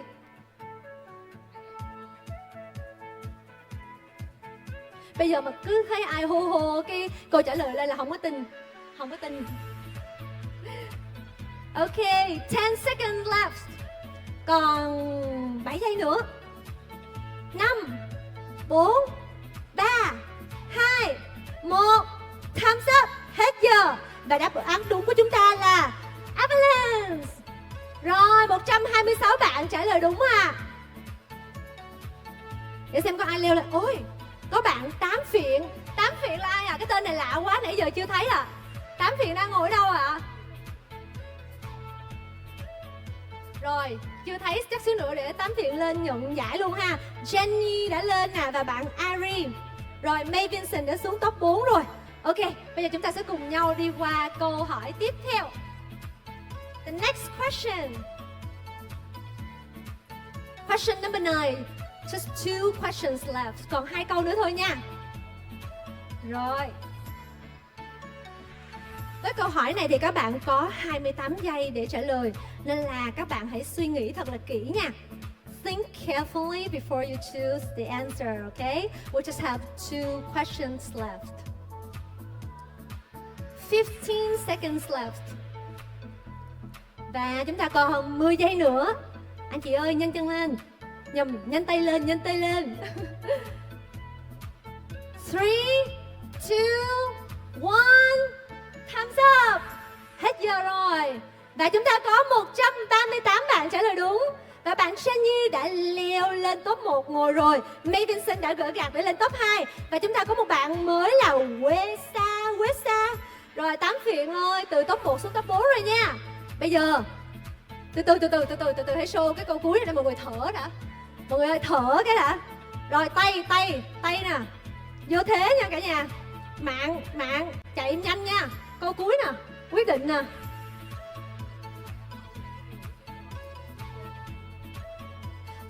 Các anh chị ơi, các anh chị mà ngồi phía dưới á, mình có thể dồn lên trên này được không ạ? Để các anh chị ở phía sau á, có chỗ ngồi được không ạ?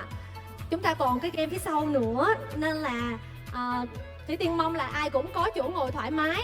Các anh chị ơi, mình có thể vui lòng dồn lên trên đây được không ạ? We have a lot of empty seats up here, very comfortable. So just come up here please. Don't be afraid. I'm not gonna bite. Thủy Tiên không có cắn đâu ạ. Mọi người tới sát đi ạ, không sao đâu ạ. Rồi mọi người di chuyển lên trên đây nha. Lên trên đây tự nhiên đôi khi có vía, cái tự nhiên xíu nữa mình bốc được iPhone á, nên là mình tự tin lên nha. Xíu nữa lỡ bốc trúng cái số của mình á, trúng iPhone mà mình không có chạy lên kịp, cái là người ta nhận mất của mình ấy. Nên là mọi người cứ di chuyển lên trên đây nha. Các anh chị ở phía đằng xa ơi, mình vào đây luôn đi ạ. Vào lên trong đây ngồi luôn ạ.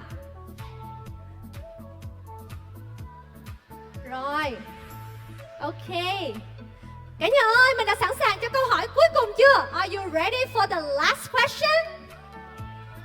Không nghe không to nên thôi không chiếu đâu ạ. Are you ready for the last question? Okay, next question. The last one. Câu số 10 rồi ạ. Which entity holds the most Bitcoin? Ây da, căng thẳng quá nha. Mặt ai cũng rất là căng thẳng à. Hy vọng là đường truyền của mọi người rất là mạnh ạ. Còn 16 giây.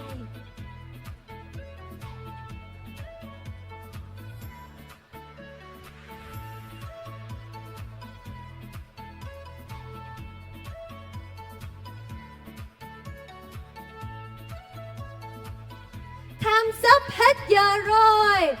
Vâng, ui, chỉ có 57 bạn trả lời đúng thôi. Great skill. Xin chúc mừng các bạn đã trả lời đúng ạ. Để xem các bạn có ở trong cái bảng leaderboard không nha.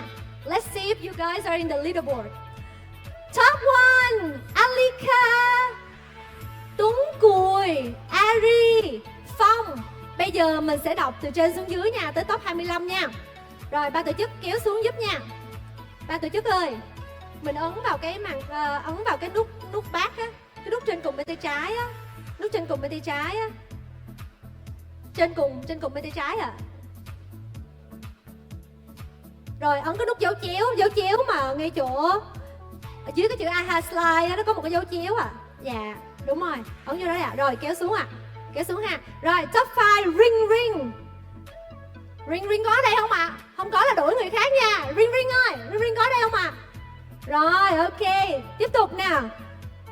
Đâu rồi ring. Ôi nhiều quá, bây giờ mình sẽ đọc ngược từ 25 lên nha.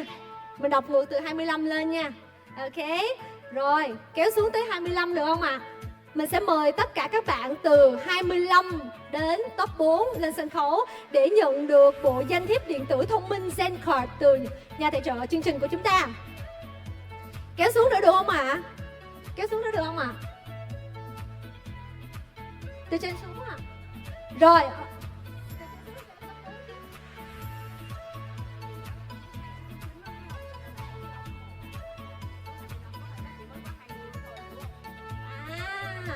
Ok, rồi, vậy lên lại giúp em à. Em sẽ đọc từng người nha.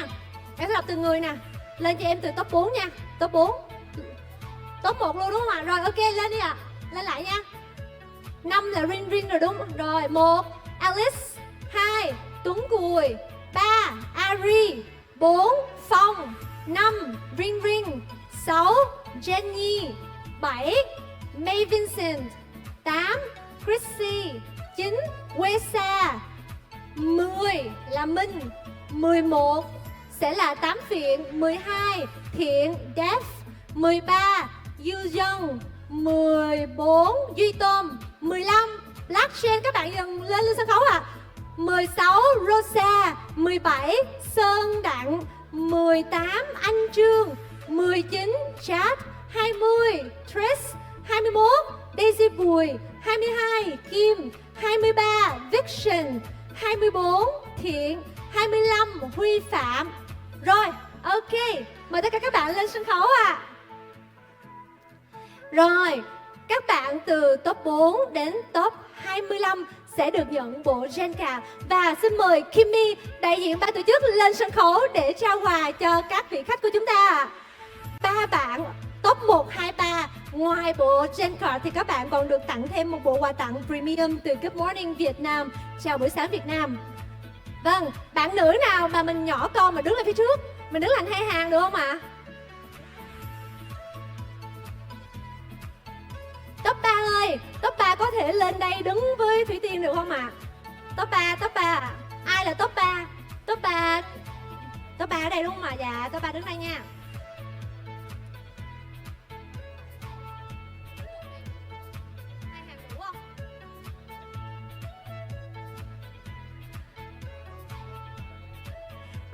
Để mà mình chụp hình cho đẹp á anh chị. Các bạn nữ mình bước lên một bước. Đấy, các bạn nam mình lùi lại một bước. Đấy, ở đằng sau các chị em xinh đẹp luôn, có các anh rất là đẹp trai. Rồi các bạn nữ vào trong giữa đi ạ. Mình vào trong đi ạ.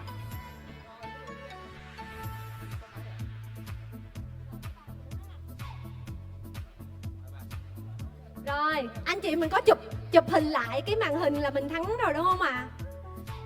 Rồi.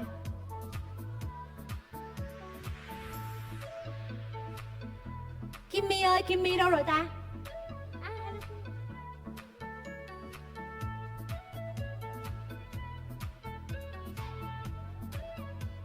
Rồi chúng ta sẽ trao quà cho top 3 đầu tiên nha. Đây, top 3 ngoài bộ Zen card thì còn được thêm bộ quà tặng premium nữa.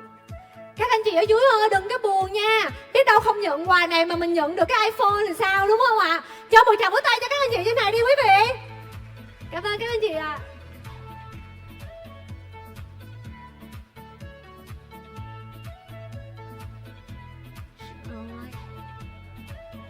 Rồi top 3 ơi, nhìn vào camera cười một phát nha.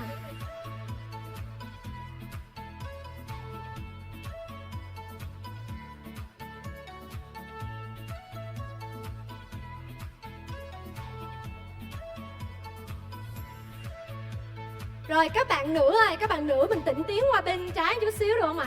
Đấy, mình đứng vào giữa cho nó đẹp. Rồi các bạn nam mình tĩnh tiến qua phải chút xíu. Đấy, là nó đều ạ. Dạ. Ok, mình đứng gần lại chứ. Dạ. Gần xíu đúng không? Dạ. Bạn đây cũng lên luôn. Dạ, ok. Very good. Rồi, Kimmy ơi, mình tặng quà cho top 4 tới top 25 nha.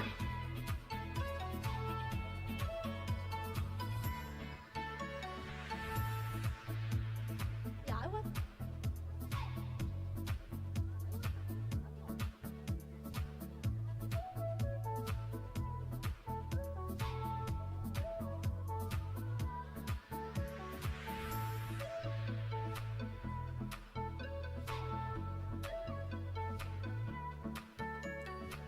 Hồi hộp quá quý vị ơi, hồi hộp quá.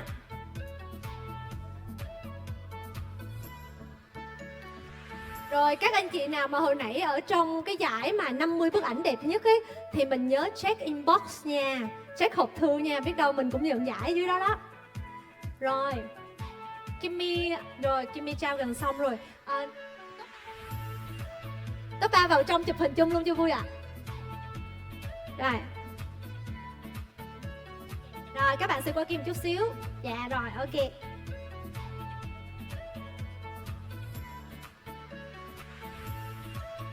Rồi các bạn ở phía sau á, mình để cái hộp quà lên trên cao được không ạ? Để chụp hình ạ.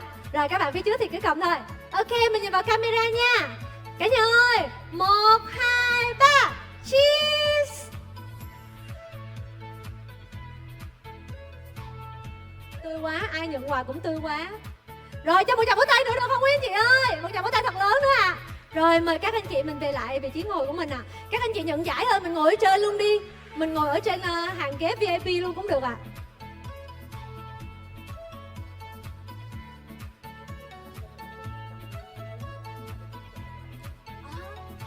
Các bạn ơi, Thủy Tiên vừa được nhận thông tin đó là những cái hình ảnh mà các bạn check in trên mạng xã hội á mà được giải thì ban tổ chức sẽ comment ngay ở phía dưới cái bức ảnh của mình luôn. Nên là ai mà có giải á thì sẽ được nhận thông báo là GM Việt Nam hoặc là bên ban tổ chức sẽ comment ở bên dưới. Nên là mọi người có thể check notification của mình thử là bạn có đạt giải không nha. Rồi, ok. Ban tổ chức ơi, không biết là bây giờ bốc được chưa ạ? Bốc được chưa ạ? Chứ mọi người rất là nóng lòng rồi ạ. Em cũng rất là nóng lòng nữa ạ.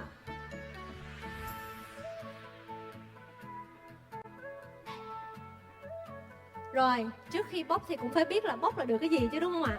Nãy giờ Thủy Tiên chỉ nói về cái iPhone thôi. Trong đầu chỉ có cái iPhone thôi. Mình gửi luật hấp dẫn ra vũ trụ nha các anh chị. Mình nghĩ về nó đi ạ, biết đâu mình được ạ. Rồi, một giải nhất chúng ta sẽ được nhận một iPhone 15 Pro Max 256GB. Một giải nhì sẽ là AirPods 3. 2 giải ba sẽ là bàn phím. 3 giải tư sẽ là chuột từ hãng Logitech. Các anh chị lưu ý, lát nữa khi mà bên ban tổ chức bốc cái thông này ra và ban tổ chức đọc cái số á, mọi người nhớ nhìn vào cái... Mọi người ơi, thẻ của các anh chị đâu ạ? Cái raffle ticket đâu, mình có trong tay không ạ? Đưa lên cho em coi ạ. Rồi, ok, có rách không? Coi lại thử có rách không nha. Không được rách nha, nguyên vẹn nha, chính chủ nha. Rồi, mình nhìn vào con số đi ạ. Mình nhìn vào con số của mình để nhớ con số đi ạ. Ít nhất là nhớ con số đuôi đi ạ. Rồi, gửi tín hiệu vào vũ trụ đi ạ. Rồi, lát nữa khi mà gọi trúng cái phiếu của anh chị á, mà trúng á, là nhanh chân đưa tay lên confirm liền ha, chạy lên đây liền nha. Chứ mà mình gọi 3 lần mà không có ai nhận á là chiếc iPhone sẽ vào tay người khác, chậm là mất nha. We will just call out 3 times for the winner. So if you are the winner, you gotta let me know as soon as possible or run up here, okay? If not, you're gonna lose your iPhone and your AirPods, alright? Rồi, bây giờ Thủy Tiên sẽ được mời lên sân khấu đại diện ban tổ chức Miss Kimmy. Miss Kimmy xinh đẹp của chúng ta đâu ạ? Kimmy ơi, bàn tay vàng trong làng bốc thăm à, cho một tràng vỗ tay à. Gửi tín hiệu tới Jimmy đi ạ. Gửi tín hiệu con số của bạn tới Kimmy đi ạ. Rồi.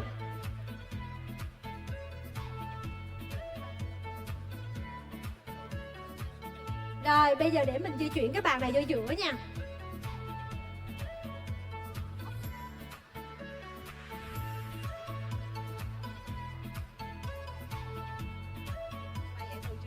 Rồi, đi vào giữa thôi Kimmy ơi. Em cảm xúc của em lúc như thế nào? Mình có hồi hộp không? Yeah. Rất là hồi hộp nha. Mình cảm thấy vinh dự không?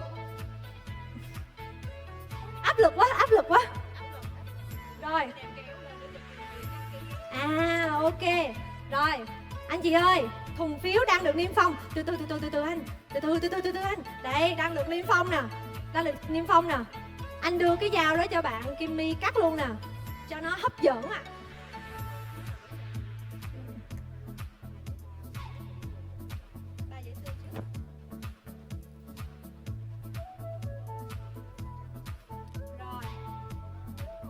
Mình sẽ bốc thăm trước, sau đó mới trao giải một lần luôn nha. Bây giờ chúng ta sẽ bốc 3 phiếu cho giải tư. Giải tư của chúng ta là chuột Logitech. Ok, bây giờ mình sẽ mở phùng phiếu ra lên nè. Mình sáo nè, xong rồi mình nhớ nhắm mắt nha. Close your eyes nha. You cannot look into the box. Không có được nhìn vô trong. Rồi, bây giờ mình mở cái hộp ra nè. Mở ra nè. Rồi mình sáo lên nè, Unbelievable nè. Who's gonna be the winner? Me. Who's gonna be the winner? Me. Ok, 3 phiếu nha. Không có được nhìn, nhắm mắt lại nè. Có người ghi nhận số đúng không ạ? Ok, mình bốc từng phiếu cũng được. 3 phiếu ha. 3 phiếu. Không có tí hí nha, Kimmy nha. Rồi, bây giờ để mình đọc ha. Để Tư Tiên đọc nha. Kimmy đã làm cái nhiệm vụ quan trọng là bốc rồi. Giờ mình đọc ha.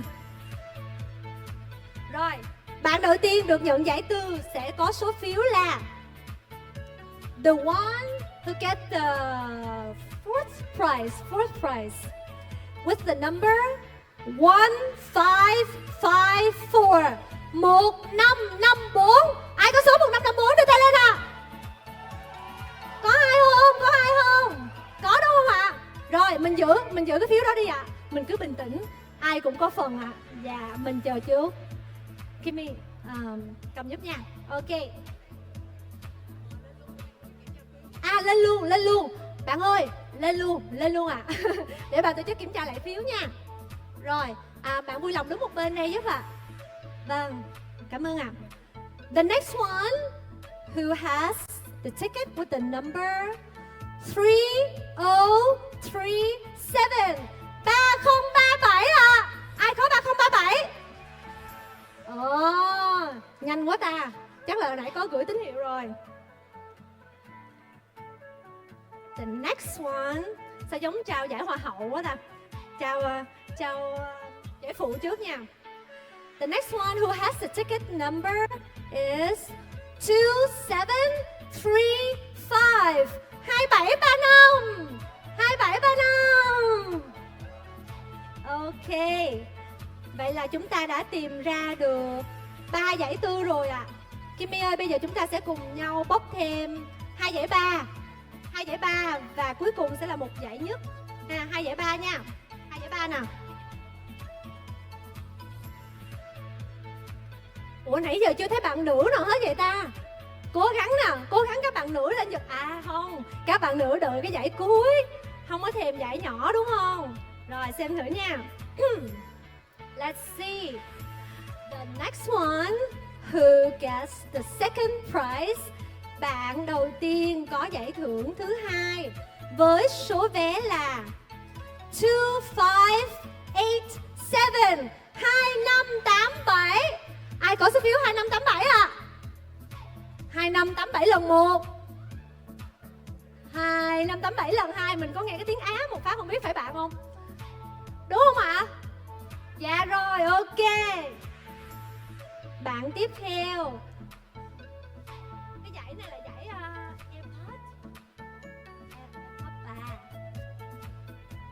hấp dẫn. Bạn tiếp theo. May quá có một bạn nữ rồi. Bạn tiếp theo với số phiếu có số là 3298. 3298. 3298 lần 1. Ok, mời bạn lên sân khấu ạ. Thank you, Kimmy. Có giải ba đó hả? Xin lỗi. Hai bạn mà mình mới gọi là mới giải ba thôi nha. Giải ba là giải bàn phím thôi nha. Bây giờ mình mới tới giải nhì nè. Giải nhì. Một giải nhì. AirPod 3. Rồi, nhắm mắt lại. Không có được ti hí đâu. Xào mạnh lên kìa. Khán giả bảo xào mạnh lên kìa. Sợ cơ cấu đó, xào mạnh lên. Mạnh mẽ lên Kimmy. Rồi. Ok. Một phiếu thôi.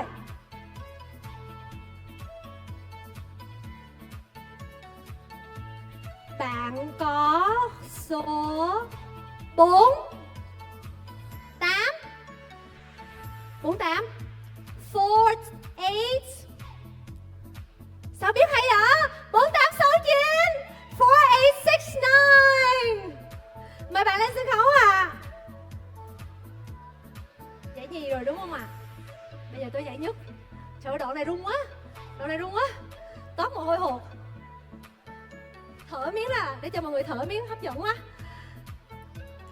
Cả nhà ơi, mình đã sẵn sàng cho giải nhất chưa? Are you ready for top one? Are you ready? Rồi, bạn ơi, bạn giải nhì ơi, mình có lên không? Không lên là đổi nha.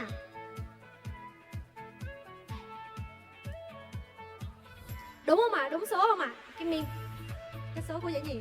Đúng rồi, đúng không ạ? Dạ rồi, ok. Giải nhất nha quý vị. Giải nhất là bây giờ mình sẽ xào. Mình xào tới khi mà khán giả dừng lại đi. Mình đếm ngược nha các anh chị. 10, 9, 8 tới 1. Rồi tới 1 là bạn phải bốc lên. Ok không ạ? Xào nha. 10, 10 7 6 5 4 3 2 1 dừng. Ok. Rồi. Tì hí chút rồi. Tụi mình biết với nhau thôi. Có Á hậu rồi, bây giờ tìm Hoa hậu à. Hoa hậu hoặc là Nam Vương à. Ok. The one who will get the iPhone 15 Pro. Người mà sẽ đạt được chiếc iPhone 15 Pro của chương trình sẽ có số phiếu bắt đầu bằng số start with number 4. Số 4 nha. Ai có số 4? Ai có số 4? Ai có số 4 trên tay à? Trời ơi, quá trời số 4 luôn. Ok.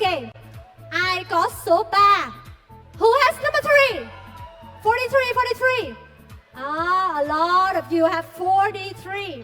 Let's see. Who has the next number is number 1. Ai có số 1 tiếp theo? 431. Ai có 431 giơ tay à? 431. Chưa có trúng đâu. Còn số cuối nữa. Bây giờ số cuối mình chỉ có từ 1 tới 9 thôi đúng không? Bây giờ các anh chị đoán thử đi là số mấy? Nó to lên thử ạ. 0 8 4. Chưa đúng. Số mấy? 35. Chưa đúng luôn. 6 chưa đúng luôn. 8 không đúng luôn. 9 không đúng luôn. Số 7 à. 4317 4317. Xin chúc mừng anh đã chiến thắng và nhận được chiếc iPhone Pro Max 256GB. Trời ơi. Rồi mời các anh chị chúng ta cùng nhau vào giữa luôn à. Rồi mình vào vô giữa luôn à. Mình sửa qua bên kia một chút xíu à. Giải nhất với giải nhì cho đứng giữa đi ạ. Đấy, dạ các anh chị.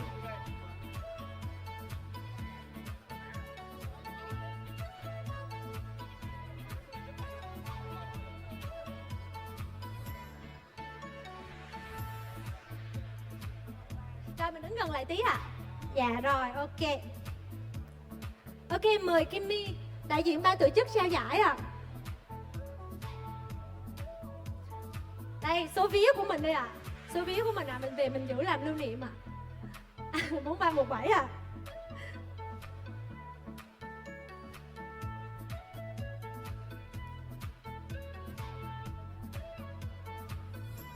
Rồi, quà tặng cho giải tư. Chuột Logitech ạ.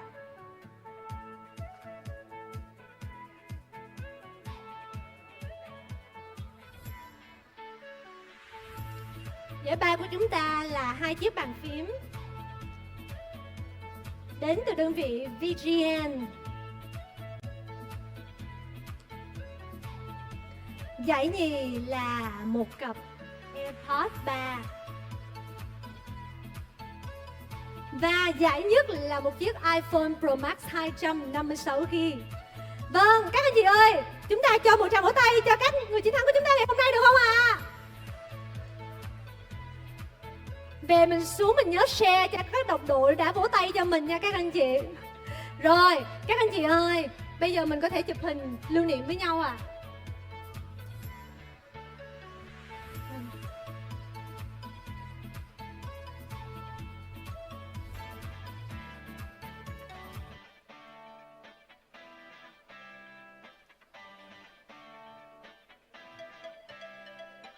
Rồi, các anh chị ơi, mình vẫy tay khoe quà đi ạ. 2, 3 cười lên nào. Trời ơi, nhận được quà vui lên ạ.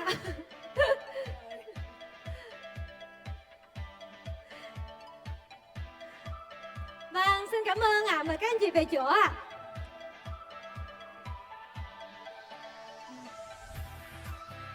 Vâng, thưa các anh chị, trải qua hành trình tuyệt vời sau 2 ngày từ sáng tới chiều với rất nhiều khu vực triển lãm, rất nhiều trò chơi, rất nhiều những chuyên đề thú vị, thì chương trình Chào buổi sáng Việt Nam, tuần lễ blockchain Hello Good Morning Việt Nam đã kết thúc một cách rất là thành công mỹ mãn. Và Thủy Tiên xin được đại diện ban tổ chức gửi lời cảm ơn sâu sắc nhất đến tất cả các đơn vị tài trợ, các anh chị diễn giả, khách quý, cũng như tất cả các bạn đã dành thời gian quý báu của mình để tham gia chương trình. Thank you very much for joining our event for the past 2 days. We hope that you have had a wonderful time at Good Morning Vietnam, Vietnam Blockchain Week 2024, and hope to see you in Good Morning Vietnam 2025. Và ngay bây giờ, Thủy Tiên sẽ được mời tất cả các anh chị còn lại trong sân khấu, mình hãy tiến lên trên này và chụp một tấm hình lưu niệm với nhau được không ạ? Để năm sau chúng ta có một tấm ảnh thật là xinh đẹp để nhìn lại được không quý anh chị? Mời các anh chị cùng lên sân khấu chụp hình với ban tổ chức ạ. Lên luôn. Ai còn ở trong này lên hết lên luôn đi ạ. Mời team Kairos lên sân khấu đi ạ. Mình đã team Kairos action ấy, mọi người lên đi nào. Có ai Nadia đây không ạ? Nhan Tử Quyền thôi. Nathan.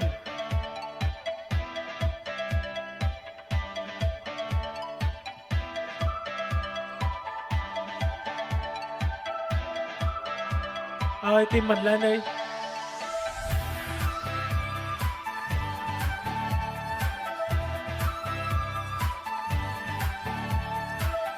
We made it, guys.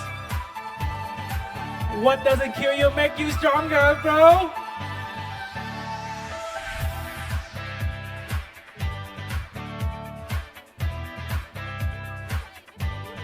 Chị em Việt Nam, yeah.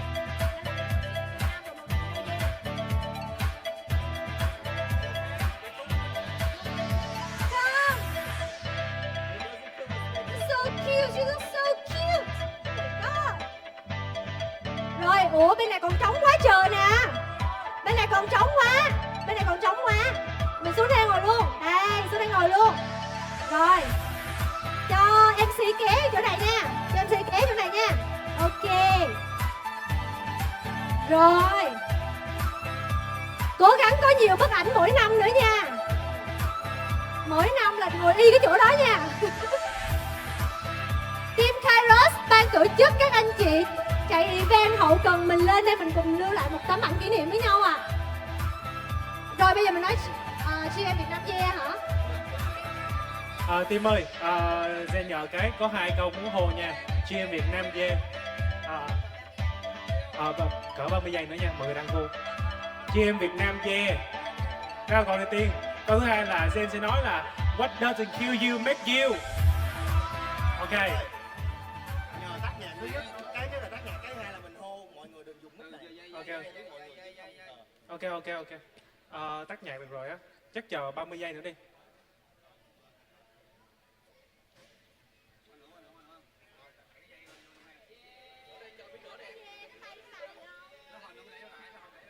em Việt Nam. Yeah. Ok, một là GM Việt Nam. Yeah nha. Hai là what doesn't kill you make you stronger. Ok. Rồi, tim có tại đâu. Qua kia dùng cái thơ lại. What doesn't kill you make you stronger. Stronger, Stronger.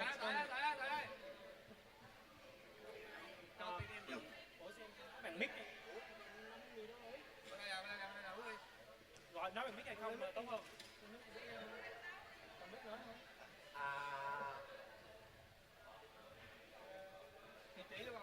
Rồi, 1, 2.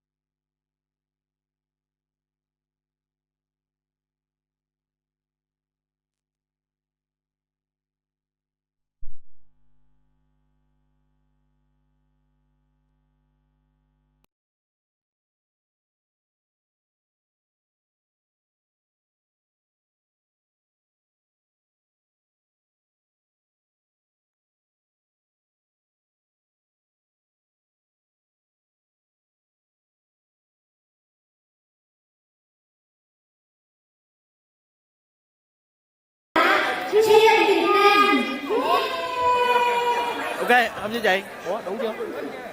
Đủ chưa ạ? Đủ rồi, đủ rồi. Ok.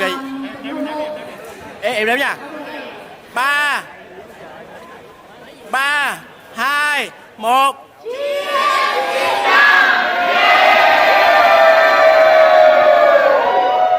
Rồi, ok. Làm lại cái nữa đúng nha. Rồi.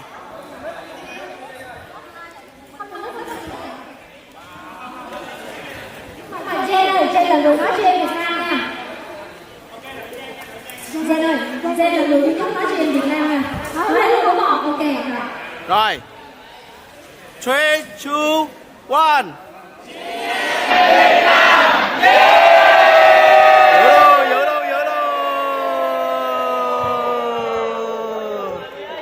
Ok, ok. Lần nữa hả? Rồi, còn cái what chưa? Ok, ok.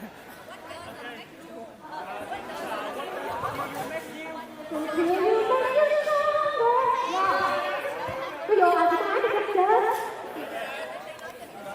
Dạ, ok. Em xin cái sổ đúng rồi. Đúng rồi. Ai nói câu đó? Chơi nói nha. Rồi, ok. Ok. Anh chị ơi, nói cái son rồi là tay vòng chuột hết đây nha. Ai có bao nhiêu chuột còn lên hết nha. Dạ, xin cảm ơn. Ok, rồi anh nói đúng không? Ok. Nói bây giờ hiện tại là sao? Mic chưa? Rồi, ok. Rồi mọi người giữ im lặng nha. Rồi em rồi ok, go. What doesn't kill you make you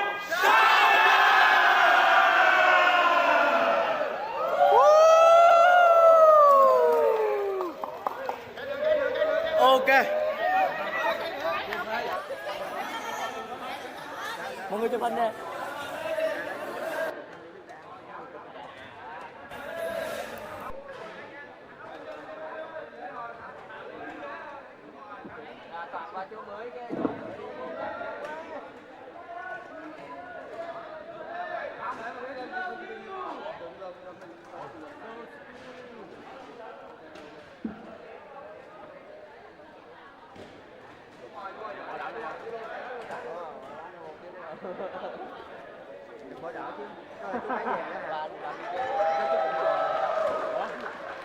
Mọi người ngồi trên này muốn nói gì nữa? Bỏ mà đúng không? Bỏ luôn đi. Bỏ vô hộp. Vì là phải cho nó còn mấy cái nguồn thông tin.